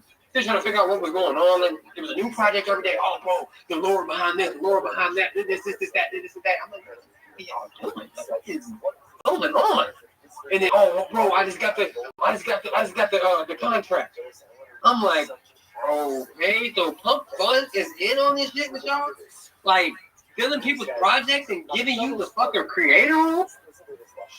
That's wild." Okay, I'm going to ask you the name of projects, and you tell me what you think of them. And to anybody who's watching this in the future, Amaran and I are we're kind of just third parties to this. We don't have dogs in this fight. All right, what about Wise Ecosystem? Wise Ecosystem supposedly just got hacked today. Oh no, you know everything, man. Yep. Wise Ecosystem just supposedly got hacked today. And like I told you, I'm in deep with some people. You are in deep. I'm hearing everything that's going on. I just don't have to talk about it no more. I can see. I know who to move away from. I know what's going on, bro. Oh, okay. So does that mean I didn't like Ecosystem? They have to go check, whatever. But everybody thinks that affiliation, that go check, makes them more trustworthy. It's just extra expenses that people have the money to pay for. Yeah. Look at it like that. Yeah, a big business would have the money to pay for that, and somebody who is paying for this. Because Wise, every time he talks, said he wasn't never the dev too. He always like, "Yeah, I'm not the dev. I'm just, basically like, so where's the dev?" You know, I always like that's my number one thing from now on because Mr. Casket was the KOL trust of the project that I just believed in, and he rugged, and that's what the project was based on, calling out people who rug. Like, how do you rug a project called KOL trust based on a project on rugging projects? Like, make that make sense. Like, are you fucking stupid? Like, what the fuck? Like, even if you wanted to get out, you could have did this totally different. You could have did everything totally different. You needed your money. You need to get out. We could have all just been like, all right, y'all, we're going to call it quits here. Everybody take this. But he rugged us and then left. Okay. So with the Wise ecosystem hack, what does that mean? Did it rug? What happened? You know, supposedly they're saying that the Wise ecosystem, just their X accounts got hacked. So not necessarily the token. Okay. So they're just saying like if the Wise ecosystem page messages you and says, hey, if you have your Wise whatever this that and the other, this that and the other, and like you know how they do. You know how they do. Right. They play games like somebody hacked them, or if they've been hacked, then the hacker will tell you to send your CA or drop your wallets or whatever. That way they can find out how much people's holding and send malicious coins, and then they'll get one or two idiots out of there to click and send on accident. Come on, boy. Absolutely. Okay. What about End Pump Fund? End Pump Fund? Yeah. Oh, that's Rug Reaper. Yeah, End Pump Fund's good. That's Jackson. He's actually with Doc. I'm not gonna say that Doc. They're not total saint people, but crypto's not full of saints. You know, at the end of the day, but it's definitely a good project. I don't have the token necessarily, but I do have the Rug Reaper because I'm finding more utility and more purpose with utility non-fungible tokens that I am with tokens. You know, the tokens are millions of them, and anybody can mess with the floor. Anybody can do this, but once you have minted NFTs and the floor stays there, that's why I'm in the Bull Bear community. That's why I'm with the Soul Gods now, because they're actually putting real, utility behind it. Because every one you hold, they're going to be paying you a percentage of the revenues and shares and royalties. So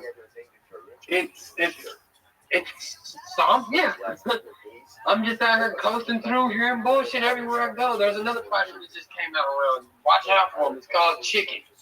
They're trying to say they're a RWA or RWB or whatever. That what about there was one what was it? Crazy Chickens or something? Hold on, chicken. Let me see if I can find it. I have a partner, Hot Feed Chicken Feed. No, not that one. It was another project. Okay, what are your thoughts on Soul on Chain? Soul on Chain? Yeah. Those guys are legit. I agree. I especially like Click in that community. Yeah, definitely Soul on Chain because they got the mutant bull bears. You know, that whole clique, I think they're straight, bro. Like they're doing it like the Dojo dogs. You know what I'm saying? Yeah. That's what because you most people don't even know this. The people who created the Dojo dogs is the ones running the Soul on Chain. Oh, okay. Are they still running Dojo dogs as well, or just they moved away from it? Yeah, they're just bringing out, making more. We got another person in here. What's up, Brandon? Oh yeah, Brandon's always in here. Brandon, he's aside from myself, he's the number one streamer in here. What about the baby billionaires? What are your thoughts? About what again? Baby billionaires.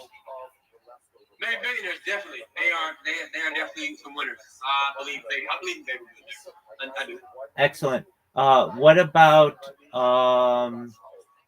let's see. What other? You name a project and give me your opinion on it. I like the Energy Wabbits, but the only thing yeah. That's the. Tied in with break cards right now. That, I don't know. That's the energy drink, right? Yes. And it's supposed to be sugar free. Okay, so yeah, what do you think about the Wabbits? I love them. I have over 5 or 6 of their NFTs. Okay, that works. Yeah, that's an interesting project. All right, what about the let's see, who else do we have? The do you know anything about Burgess? What about who? Burgess? Yeah. I've heard of them though.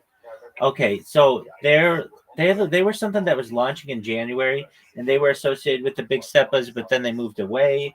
I don't know why the split was there. Something happened. I don't exactly know. Because you know the split happened with the Pandas because Scooby ripped them off because they thought they were going to be. They paid them like $10,000 or some shit, $5,000 To just have that panda.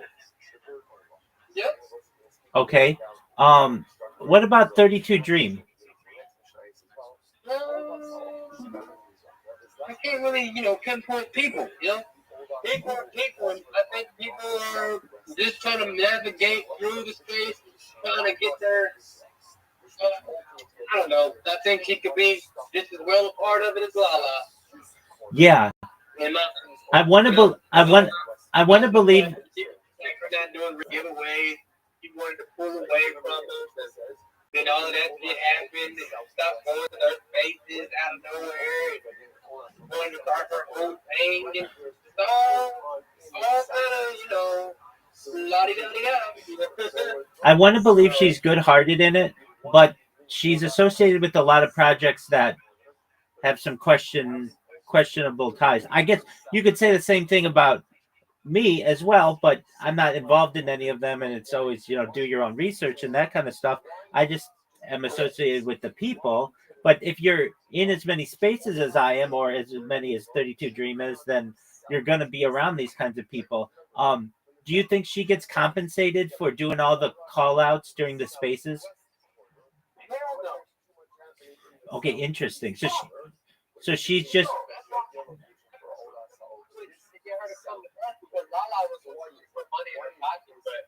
As far as I know, Lala doesn't get paid a damn thing. They don't pay. They never paid her. Because she don't need their money. They already have it. But I guess they're just doing it to be having an affiliate back to Yucky Duck. Yeah. I'm staying forward.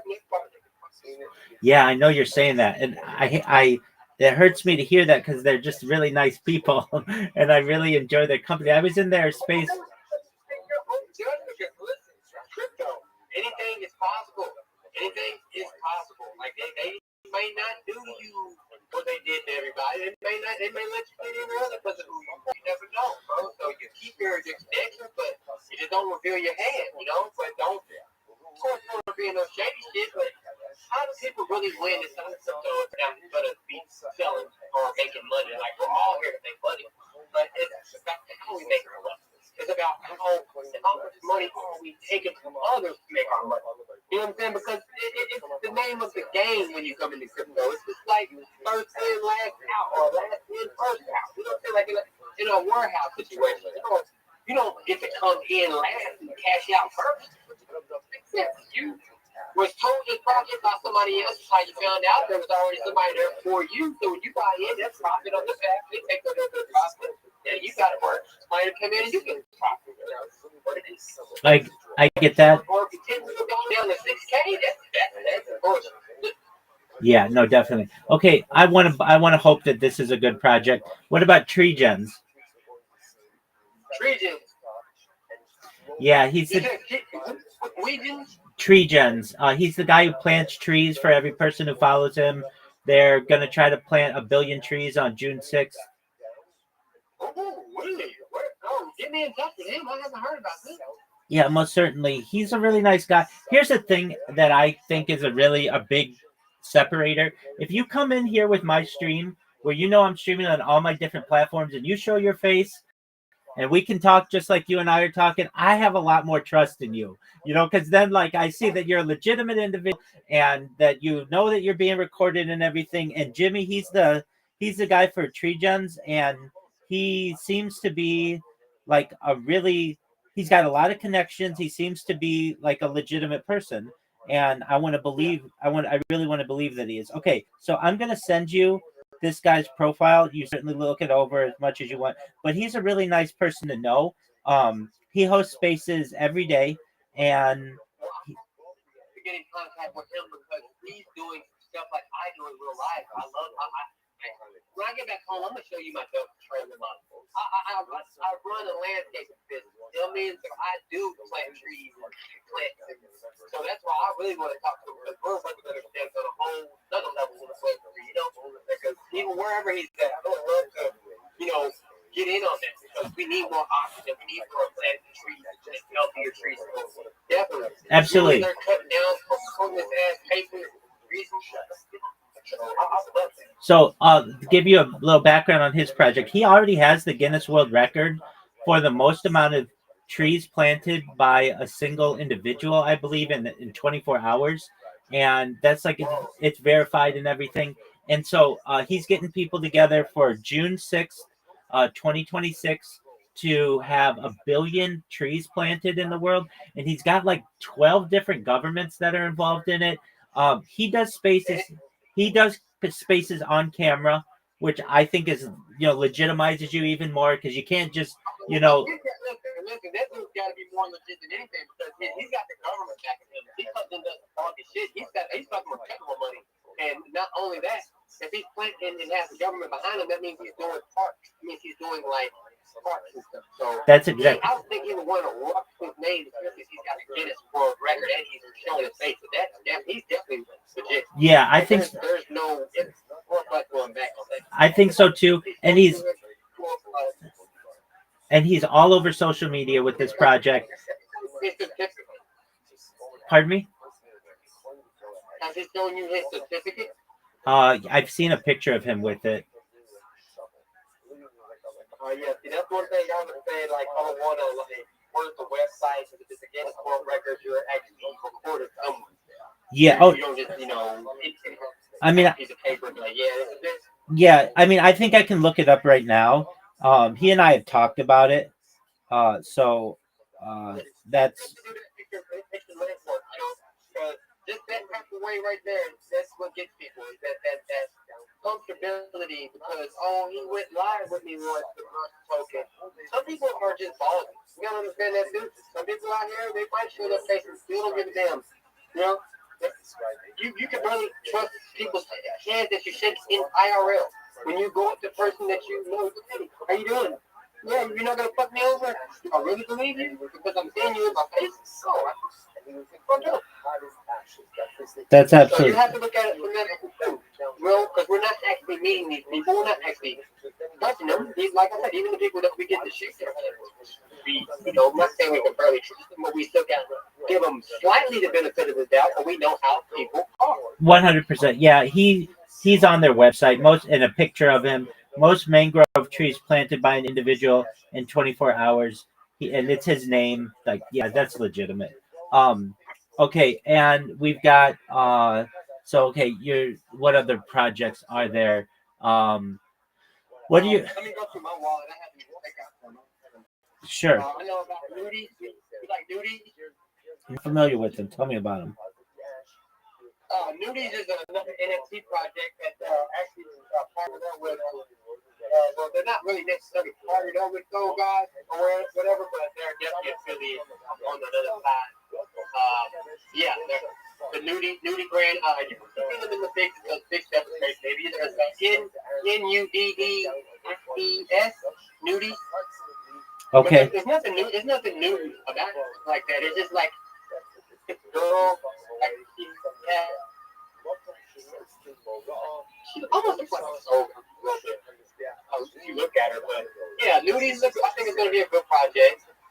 Income fund. Yes, Jackson's not pumping his own charts. He's actually a trader in real life. Like he actually deals with trading silver and gold at his job. So he could, I'm sure, buy a big bag of his own project if he wanted to. But he's just, showing up in space and letting it be an actual project for organically. And it's still on low market cap. So with that being said, I think that's the most organic that you can really be in a position for. original, that it could be. Because, people always want to see the green panel as soon as it started. Like, oh, yeah, we started out first week we went up to 50,000. Like, bro, that's cool. It happens. It's a great narrative, but what's the likable chances of that happening in today's market right now? Everybody is still down on all their bags that they lost. Right. You think people got money right now from all the Solana, all the BTC, all the Ethereum, all the other ecosystem coins? Like, anybody launching right now with that coin. That's right. Oh, before I forget, you were wondering, we were discussing about how you can get a lot of impressions very quickly. And the strategy that I've heard works the best is to have your notifications on when a big influencer like Elon Musk or somebody like that goes and posts something, and then immediately post a well-known meme. And that goes all the way to the top and get a ton of impressions.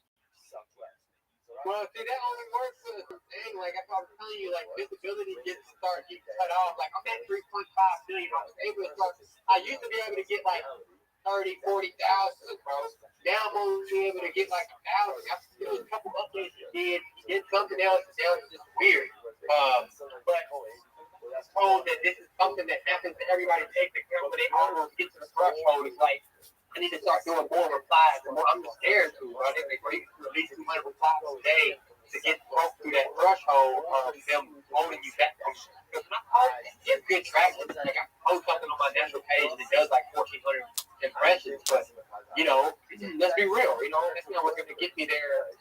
It can get me there slow and steady, but I have to, consistently do like spaces like I've been doing. I haven't been posting none for myself. I've been out of Okay. People come in and run it up. But like I said, I'm more or less just being a cruiser right now and learning more than I've been doing in the past time I've been in. That's pretty much about it. How about just going around helping out projects that I like for free and actually showing the dreams how you get a job. Right, I understand that. They are not coming to me. They're not coming to me like, "Hey, bro, I love that you did this. How much do you want? I don't want anything." Straight. That's what I say too. You want to get a job? Teaching you graphic rendering, teaching you this. Go in their project, just how to graphic. Do a song, write up something, just do it for free. Don't ask for shit that disappears. They're like, "Whoa, what the fuck is this? Who did this?" What looks for you? Like they do me every time. They're like, "Hey, was you the one who did this?" And y'all think, "Yeah, I'm the one." How much were you looking to get paid to do? Oh, bro. Like, I did music for Randy AI. I like Randy. She's doing a real world business as well, where she's doing water well, putting them around. I don't know if you've heard of Randy AI. I think I have. Yeah, I'm doing a song for her. I'm doing a song for Recovery Coin. I'm not sure if you know about Blake. Yeah. What are your thoughts on Recovery Coin? Yeah, that's my boy. Okay. Yeah, We met on the base though. Right. He's been doing it for like a year, right? Yeah. Excellent. Yeah, he's been doing it for. What about Lazy POS? That's my guy for sure. Hey, if I don't tell you one thing, buy into him and Project Two Bros. They're brothers. Okay. But they also just got sponsored by they're sponsored by Lurky and they're sponsored by they got a coffee company to put them out. Okay, that's good to know. Yes, sir.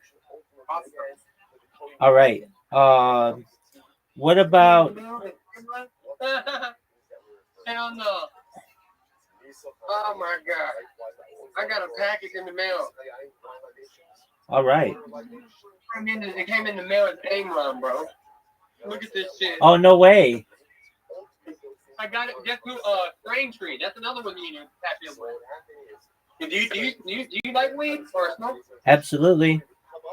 Well, Braintree, those are my buddies, man. They got money. They don't need it. Let me just tell you, they're so fucking zen. Him and his wife are on the space together. She has like over 40K followers. You know what I'm saying? Like, and he is just starting back out, but he is a master coder. if you go to their website, straintree.com, strain, like as in STRAIN. Yes, sir. Strain Tree app. And it's a trend. It's $1 billion idea. You can take from other genetic fields of family trees and create your own genetic. And then they're making it in a way that where you'll be able to like basically take your genetics to a real dispensary and get your stuff, created, bro. So Strain Tree app is one of my good friends in the space. I'll do spaces for them with Crypto Cam and the decentralized network that we're building. The decentralized network is a network of a whole bunch of projects. That's basically what we have formed together. And Strain Tree's in there, Recovery Coin, Lazy Pods. Like I said, Lazy Pods has an actual coffee company and a website that is backing him up right now that has gave him his own Lazy Pods coffee. And he's also talking about he's got to partner up with somebody else too. So I would recommend even if it's $5, as low as the coin is right now, you're gonna have at least 1 million, 2 million. He's not pumping his charts either. You know what I'm saying? They're not pumping their own charts. Those are the people that I tend to grow with. And throw a little money in and let it ride up. It rides up and ride it out together. Absolutely. Okay. Because you can't get rugged that low. You know what I'm saying? Like, Right. Exactly. There's no risk. Okay. All right. Do you know Satoshi Coin? Yes, I heard of it. Okay. What are your thoughts? Do you have any idea? Satoshi is a good person. I don't like the image. Yeah, it's the orange one. Yeah. Yeah. I don't like the image. And if I'm not mistaken, the picture that he has of that guy, nobody has a real picture of Satoshi. That's some other guy who lived in California who has that name, Satoshi Nakamoto, but wasn't the real Satoshi. Is that correct? Yes. Satoshi's Japanese and Chinese. Nobody's ever seen. Exactly. So that image that they're using is just of some Californian guy who just who's really Japanese, and had that name. He doesn't even look Japanese. He looks like a typical white guy. Well, there you go. I don't think he looks Japanese. The little caricature say all that. There's a lot of them that be wearing it. All right. What? I don't think they look Japanese to me. Okay. What about NFT bingo? Ooh, I heard about them. I think that might be a good idea. But only thing is, I think they're aligned up with my, not my arch enemy, but my comedian. Oh, so I think I won't be fucking with them. Okay. But I want to see what I can buy. Look, bro, but this package I just got right here in the mail, bro, came from Strain Tree. Like they literally sent it. This is crazy. This is crazy, bro. They literally fucking sent it. Open that bad boy up. I wonder what it is. Is it supposed to be like the merch? Like I didn't pay for anything. He was like, thank you for your participation. And just like this shit like this, bro. Just doing stuff for free, bro. Oh, dope. It's a Strain Tree hat, bro. That's tight. Shout out to Strain Tree. That's a dope hat. Bro, it's lit. You feel me? They actually got a real website, like where you can use this stuff, bro, and go on there. Man, I'm telling you, go check out their website. You can make strands, your own strand. You can have your own rabbi strand, bro. You know what I'm saying? Like it would be your own genetics. Like, yeah. You sound like a very smart person who would go on there, and you're gonna get paid across. Like, they have it where you're gonna get rewards and everything on it. I don't even know if you looked at it yet. We've been talking, but it's amazing. I'm telling you, the website is amazing, bro. That's a really cool idea. What are your? He said he could do that with anything. He said now that he's broken down the genetics, he said if he wanted to do one for a farmer or for crossing like vegetables or for like even meat, because I deal with grass and different types of seeds. Like I want to make my own seed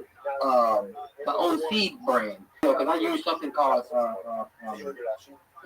what's the name of it? Playmaker grass, because it has two different grass seeds. One's a called fescue for the like cooler weather. It goes in the cooler weather, but whenever the sun hits, the other grass will kick in, like the ryegrass, the fade green. So when the other grass is dying off, the other one comes up. You know what I'm saying? So It's just like this genetics, man. Like genetics, he said he can take any genetic and put it on there. Any genetic.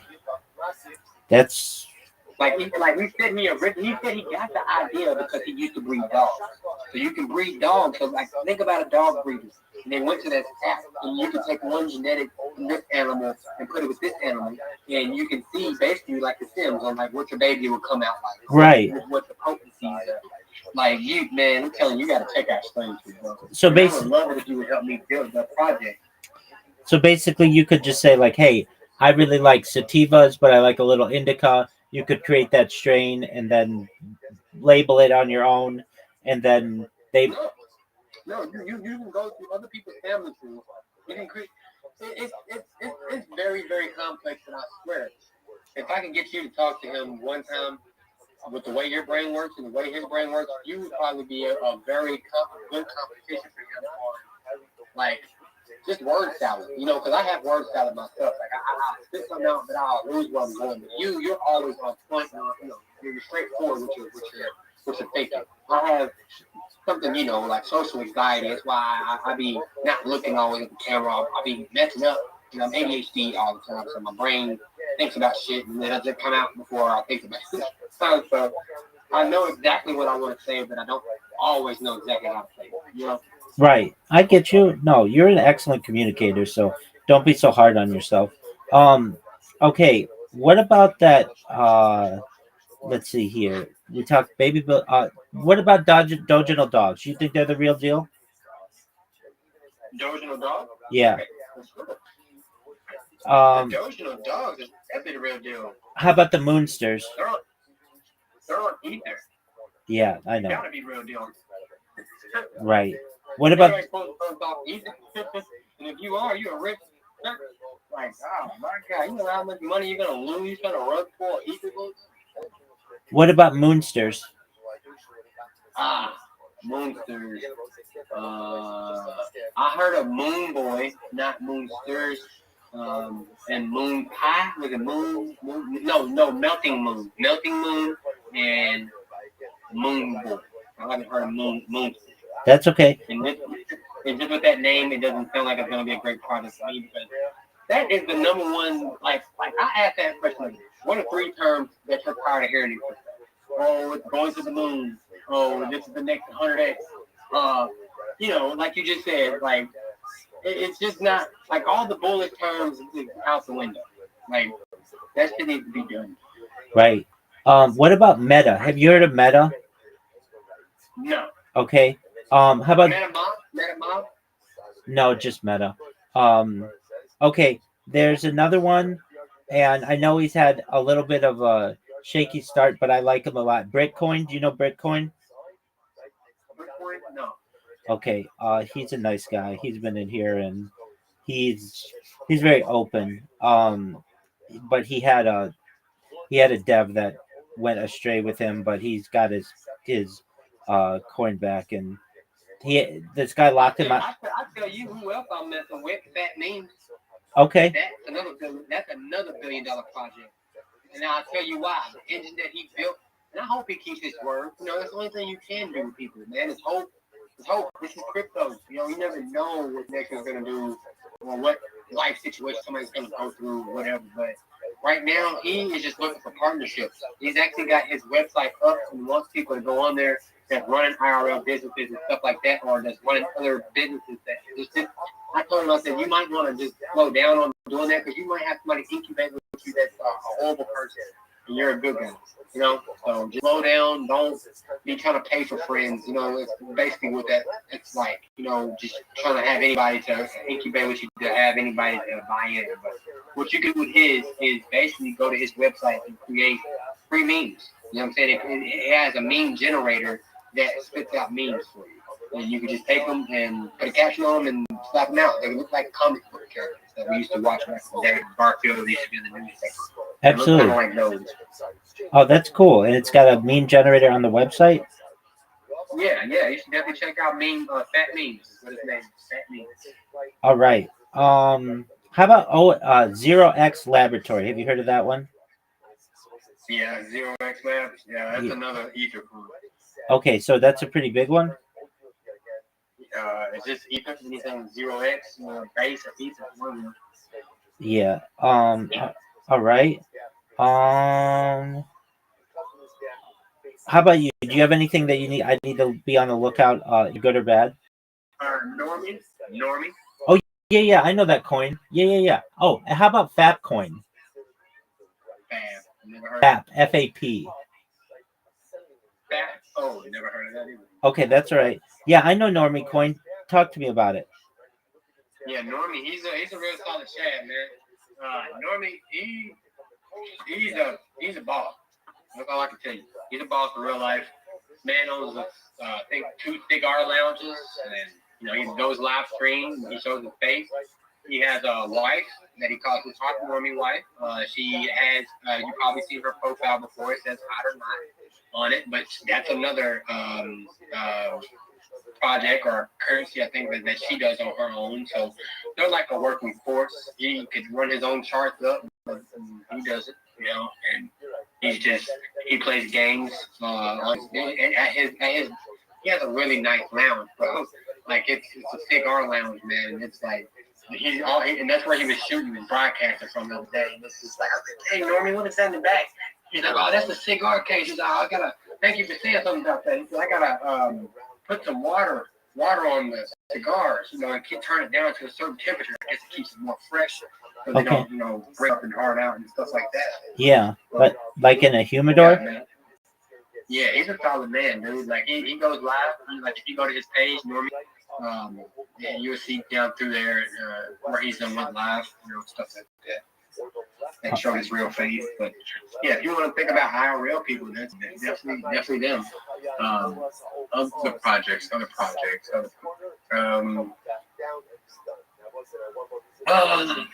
Man, really, I'm really falling back off of a lot of them, other than the ones that I mentioned.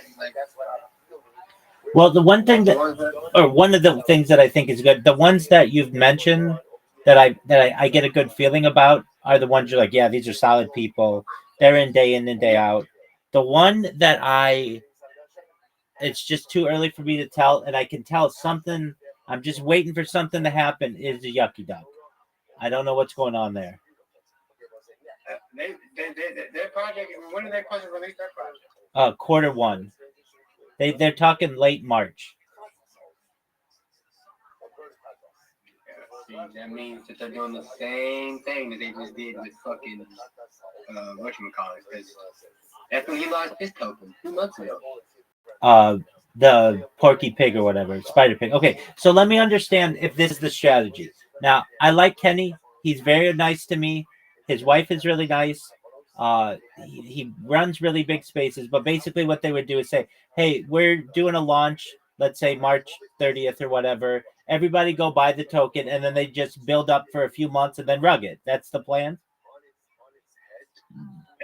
Yeah, they rug it quickly. They build it up. Yeah, they build the anticipation up because, like, that's what I realized. You can't just launch the token and be like, yeah, I launched the token and want everybody to get in it because everybody feels like they have to control the floor. So once the floors get bought up to a certain point to where they're comfortable with, 100K all the way to bond, and when everybody just buy on top of it for a certain amount of days or a certain amount of time, and then there it goes. So if they are talking about launching a project Q1, what is their purpose? What is their sole purpose of waiting? Right now, if they're going to be legitimate and if anybody's going to jump in with some money, they're waiting on people's income taxes. Listen to yourself, sir. I hear you. They're going to launch in March in Q1. Why? Because it's income tax season, right? Yes, sir. All right. Well, I wish the best for him, but any of these projects.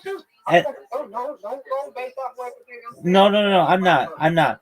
I just. I know what they've been doing and who they've been associated with. And like you said, you're checking out the profiles now, and the names are changing, and people ain't around, and nobody's really saying anything. You know what I'm saying? So, right. That's what it's like. Who do they complain to? Like, if they're not going to host a space and their Discord is not there, if everybody's been blocked and scammed, I mean, yeah, they can spread the information amongst everybody else, but everybody, they put the project out in front, and they are the back end of the financial to rugs it. So Spider Pig was the base of what they were doing. Of course, he probably made him some money off the project or whatever too, but bro, it's crazy. Like Spider Pigs, now we got Yucky Ducks, and like.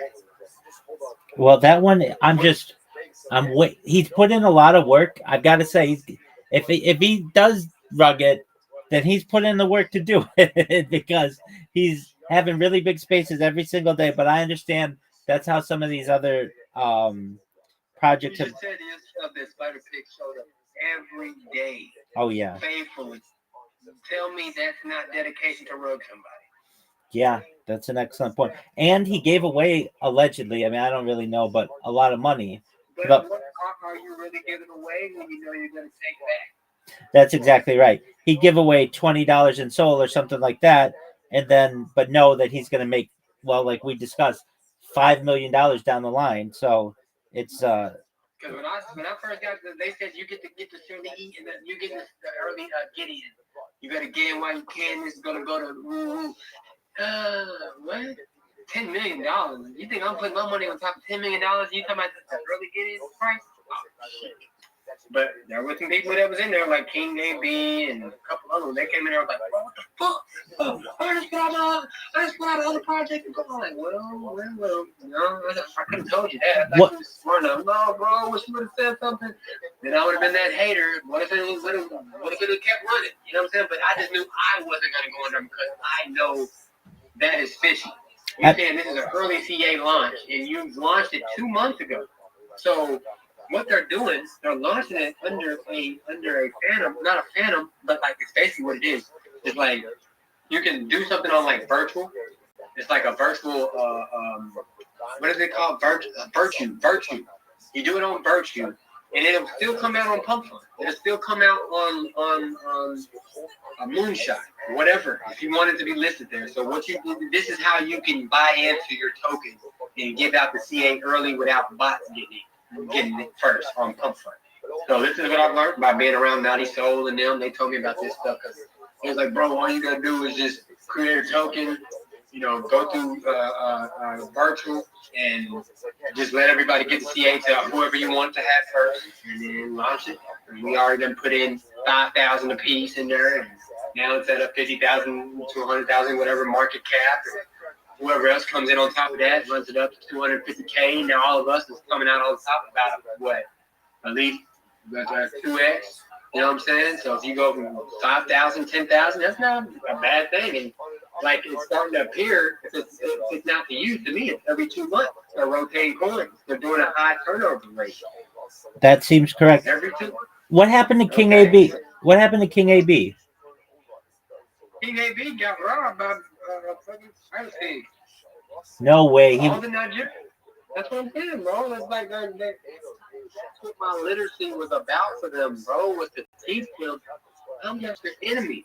I'm actually taking my time out to learning y'all's language. I'm actually taking the time out to learn out where y'all live, how it looks, what's the situation, what's the weather, they don't give a. They want your max engagement.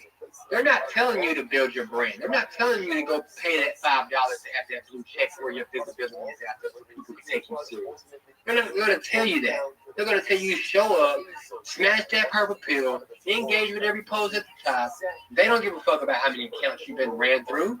And that's why every time they start to buy their blue checks, they lose their account because it triggers in the system from the last time that they lost it. Like, bro. Y'all don't even know y'all are fucking y'all's life up when y'all are trying to say you're trying to free it. Like you don't want to be exiled on Web3 before you can even like learn it. Like how are you thinking from your buddies? Oh yeah, you're supposed to go there, you do this, you can win giveaways. Like then that's where I started digging deeper. Who's giving y'all the money in IRL to use all of this data to come here to get these free giveaways daily? But y'all complain about, oh, I need this. I don't have no data. I don't have this. So who is paying for this stuff for you to come here to sit here in all these spaces all day long and do this stuff? Well, yeah, So exactly. You're not hurting as much as you're telling. That's the scheme. Right. And y'all can. I mean, I called that out. And I said that to them. They was like, yeah. A lot of us do use it as that. You know what I'm saying? And that's the scheme. That's why the bad name is in the space. So y'all don't get mad when I call one a scammer. What are your thoughts on? Apologies. Go ahead.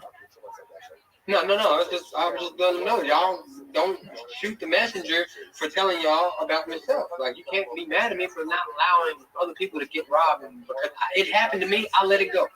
I lost $100 for 14 foot. Did I go and start blabbing my mouth all across space? No. I was like, all right, maybe it's just because I'm an outsider. I'm a foreign to him. So he's like, fuck you. You know what I'm saying? That's basically how I'm looking at it. Cool.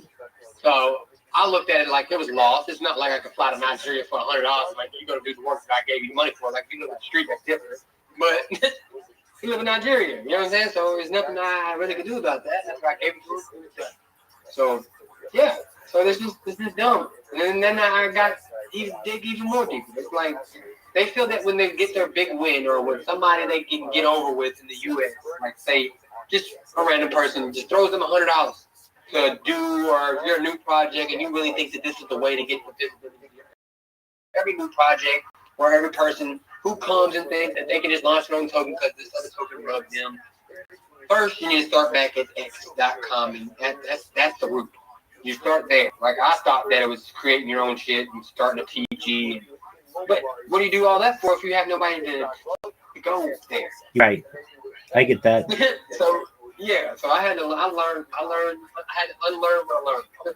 had to reteach myself. Like, I'm doing it right now. Like, people who I'm building with now will be my early investors because I invest into all their projects. I have a lot of tokens, but not a large amount, but it's a large amount of tokens for a little bit of nothing. Right. Because I'm early. Right. What are your thoughts on TaskHub? TaskHub? Yeah. I can't really give you an opinion on TaskHub, actually. Is that one on Sui? I'm not sure, but it's like its logo looks like panties. Like anything like that, I know I'm really getting away from the meme shit.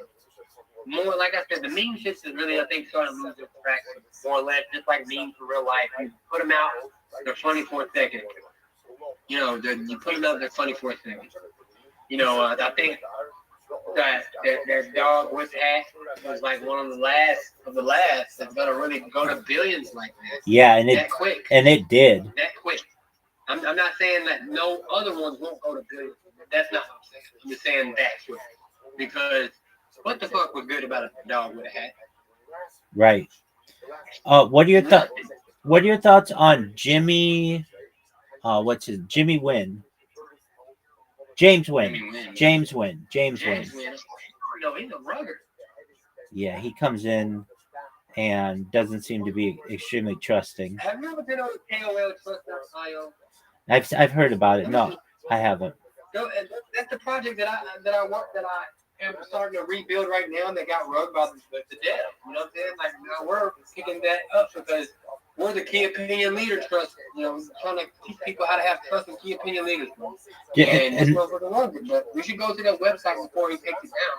And I need to go there actually and see if I can take a couple pictures. I would like you to go there and read some of the people who are listed there, and that will give you a good idea of what you could be looking for. It's an excellent .com. .io. .io. Nope, .io. Do you ever go to spacesdashboard.com? Spaces Dashboard? Oh, you have to go to it. It's the best Spaces website in the world. Go to spacesdashboard.com. It shows you all the spaces that are happening concurrently. You can order them in terms of largest to smallest or most recent to longest duration. Spacesdashboard.com. Yep. Yeah. He still got it up here. Yep, he still got it up here. So you should check it out before he takes this down. I'm looking at it. This is what we were doing. He was able to put in the KOL's name by name, their handle, or their handle. So Yeah, there's a lot of people on here. Okay, I see right on the front, Spider Pig Meme Lab. That must be different than Yeah. Spider Pig. Yeah. Oh, it is? Somebody put me on. Yeah, somebody put me on there.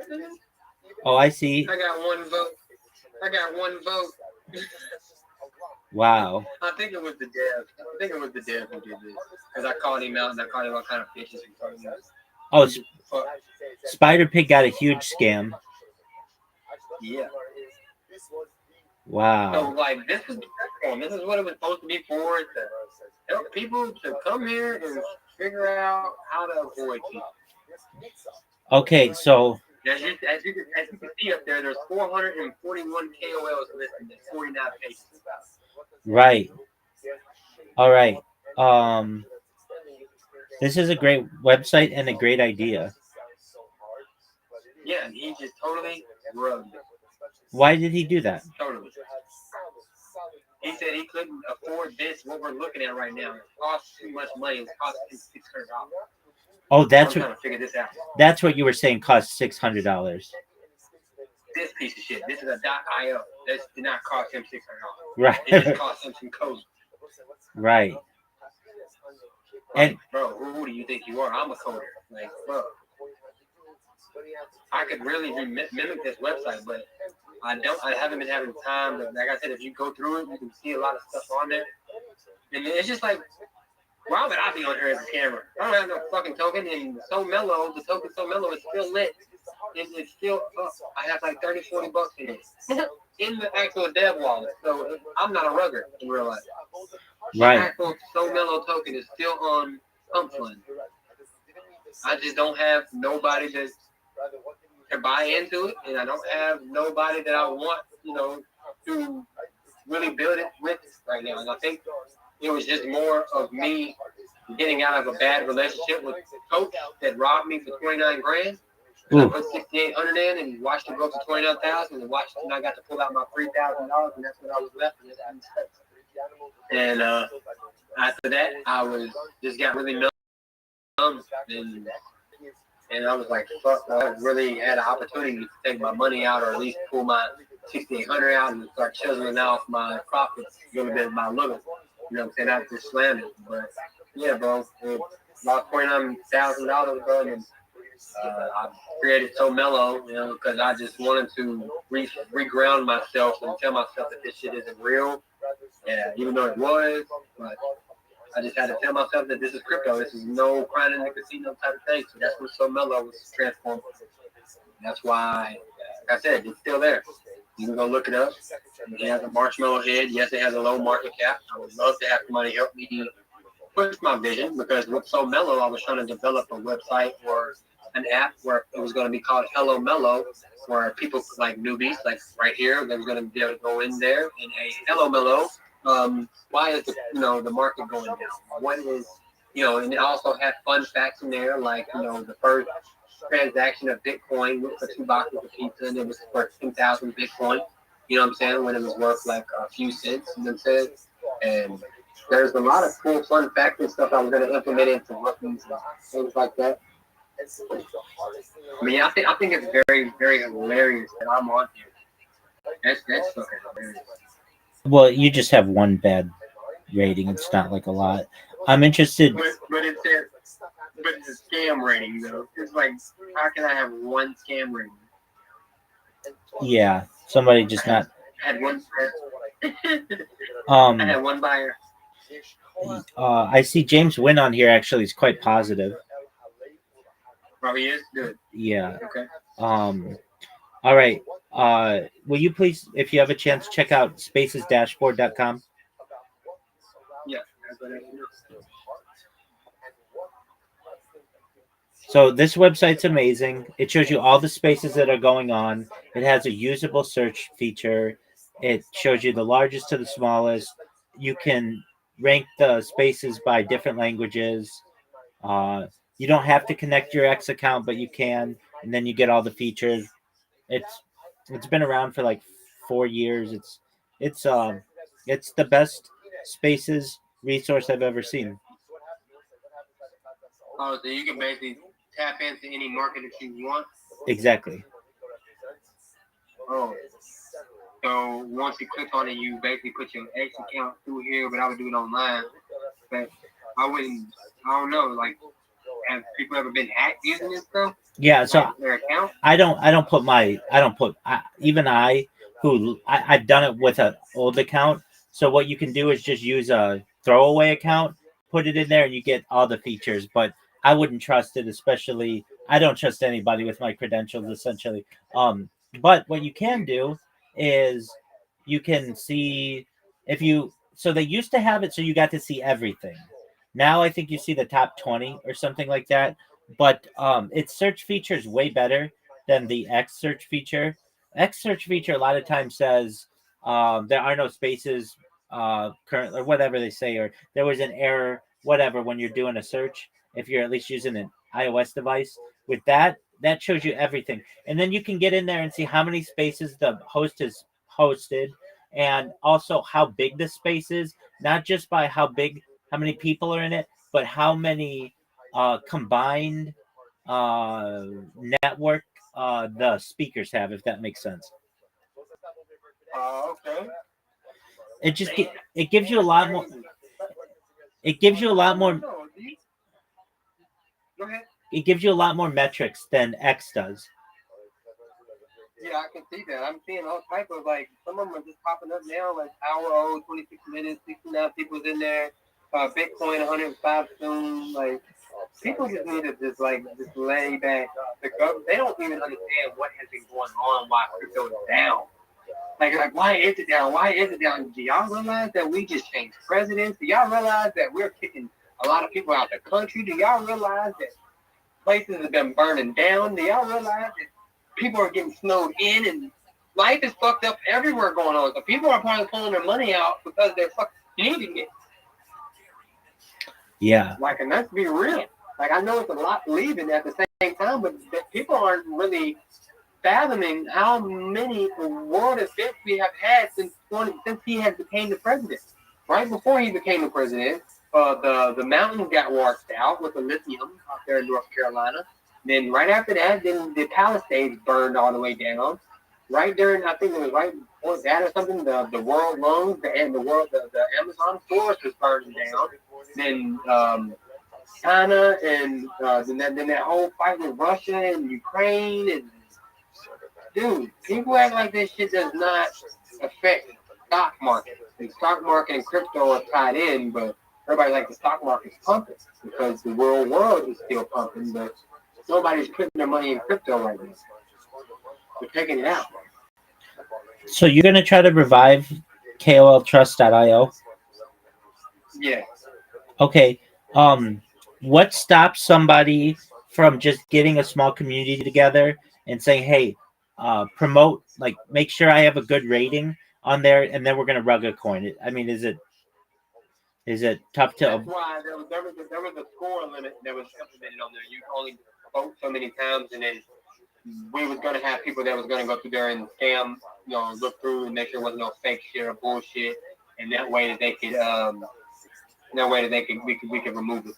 Was there ever a thought of having a comment section so people can find out what happened? Yeah, that's the only way that you can load stuff up on there is the comment section. No, what I mean is you can vote on the person, but then having like a little text box to say like, "Hey, yeah, Spider Pig came into every space for 2 months, told everybody that he was gonna make everybody millionaires, and then rugged us."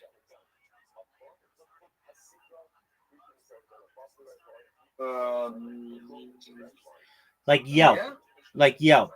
I mean, you could have, they could have their team come and upvote them all they want, but at the end of the day, you have to have proof.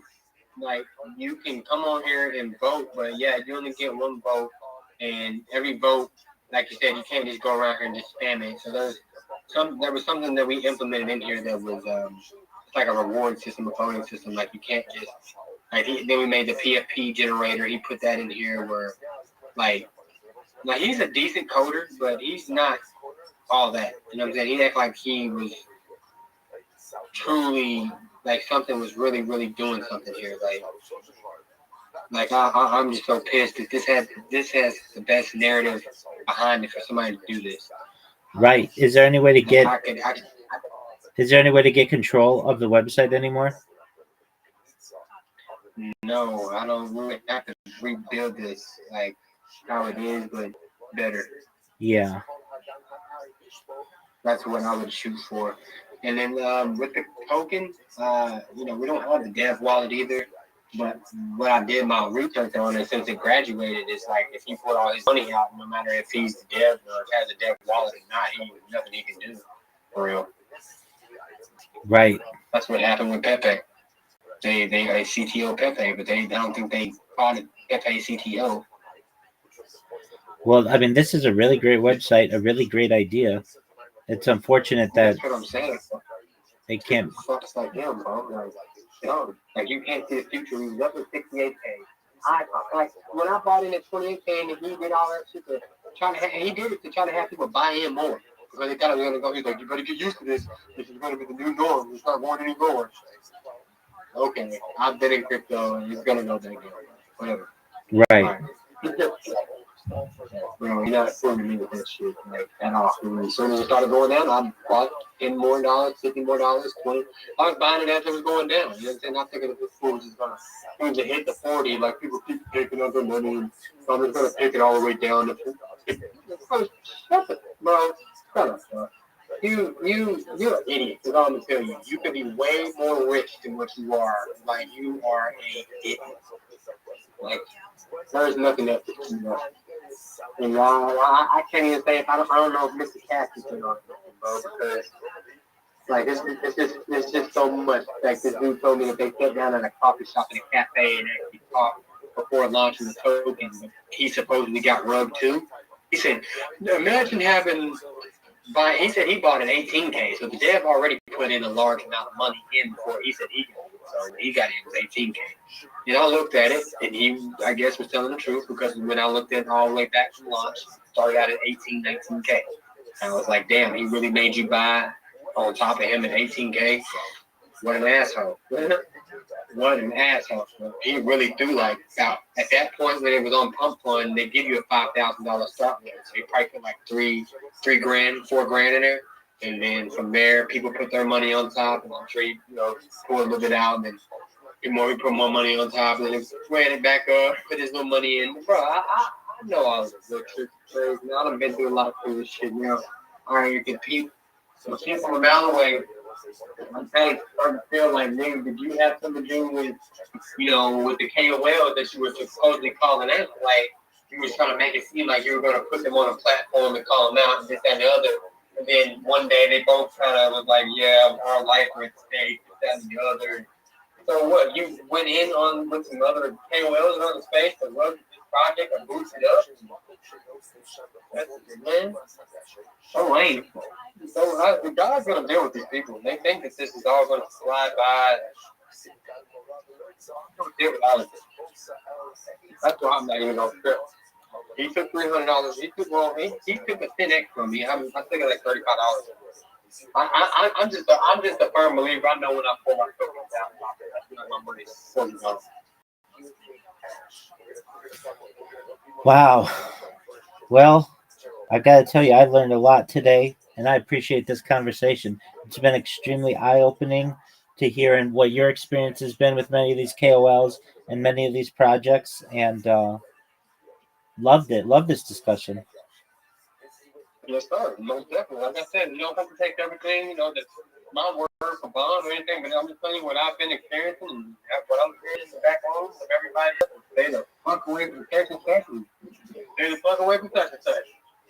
That's right. That's exactly what I'm trying to do. Stay the hell away from such and such. Well, if you get any inside information on who to avoid or whatever, always feel free to come in here and tell me, or send me a message on Twitter or whatever, and I'll do the same for you. I got you, brother. Most definitely. Excellent, my Most friend. definitely. I hope to get you in there with us some days on recorded spaces and stuff, man, so we can really talk. Damn, bro, I'm really gonna go get some damn. Aaron is tired. Dude. turn real quick. Have to go roll around the corner and get him. What's up, buddy? I know you had your buddy that pockets with this.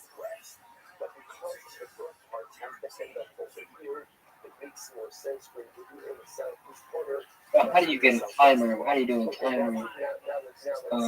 Like a On iOS? a shutter.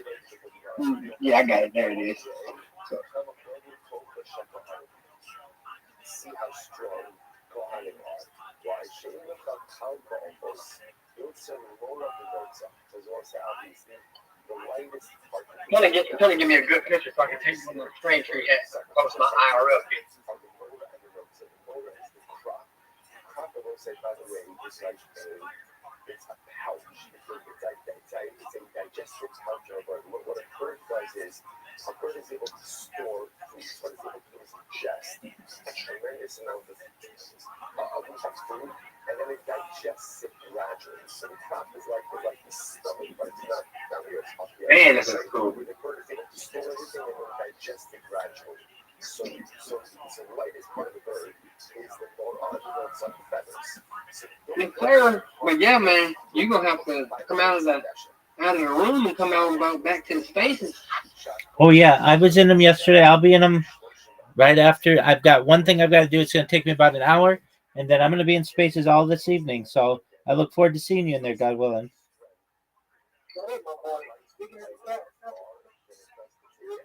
Recovery point to be hosting the spaces. Like I said, these smaller, man, that's where you really get to where you can chill and you get. I know you like telling people what you're doing and know what's going on. So where you could just get in there and just let them make more friends and really they got going. Some of that stuff you can read it from a mile away if you really just around them, right up top. Yeah, the smaller spaces, they usually have, I think, better questions and allow you to really get into conversation with good people. Yep. In our spaces usually be about 30 to 40. I mean, that's the average good space. People act like that's small. That's a great space that's not being botted. Those are real people, not a bunch of random anonymous listeners, 1,200 at the bottom. Yeah, that's I already know that. That's awesome. Like I told her, because like it'll disappear. One time they had one and out of nowhere. I'm still trying to figure out how they do it. Oh, you don't know? No, I can never understand what the hell they're doing. Here, I'll send you the website. Just one moment. The website? Yeah, and you can. It has all the. Pay for a domain. Yeah, it has all the. It has all the pricing. So just one moment, and I'll get. And it's actually. I'm not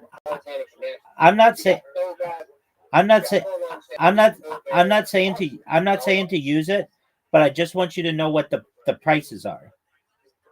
Yeah, and I also want to know how these people were doing it. Okay, so I'm the education and it's educating people, and they think that these spaces are as big as they are, and there's really only maybe 50 people in here because they see that there's 200 now.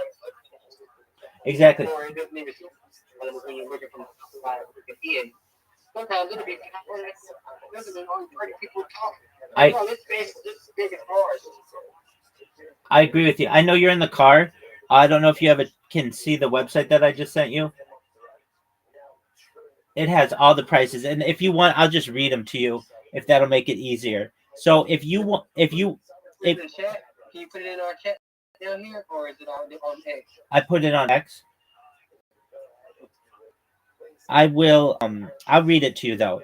Okay, so for followers, you can either get high quality followers or premium followers. What's the difference? I think premium have the check. So just for regular followers, for 10 followers, it's 40 cents. Going up to 10,000 followers is $154. In terms, but what you wanted was listeners to space. Yeah. Okay, so these get really, really expensive. All right, so for 100 listeners, for 4 minutes, it's $2.70. So let's take it up to like 60 minutes just to give us an idea of. So for 100 listeners for 6 minutes. The price is $29.90. Now, I do know some guys in Nigeria who can get this cheaper, but usually that's probably the going rate.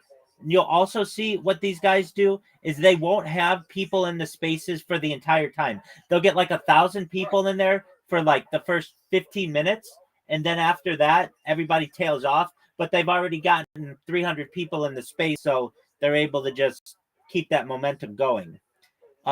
So what you do is you put the link to your space in there, and then you just say how many people you want, and you can get up to 2,500, and then so for an hour, yeah, from this website.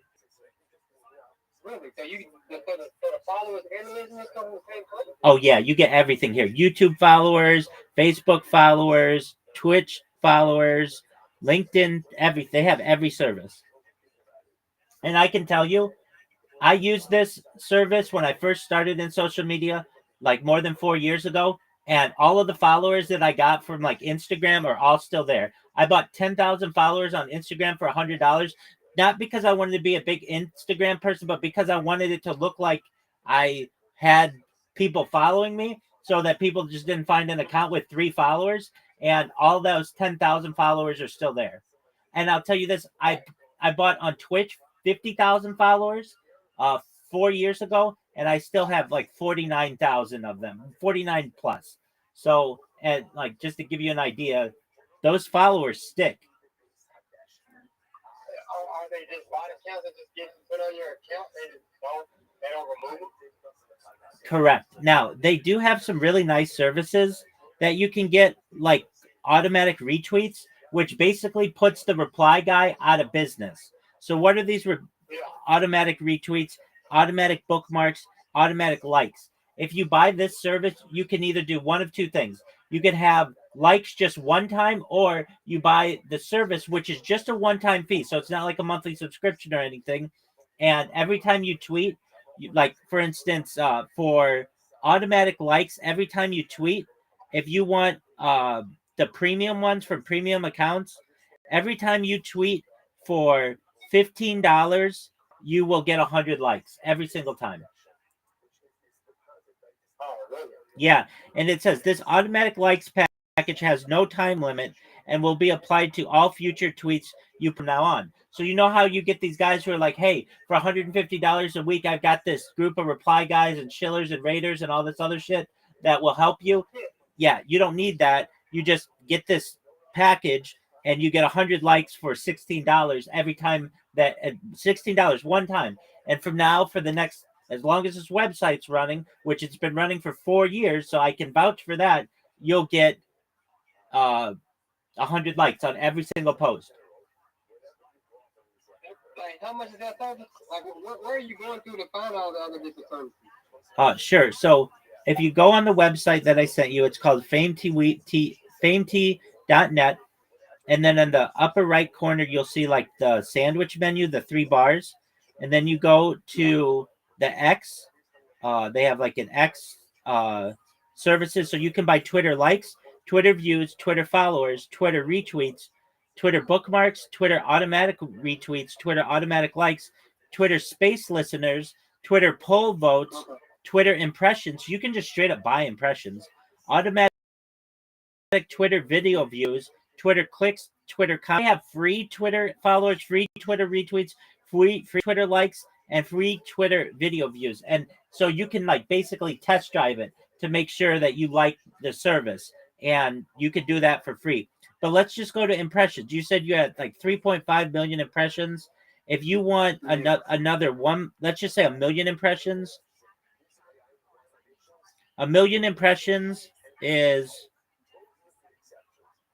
probably going to be pretty expensive, but $750, yeah. Which, oh no, absolutely not. But you know what you could do. It's just one time, isn't it? Just for 1 week. Yeah, exactly. But what you could do is have, if you wanted, I'll do the reply stuff first. That's what I was going to say. Because that reply stuff will get you the momentum that you need to get all of the different impressions, if that makes sense. Yeah, because I already do a lot of sharing in spaces and stuff like that. So I would definitely like it to reply or just grab my post and just, yeah. Exactly. But this gives you the going rate of how much this stuff costs. So that when you get some guy who's like, hey, I've got a shield team that is going to repost all your stuff. Half of the issue with that is it's like herding cats, getting them to repost the right thing and in a timely fashion. And they're not on the same time zone as you are. So it just lays dead for, 12 hours or whatever. You don't want to be managing that. So you just have the automatic Twitter likes, automatic retweets, automatic bookmarks. And then every time you tweet, you for $16 you get 100 likes every single time. It's the best money that you could spend in crypto. What does it mean if you retweet though? It's gonna give me. I just put one link in there, or does it get my username and everything? It gets your username. It gets your username, okay. And then every time that you need, every time you post, it will just retweet anything that comes from that username. So you don't have to come in here and like put the link in. That would be ridiculously difficult. No, every time you tweet, it just automatically retweets for you. Okay. That would flag the system, and this new system, what we dealing with. That would flag the new system like a mug. Well, so I know a couple people who do this, and it has not flagged the system. They get a lot of engagement. I know 2 projects that do it. I mean, if you really want to know their name, I could tell you. But basically, they're pretty medium projects, but they utilize this, and they got rid of all their reply guys. So, like I know one guy was spending $300 a week on people, and I was like, "Why are you $300 a week when you're only getting like 15 different reposts when you could just use this system, and every time you tweet, you automatically get 100 likes and 100 retweets." He's like, "Oh, you saved me so much money." And he just went with this, and his account's been fine. I know another account that was with one of the projects that we talked about earlier that was trying to promote people, and they bought 10,000 followers, and their account's still in good shape. They got exactly what they wanted.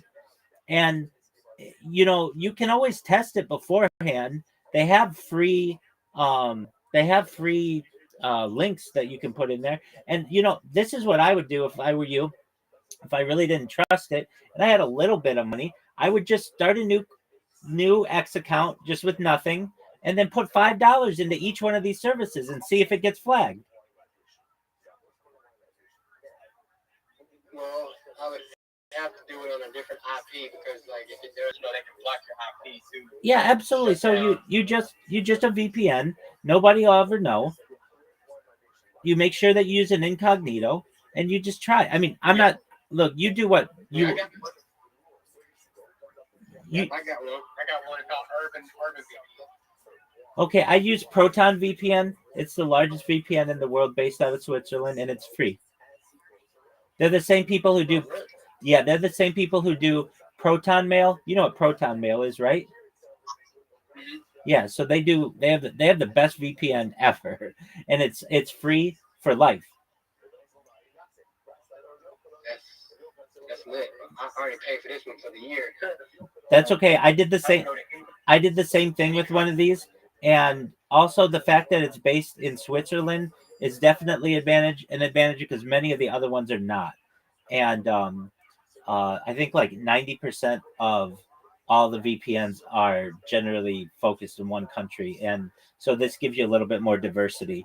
And it's not like it just has one country to pick from. No, it has at least 20 different countries to pick from and all kinds of different VPNs. Now, if you want like really specific, like, hey, I need to have an IP that's showing in Nigeria, okay, well then you might have to pay for that service. But if you just want a random VPN, Proton VPN's the best. Yeah, I got it where I can change states, countries, cities, all that. Yeah, but of course, though, it's a premium service as well. Yeah. Exactly. But it's one of those things that you don't know until you try. I can tell you I've used this website before and did me wrong, and it hasn't done the people who I've seen interact with it on X wrong. I can tell you I one time bought 10,000 followers on X, and if you're like, well, okay, where are your 10,000 followers? It was on another account, and I lost that account not because of those followers. Those followers were on there for 2 years. I lost that account because I spammed people, and I understand that. I get why I lost that, and I didn't even spam it with that account. I just created a bunch of other accounts that said to follow my one with 10,000 followers, and that's how I got nailed. But it wasn't because of this website. I wouldn't lead you in the wrong direction. But this gives you the best idea of just the pricing on this stuff. So when people get a ton of people in their space, you're paying a premium for that, and there's got to be a reason why. People just don't start a space and get 1,000 people in it if they don't have some reasoning that they want to have that many listeners. That's a pretty cool thing. So you can the hundred you can either do it like gradually or you can do it instantly. Yeah, this website only does gradually. They don't want the sensors to know. So like the automatic likes will go. It tells you as well. You can either choose premium or high quality, and it says it does give like comments of what people think of the service, and it says what is that? What's a high quality? yeah, that's a good question. So, I believe high quality means that they have at least 1,000 followers. Don't quote me on that though. Premium, I believe, means blue check. Okay, that's what I want my engagement anyway. Is blue check. That's how you get paid. Exactly. And so for like that 100 likes every time you tweet, it's $15.90, and then there's something. Oh wait, hold on. Oh, here it is. Risk of decrease. Users control their accounts, and there may be decreases. Uh, thus approximately extra service by 25% of your order is provided in addition to each order. So they already give you extra, and I can tell you that's true too. Like you'll get more than what you pay for because there is a risk of decrease. Here's another cool thing: they accept crypto. They accept Stripe credit cards and crypto. You don't need your account password. That was a big thing for me too. I don't want to put my username and password in some random website. You don't have to do that. You just have to give them your handle or your username. Are Twitter auto likes delivered instantly or gradually? This is the answer to your question. You can usually choose. Likes can arrive within seconds or be spaced out to mimic natural audience behavior, ideal for avoiding spam detection. So you can choose. And I'm definitely gonna go with gradual. yeah, absolutely. And do automatic likes affect visibility on X's algorithm? Absolutely. Early likes are a strong engagement signal on X, helping tweets reach more timelines and possibly qualify for trending tabs or replies. Is it safe to use automatic likes on Twitter? Yes, if the delivery is gradual and the service uses real looking or real accounts. Avoid shady tools that ask for login access or flood likes unnaturally. What do I gain from automatic Twitter likes? They build credibility, improve post visibility, and save time, especially useful for brand accounts, influencer, or anyone posting content regularly on X. And this is what your big companies are doing. They don't have 500 people who like their stuff right away. They just use these services. Now, here's a nice thing. Is support included with automatic Twitter like services?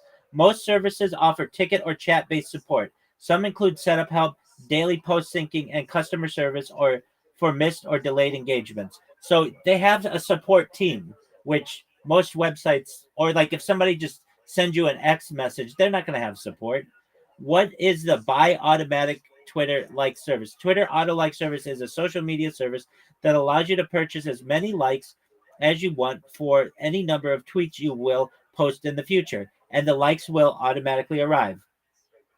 Why should you buy Twitter auto likes? By purchasing Twitter auto like service, you can prepare your likes for your tweets and focus on the quality of your profile with peace of mind. Real and high quality likes automatically reach your account. So, it's like with anything, do your own research, but if you really don't trust it, then just create a new X account, or you could even have just somebody just use a VPN and do whatever, and then just get $5 worth of likes and start tweeting and make sure that it doesn't get flagged. And after a few weeks of that, every time you tweet and it's good, then you trust it on your main account.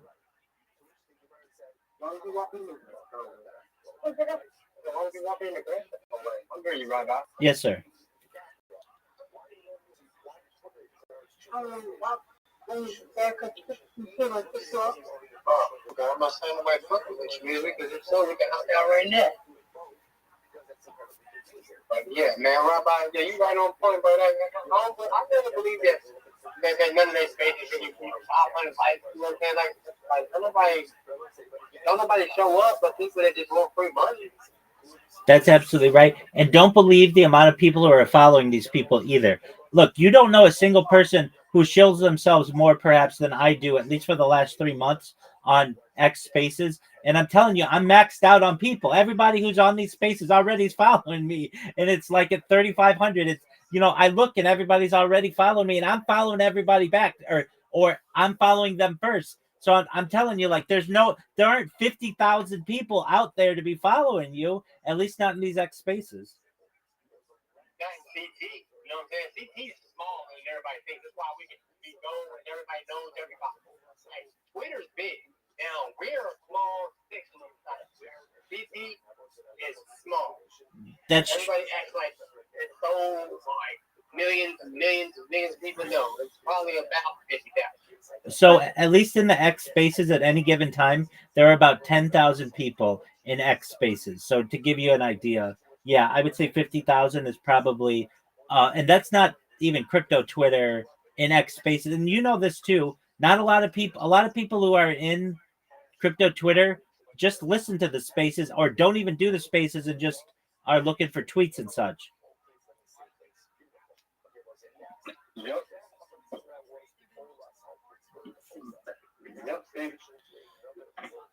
That's what we already knew. Absolutely. But if I were you, I would at least just, when you have more time, check out that famet.net, and if any of the services, I mean, if anything, just use one of their free services and on some random account and see if you actually start to get followers right away. And you will. I've done it before.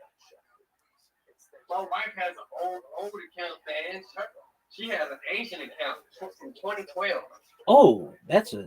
My wife, I just had her log on the other day. She only got like 80. Now she's got like 100 followers coming in. I had her pay for a blue check. She's like, now I operate Twitter. Like, back in the day, you used to get on Twitter, you used to post up. Like, I used to get people to follow you. How do you know what I'm saying? So it was just random stuff. You had to have, like, you had to be in a part of Twitter. Certain part of Twitter, people that follow you on subject, or, people who write. People who do, whatever it is you like to do, you have to find that part of Twitter. Right.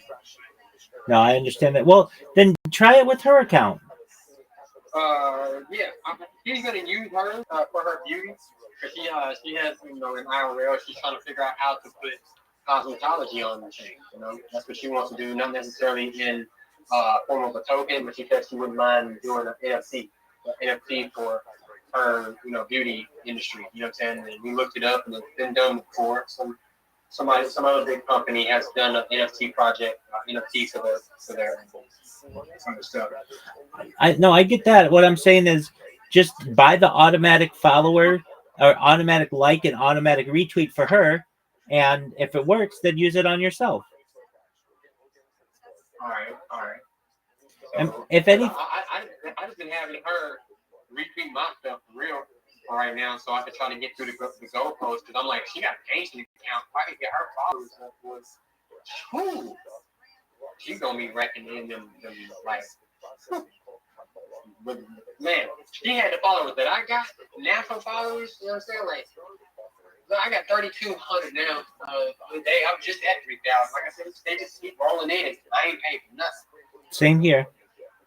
Every day I wake up, it's like 30 or 40 different new people. They go down, and then some of those. I've been shaving off my other people who I follow too, though. I've been trying to get that back down.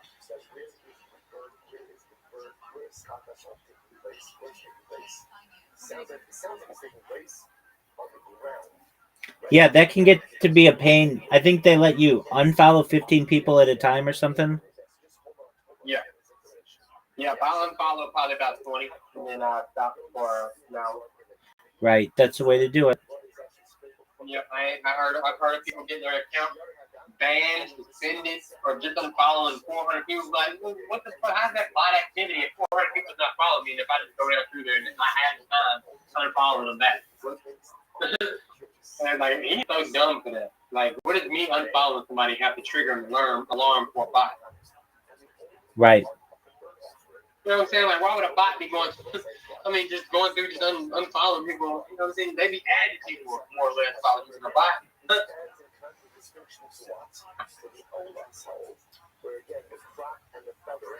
Well, what's going on, man, with your buddy, man? He's in here. I want to talk to him. Oh, he's doing his own thing. He lives in here 24/7. He's been in here for almost. A coder or a trader? Believe it or not, he's actually just a special needs guy who met me in some Discord. He met me in like the Aiden Ross Discord, if you know that one, and he just started live streaming his life, and then one day started talking with me, and I found out he was a really good-hearted individual, and that's how we got connected. Cool. That's cool. And he loves sports. So my man here, Brandon, will watch every single sport, every football game, every basketball game. He's always got sports streaming. Oh, okay. Well, if you can hear me, hey, Brandon. Hey, Brandon. He may be deafened right now on that one account, but he's got the other account going. He's just doing his thing. So sometimes we'll go a few days without saying hi to each other. Not that we don't. He's just kind of a random person who came in here, became my friend, and we keep each other company, so to speak. That's pretty cool, bro. Word, dog. Guy's got a heart of gold, I can tell you that. That's how you meet your tribe. You know what I'm saying? Your tribe, you attract your tribe. You know what I'm saying? Absolutely. People like you, they'll come find you. You know what I'm saying? Like regardless. Exactly. It's kind of weird. Like it's like how did he get on Discord and just find your channel? What if he was on X one day and just stumbled up on? I wonder how he found you. He did. So I was in two different Discords, and he would always see me streaming in there, and he would try to talk to me in there, but I just keep myself muted in there because I don't want to.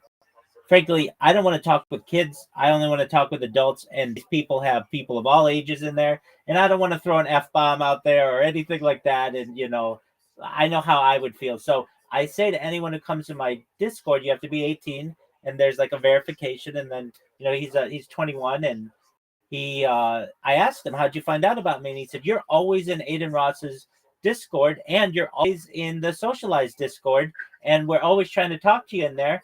And then one day I just came in here, and he's got, you think I have a lot of accounts. This man has a lot of accounts himself. So he's live streaming on like three different channels right now. You always be going to Aiden Ross's stuff? Yeah, so I live streamed 24/7 in Aiden Ross's Discord for 18 months straight. Yeah. And the only reason... Did Aiden never say anything to you? Yeah, Aiden came in my YouTube stream, and we spoke. And he brought like 30 people in there at one time. And I didn't know who he was, which is kind of a funny thing. And we just talked about what I do, why I live stream, why I'm always in his Discord or whatever. And then I just continued to live stream in there. But I switched that one out for the Yucky Ducks because that was more people who were available in crypto Twitter and everything. And then so that I've got that device there now. But I'm still in the socialized Discord, and I'm also in the Sol on Chain Discord and some of the other Discords. And I just leave my camera on in there. I have myself deafened and I have myself muted so that people don't hear any curse words or anything like that. Not that I'm a huge cursor, but again, I don't want to get in trouble because Discord, I wish Discord had a setting that said, I don't want to interact with anybody who's not 18. They don't. So then I just have to ensure that I only let people in here who are 18. Exactly. Put it up there as a disclaimer. Because like when most of these channels that I come in, some of them make you verify yourself. Like you have to literally like go and like put your age, your account, your name, your everything. Like you have like some of them got to where you can't even go to the Soul God thing. Right. I recognize that. On this one. On this one, if you have a computer or an Android device, it forces you to. If you have an iOS device, iOS does not allow that. Yeah. So yeah, I mean, I get a lot of people who come in here, and really the first question I ask them, if they sound young, how old are you? And if they say 18, then I really quickly say to them, all right, in what year were you born? And they'll be like, and if they're struggling, I'll say, come back when you're 18, take care. And then I usually ban them. Just because, you know, I mean, I was under 18 one time. I can't tell you how many times I told people I was 18 on the internet just to see what was going on. But yeah. Part of your pitch when you say you're 18, you already need to know the year, the date. You need to know the age. See, that's why they ain't like us when we was young. We used to get asked at ASL, bro. What's your age, your sex, and your location? That's exactly right. And now you can't. I mean, people like that. That's from the old days. You know how it is. People don't even do that anymore. But that's how. Yeah. ASL. What's your ASL? ASL. Your age, your sex, your location. Exactly. Yeah, I'm glad you remembered that. I say that to some people sometimes, even people in their early 20s, and they're like, huh? I'm like, you don't know what ASL is? Didn't you ever use AOL Instant Messenger or anything like that? They don't know what I'm talking about.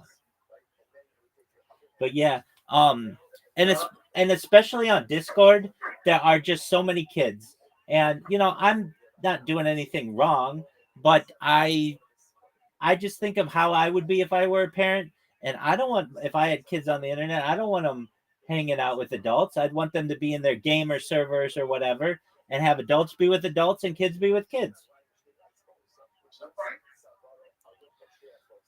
So that. Doing the job, not playing with ball. If he gets grudgy, don't go back and make sure he's back here.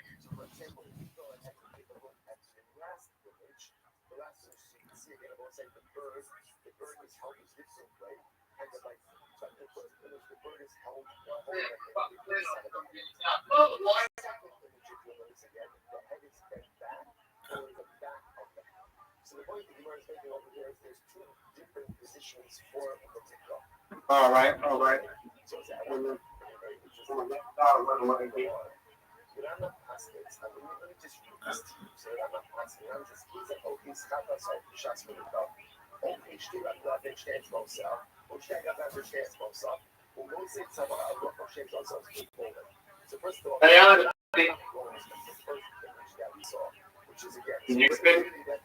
Where are you going?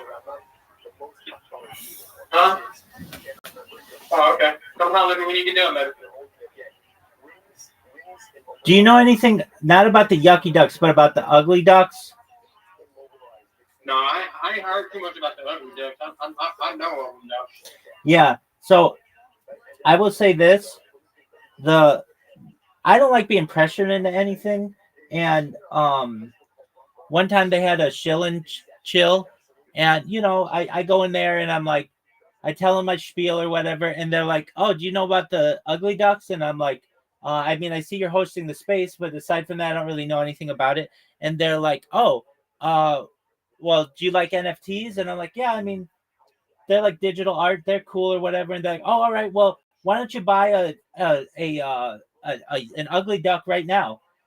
And I'm like, well, I didn't want to just shoot the guy down in front of his whole space. So I said, you know, maybe I'll take a look at him. And if there's something that are of interest to me, then perhaps I may buy one. He's like, no, we want you to buy one right now. And we're going to live stream it just like you're live streaming us. And I'm like, well, let me take a look and see if I like the art and everything like that. So I sent the guy a message and I said, look, I'm just making you aware.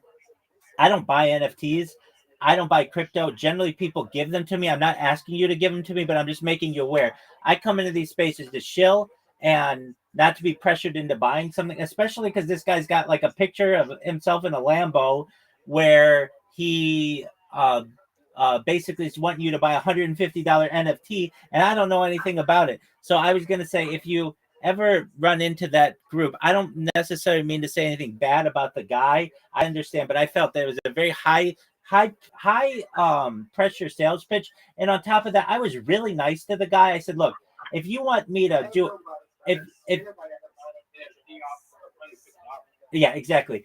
If you want me to do a like a shout out for you, or you want me to help repost something, I'm willing to help you. You just let me know. But I don't want to buy any NFT right now, especially if it's anywhere between $50 and $150 in this NFT market. And he's like, no, just stay out of my spaces. I was like, all right, dude. I mean, I get it. You're a dick. No big deal. I get it. But I didn't know if you had any of the same interactions that I had. And if so, I can tell the guy, he's a hard worker, he's a hustler. I can tell you what he does. He like goes to places in the 5 boroughs of New York City and like collects their oil, if you know, from like restaurants and stuff, and then he sells that. So you got to be a hustler to do that kind of a deal. But I just wasn't I don't like high pressure sales pitches, especially, hey, we want you to do it right on the stream right now. It's like just calm down, okay, my man. Yeah, for sure. But I would never let nobody tell me to buy no $150 NFT. Especially if y'all ain't got no name already created for y'all, ain't nobody really rocking your stuff. Well, exactly. And then I look at the guy's timeline, and it's like him with like, Ferraris and Lamborghinis and stuff. And it's like, look, I'm not going to give you like to your project that I've never heard of, that you're putting pressure on me to buy. And I know it's just basically for you to be able to spend it on your car. You probably own that car. He got somebody else to make him look like You're 100% right on. You're 100% right on that as well. So nobody with a Lambo pressure nobody to buy nothing. Right, especially when your space has 16 people in it. It's not even a big space. If you got Lambo money, then you can flex online enough to be like, look, this is what my wallet looks like. You know how many people gonna come in your space? Right, you don't need to pressure people to buy your NFT. Right. All you gotta do is be like, yeah, my account's looking real healthy this month. Just make that post like that. He's like, yeah, I got a space coming up. Back. Right. You know, people go running there. Right. If you have a Lambo, why are you running an NFT project? Like, you've got better things to do with your time than to beg people on Twitter Spaces to buy your project. So, I've spoken to that guy's either girlfriend or wife or baby mama or something, and she's nice.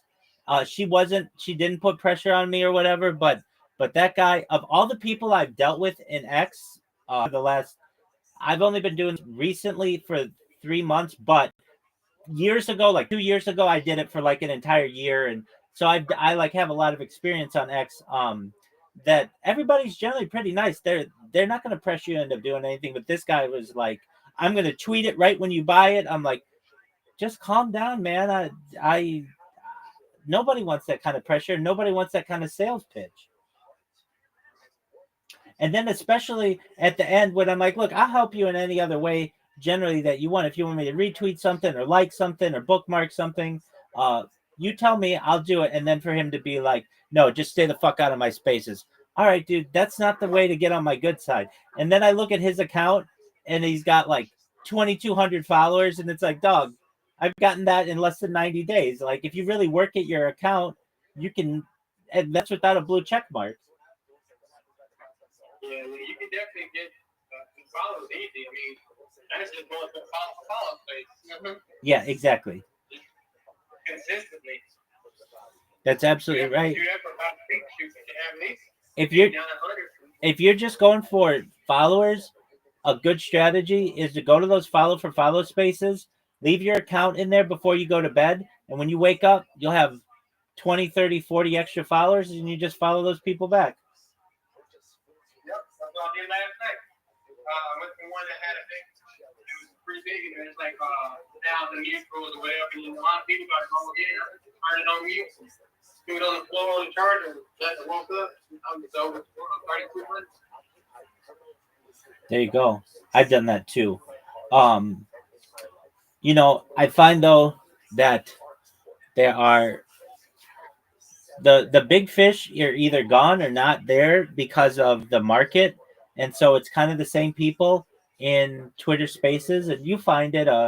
And then the other Twitter Spaces, the big one, a lot of the big ones are like political or they don't want shills. So like I respect that. I don't go in there and tell people what I do if they don't want that. But if you're gonna say shill and spill or shill and chill or whatever it is, or follow for follow and promote yourself, I'm all about those spaces. The mutuals, the growing, that's cool. Yeah, see, I like to grow, that's it, and just like to meet mutual people. I don't like doing all this trying to link up with people, do accounts, and try to be here, there, and the other. I'm not in for all of that anymore. I understand that. I really don't want to be involved with a lot of bad negativity shit that's going on.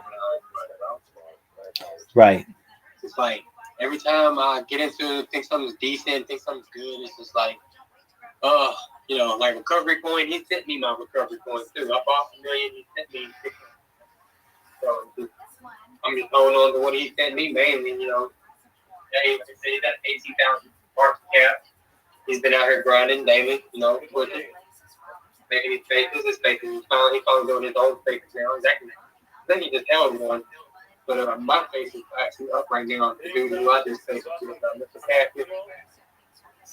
He's the part of cold trust in me. Like me, okay? You met the meeting. I'm in there. I'm going there to figure the fuck we're talking about. Usually we have a conversation. We don't talk about yourself. We usually have real conversations about real world shit. Like, what are you planning to do for your 2026 to better it? What are you like? You know what I'm saying? Like, we asking, like, what life skills better your life skills? Basically, what our topics be more challenging than anything. Like, we can learn on the AMA with Doc and Barbie, and it was like Bitcoin unseen. A lot of people didn't say, yeah, but come on now, be real. Bitcoin, you can't really go to tomorrow because there's a lot of fucking bits in the account. They lost their account. Thousands of Bitcoin in it. Early buyers, you know what I'm saying? From the early days when it was cents. They bought thousands of them. They lost those because, they used to have BTC only on BTCs online where people lost their login the first crypto website for BTC. Right. And you'd be there's thousands of BTC. You'd be a billionaire if you could just remember the password. That's why people don't understand. They're like, I noticed some people are sick to their stomach. You know what I'm saying? Like, there's no damn way. I can't remember my password. I bet that stuff was really encrypted back then. Right. I like to think that there may be a way in the future to get all those wallets back. I'm not saying there will be, but it's just something that allows me to sleep better at night. You just gotta break all the blocks open, and I'm sure they got miners fucking working on each and every one of those accounts. It probably takes you a lot of energy and a lot of power to do it. But if you're mining Bitcoin, why would you be mining Bitcoin that can be bought? You're mining Bitcoin that's stolen and lost. Right. Well, there's that famous story of that guy who had 2,000 Bitcoin on a hard drive, and they threw the hard drive away, and he actually paid to be able to search through the junkyard to be able to find it, and it was just a lost cause. Yeah. But I mean, he was in a junkyard, or not even a junkyard, a trash, what do you call it? A landfill. He was in a landfill.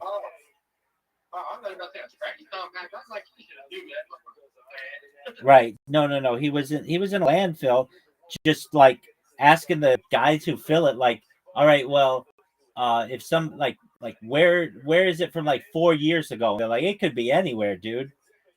But it was worth enough to him. Let me get the exactness of that story. Yo, Doug, what's the thing about the guy who put a hard drive in a landfill that had Bitcoin on it? All right, so here's the story. So this is 12 years this guy did this. He was James Howells, a Welsh IT engineer, accidentally threw away a hard drive containing 8,000 Bitcoin in 2013, mistaking it for a blank drive during a house cleanup. At the time, Bitcoin was worth just a few dollars. Today, those coins were worth about $1 billion. He spent over a decade trying to recover the drive, petitioning the Newport City Council for permission to excavate the landfill, offering large sums of money, and even proposing high-tech solutions like AI-powered scanners, robot dogs from Boston Dynamics, and drone surveillance.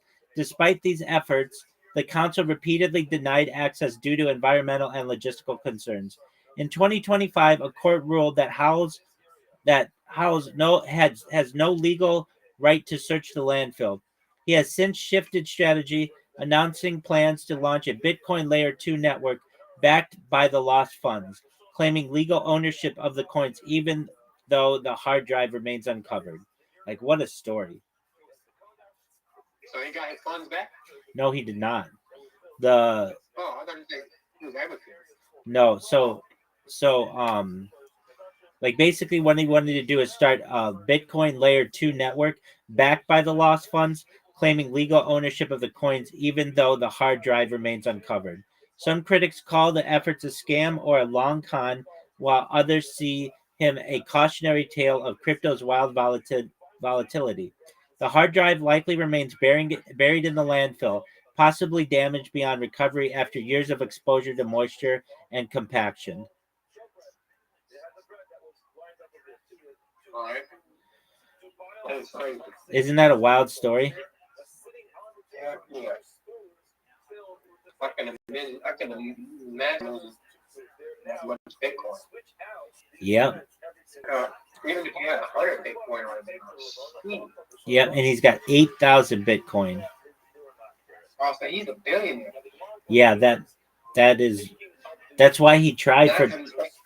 That's why he. That's like 300 million or something like that. That's why he tried for 12 years to try to get in that landfill.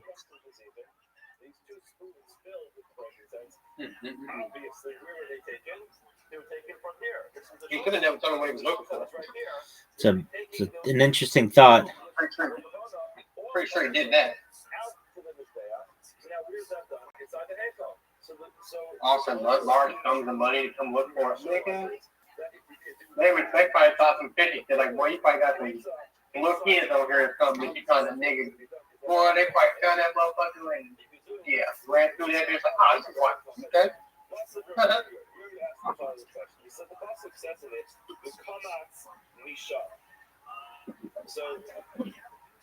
And then it sounds weird to plan to offer a large sum of money to come work with your friends. What's on that hard drive? That's wild.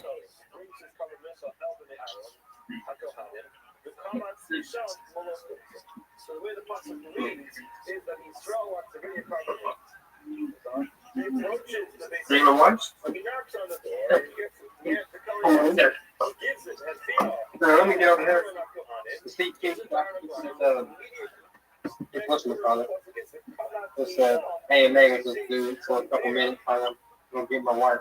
Absolutely. I'll be right back here when talk with you for a little bit. You're always welcome. Absolutely, it's good catching up. Good catching up. Thank you for all the alpha. No problem, bro. Well, like I said, I was in here. I think let me check on him. Came over here to check out the soul guy stuff. Excellent, my friend. All right, I'll see you on crypto Twitter. All right, bro. Peace, buddy. Y'all be safe. You as well.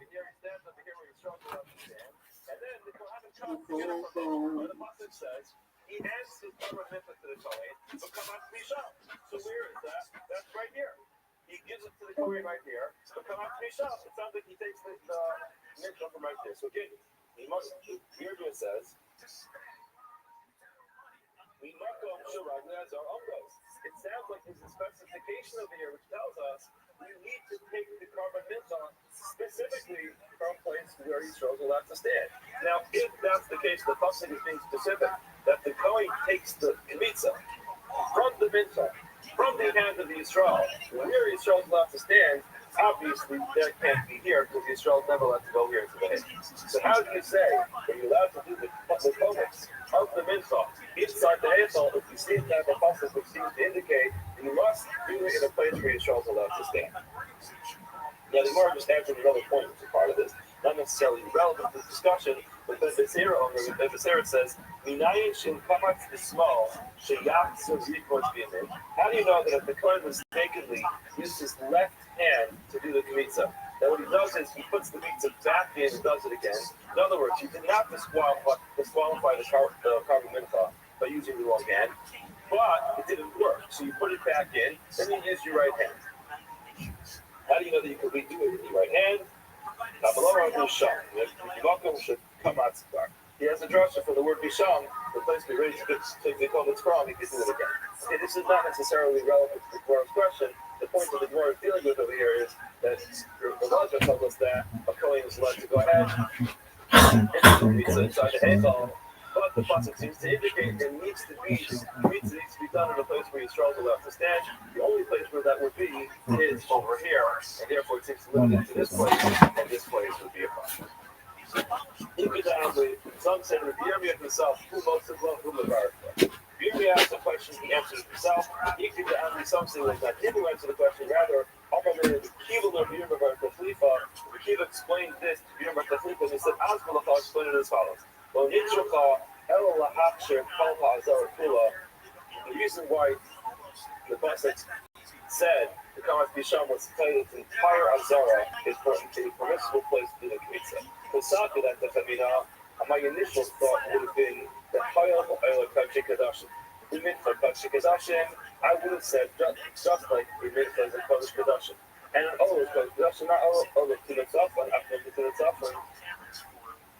So that's why the pasuk tells us that it can be done anywhere in the Azara. In other words, you always have to start with the default of what you're talking about.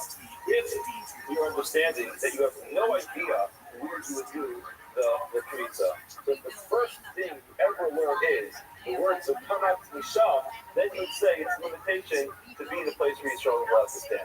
However, the Gemara says, no, that's not our default thought. Our default thought would have been we need to do the kmitza of the mincha exactly in the same place we do the sheet of an olah. And where will that be? In Safran. You would have thought that it has to be over here in Safran of the Azara. Why? Because an olah is done over here. Hello. You would have thought it has to be done over here. So the Hello. tells you no. It's not limited to Safran. It's anywhere. Hello. The entire Azara is going to be okay. I'll show that to you by telling you to do it over here. This is where the Yisrael brings it in. This is where the Yisrael stands. You can do the kmitza over here. You are all that muted. will indicate to you that you're not limited to only the northern side of the base of Mikdash. Now the Gemara gets a little bit stuck on this thought. Like, really? Is that what you would have thought? Why would you think to learn a carbon mincha from carbon olah? Mala olah shekei kolah. These are pretty know that olah is a very unique type of carbon. The entire thing is going to be burnt. So the olah is unique. Does anyone want to play Platoon?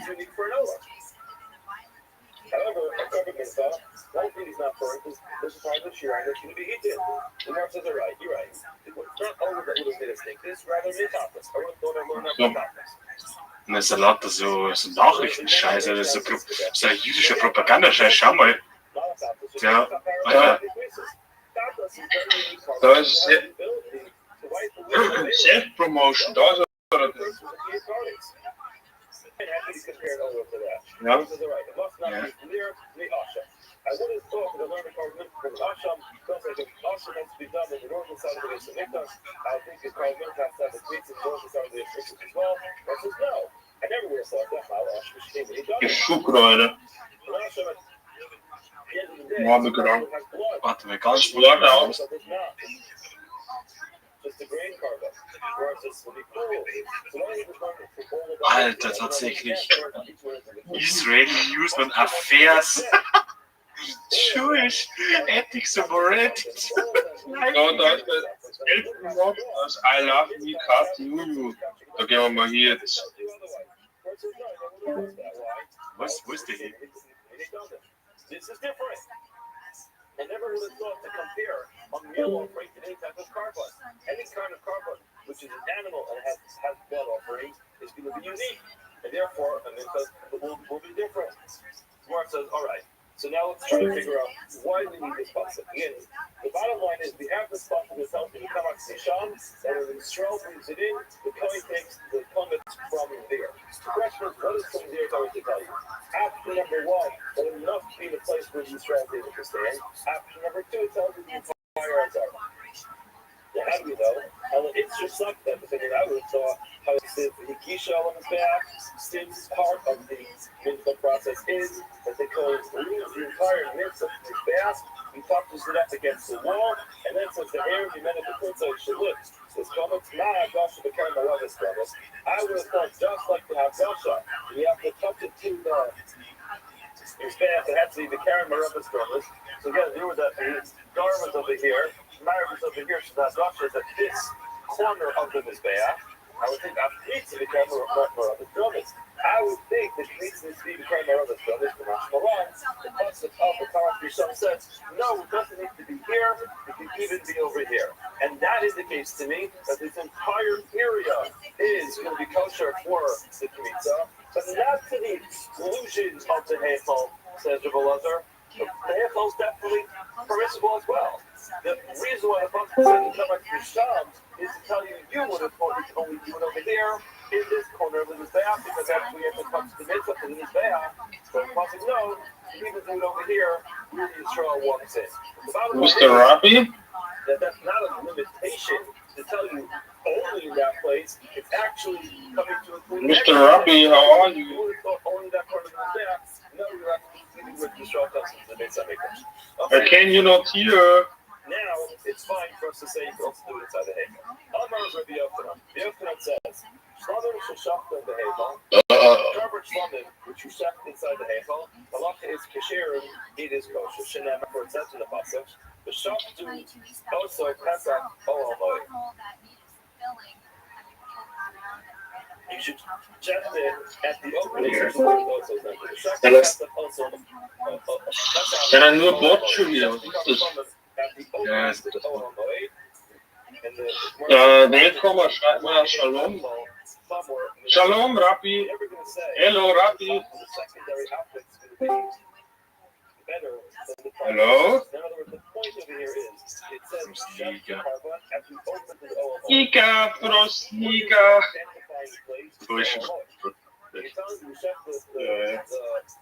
Ja, red doch mal über das Prank. Was ist los? Du bist gemutet. Ich höre dich nicht. Der Bot, weil das sind alles Bots. Ich war gerade in die Radio-Channels, da läuft wirklich irgendeine komplett übersteigerte Musik. Steppert. Ja, geht. Ja, wo ist mit Rap, der Charlie Kirk. Der Charlie Kirk. Ist Notiz, das war bekannt. Ja, Gott. I'm not going to make the secondary place more fun. So basically, we also have the Sarah, actually keep updating the content of Azara. How do I know if a funnel is on a bunch of things that doesn't surround the entire Azara? And Rashi says what's going on over here. Rashi says they're surrounding the Azara, not for any good reason. You keep up with the Tabim, little Tama, says Rashi. The Yorim, Itzin, the Avnei, the Listerah, the Sot Hazara. They're throwing rockets and arrows inside the Mesa Mikdash. They're throwing it, they're surrounded all around on the outside. And they're busy tossing these arrows to the Mesa Mikdash, let it go Hadim, but they're doing their work. So what do they want to do? They want to get some protection. So now this whole area is open. So they might want to go into the Heichal. Eat the carpet over there. How do we know she's not in the Shabbat? So let it go in there. And eat it. Also, sometimes Kodesh. Come Lamer, the Kodesh, HaKadosh, Kodesh. So now, we have a pasuk which teaches us that the Kohanim are under the threat of the siege of the Osage and Southern surrounding the Mikdash and throwing arrows in. We need this pasuk to tell you that they are allowed to go inside this building to eat the carbon. Now, why do you have to pasuk to tell you that? Rabbi, name of Bakatzar Olamoi. The prophet says we're supposed to eat the carbon, Bakatzar Olamoi, in the courtyard of the Olamoi. Now, again, what's the identifying place? What's the identifying location? So Olamoi. Why did I just say Lo Yetaf Chacham Ikar? Because we're supposed to be eating it at the opening to the Olamoi. So the identifying place, the primary place to eat it is the Olamoi. The secondary place is the opening to the Olamoi. Or I should say, the Bakatzar, the courtyard of the Olamoi. Why don't you just say logically? They can go inside and eat it over there, just like you're telling me. But they can go ahead and do the chef the shlamim inside the Olamoi, because the Olamoi is the primary place. I should say about to eat it. The Gemara says no, you can't compare the two. Pasam avodah adam oven lokarabo ariloyet avos someone ikar. Shita is not avodah; it's a service. It's part of the service of Kadosh Baruch Hu. So you know what? Any kind of service to Kadosh Baruch Hu is going to be more elevated the closer you get to that primary source. Achila, the imam of Makarabo, not appropriate to sit there and eat lunch in front of your Rebbe. Lo yekaf from an echo. Well, I mean, if you don't say, or don't automatically say, that when a person eats lunch, it's more appropriate to go more towards the primary source. In other words, it depends what you're doing. You're showing up to an avodah, so yes, do an avodah. The closer you get, the better it's going to be. Why? You're doing an avodah.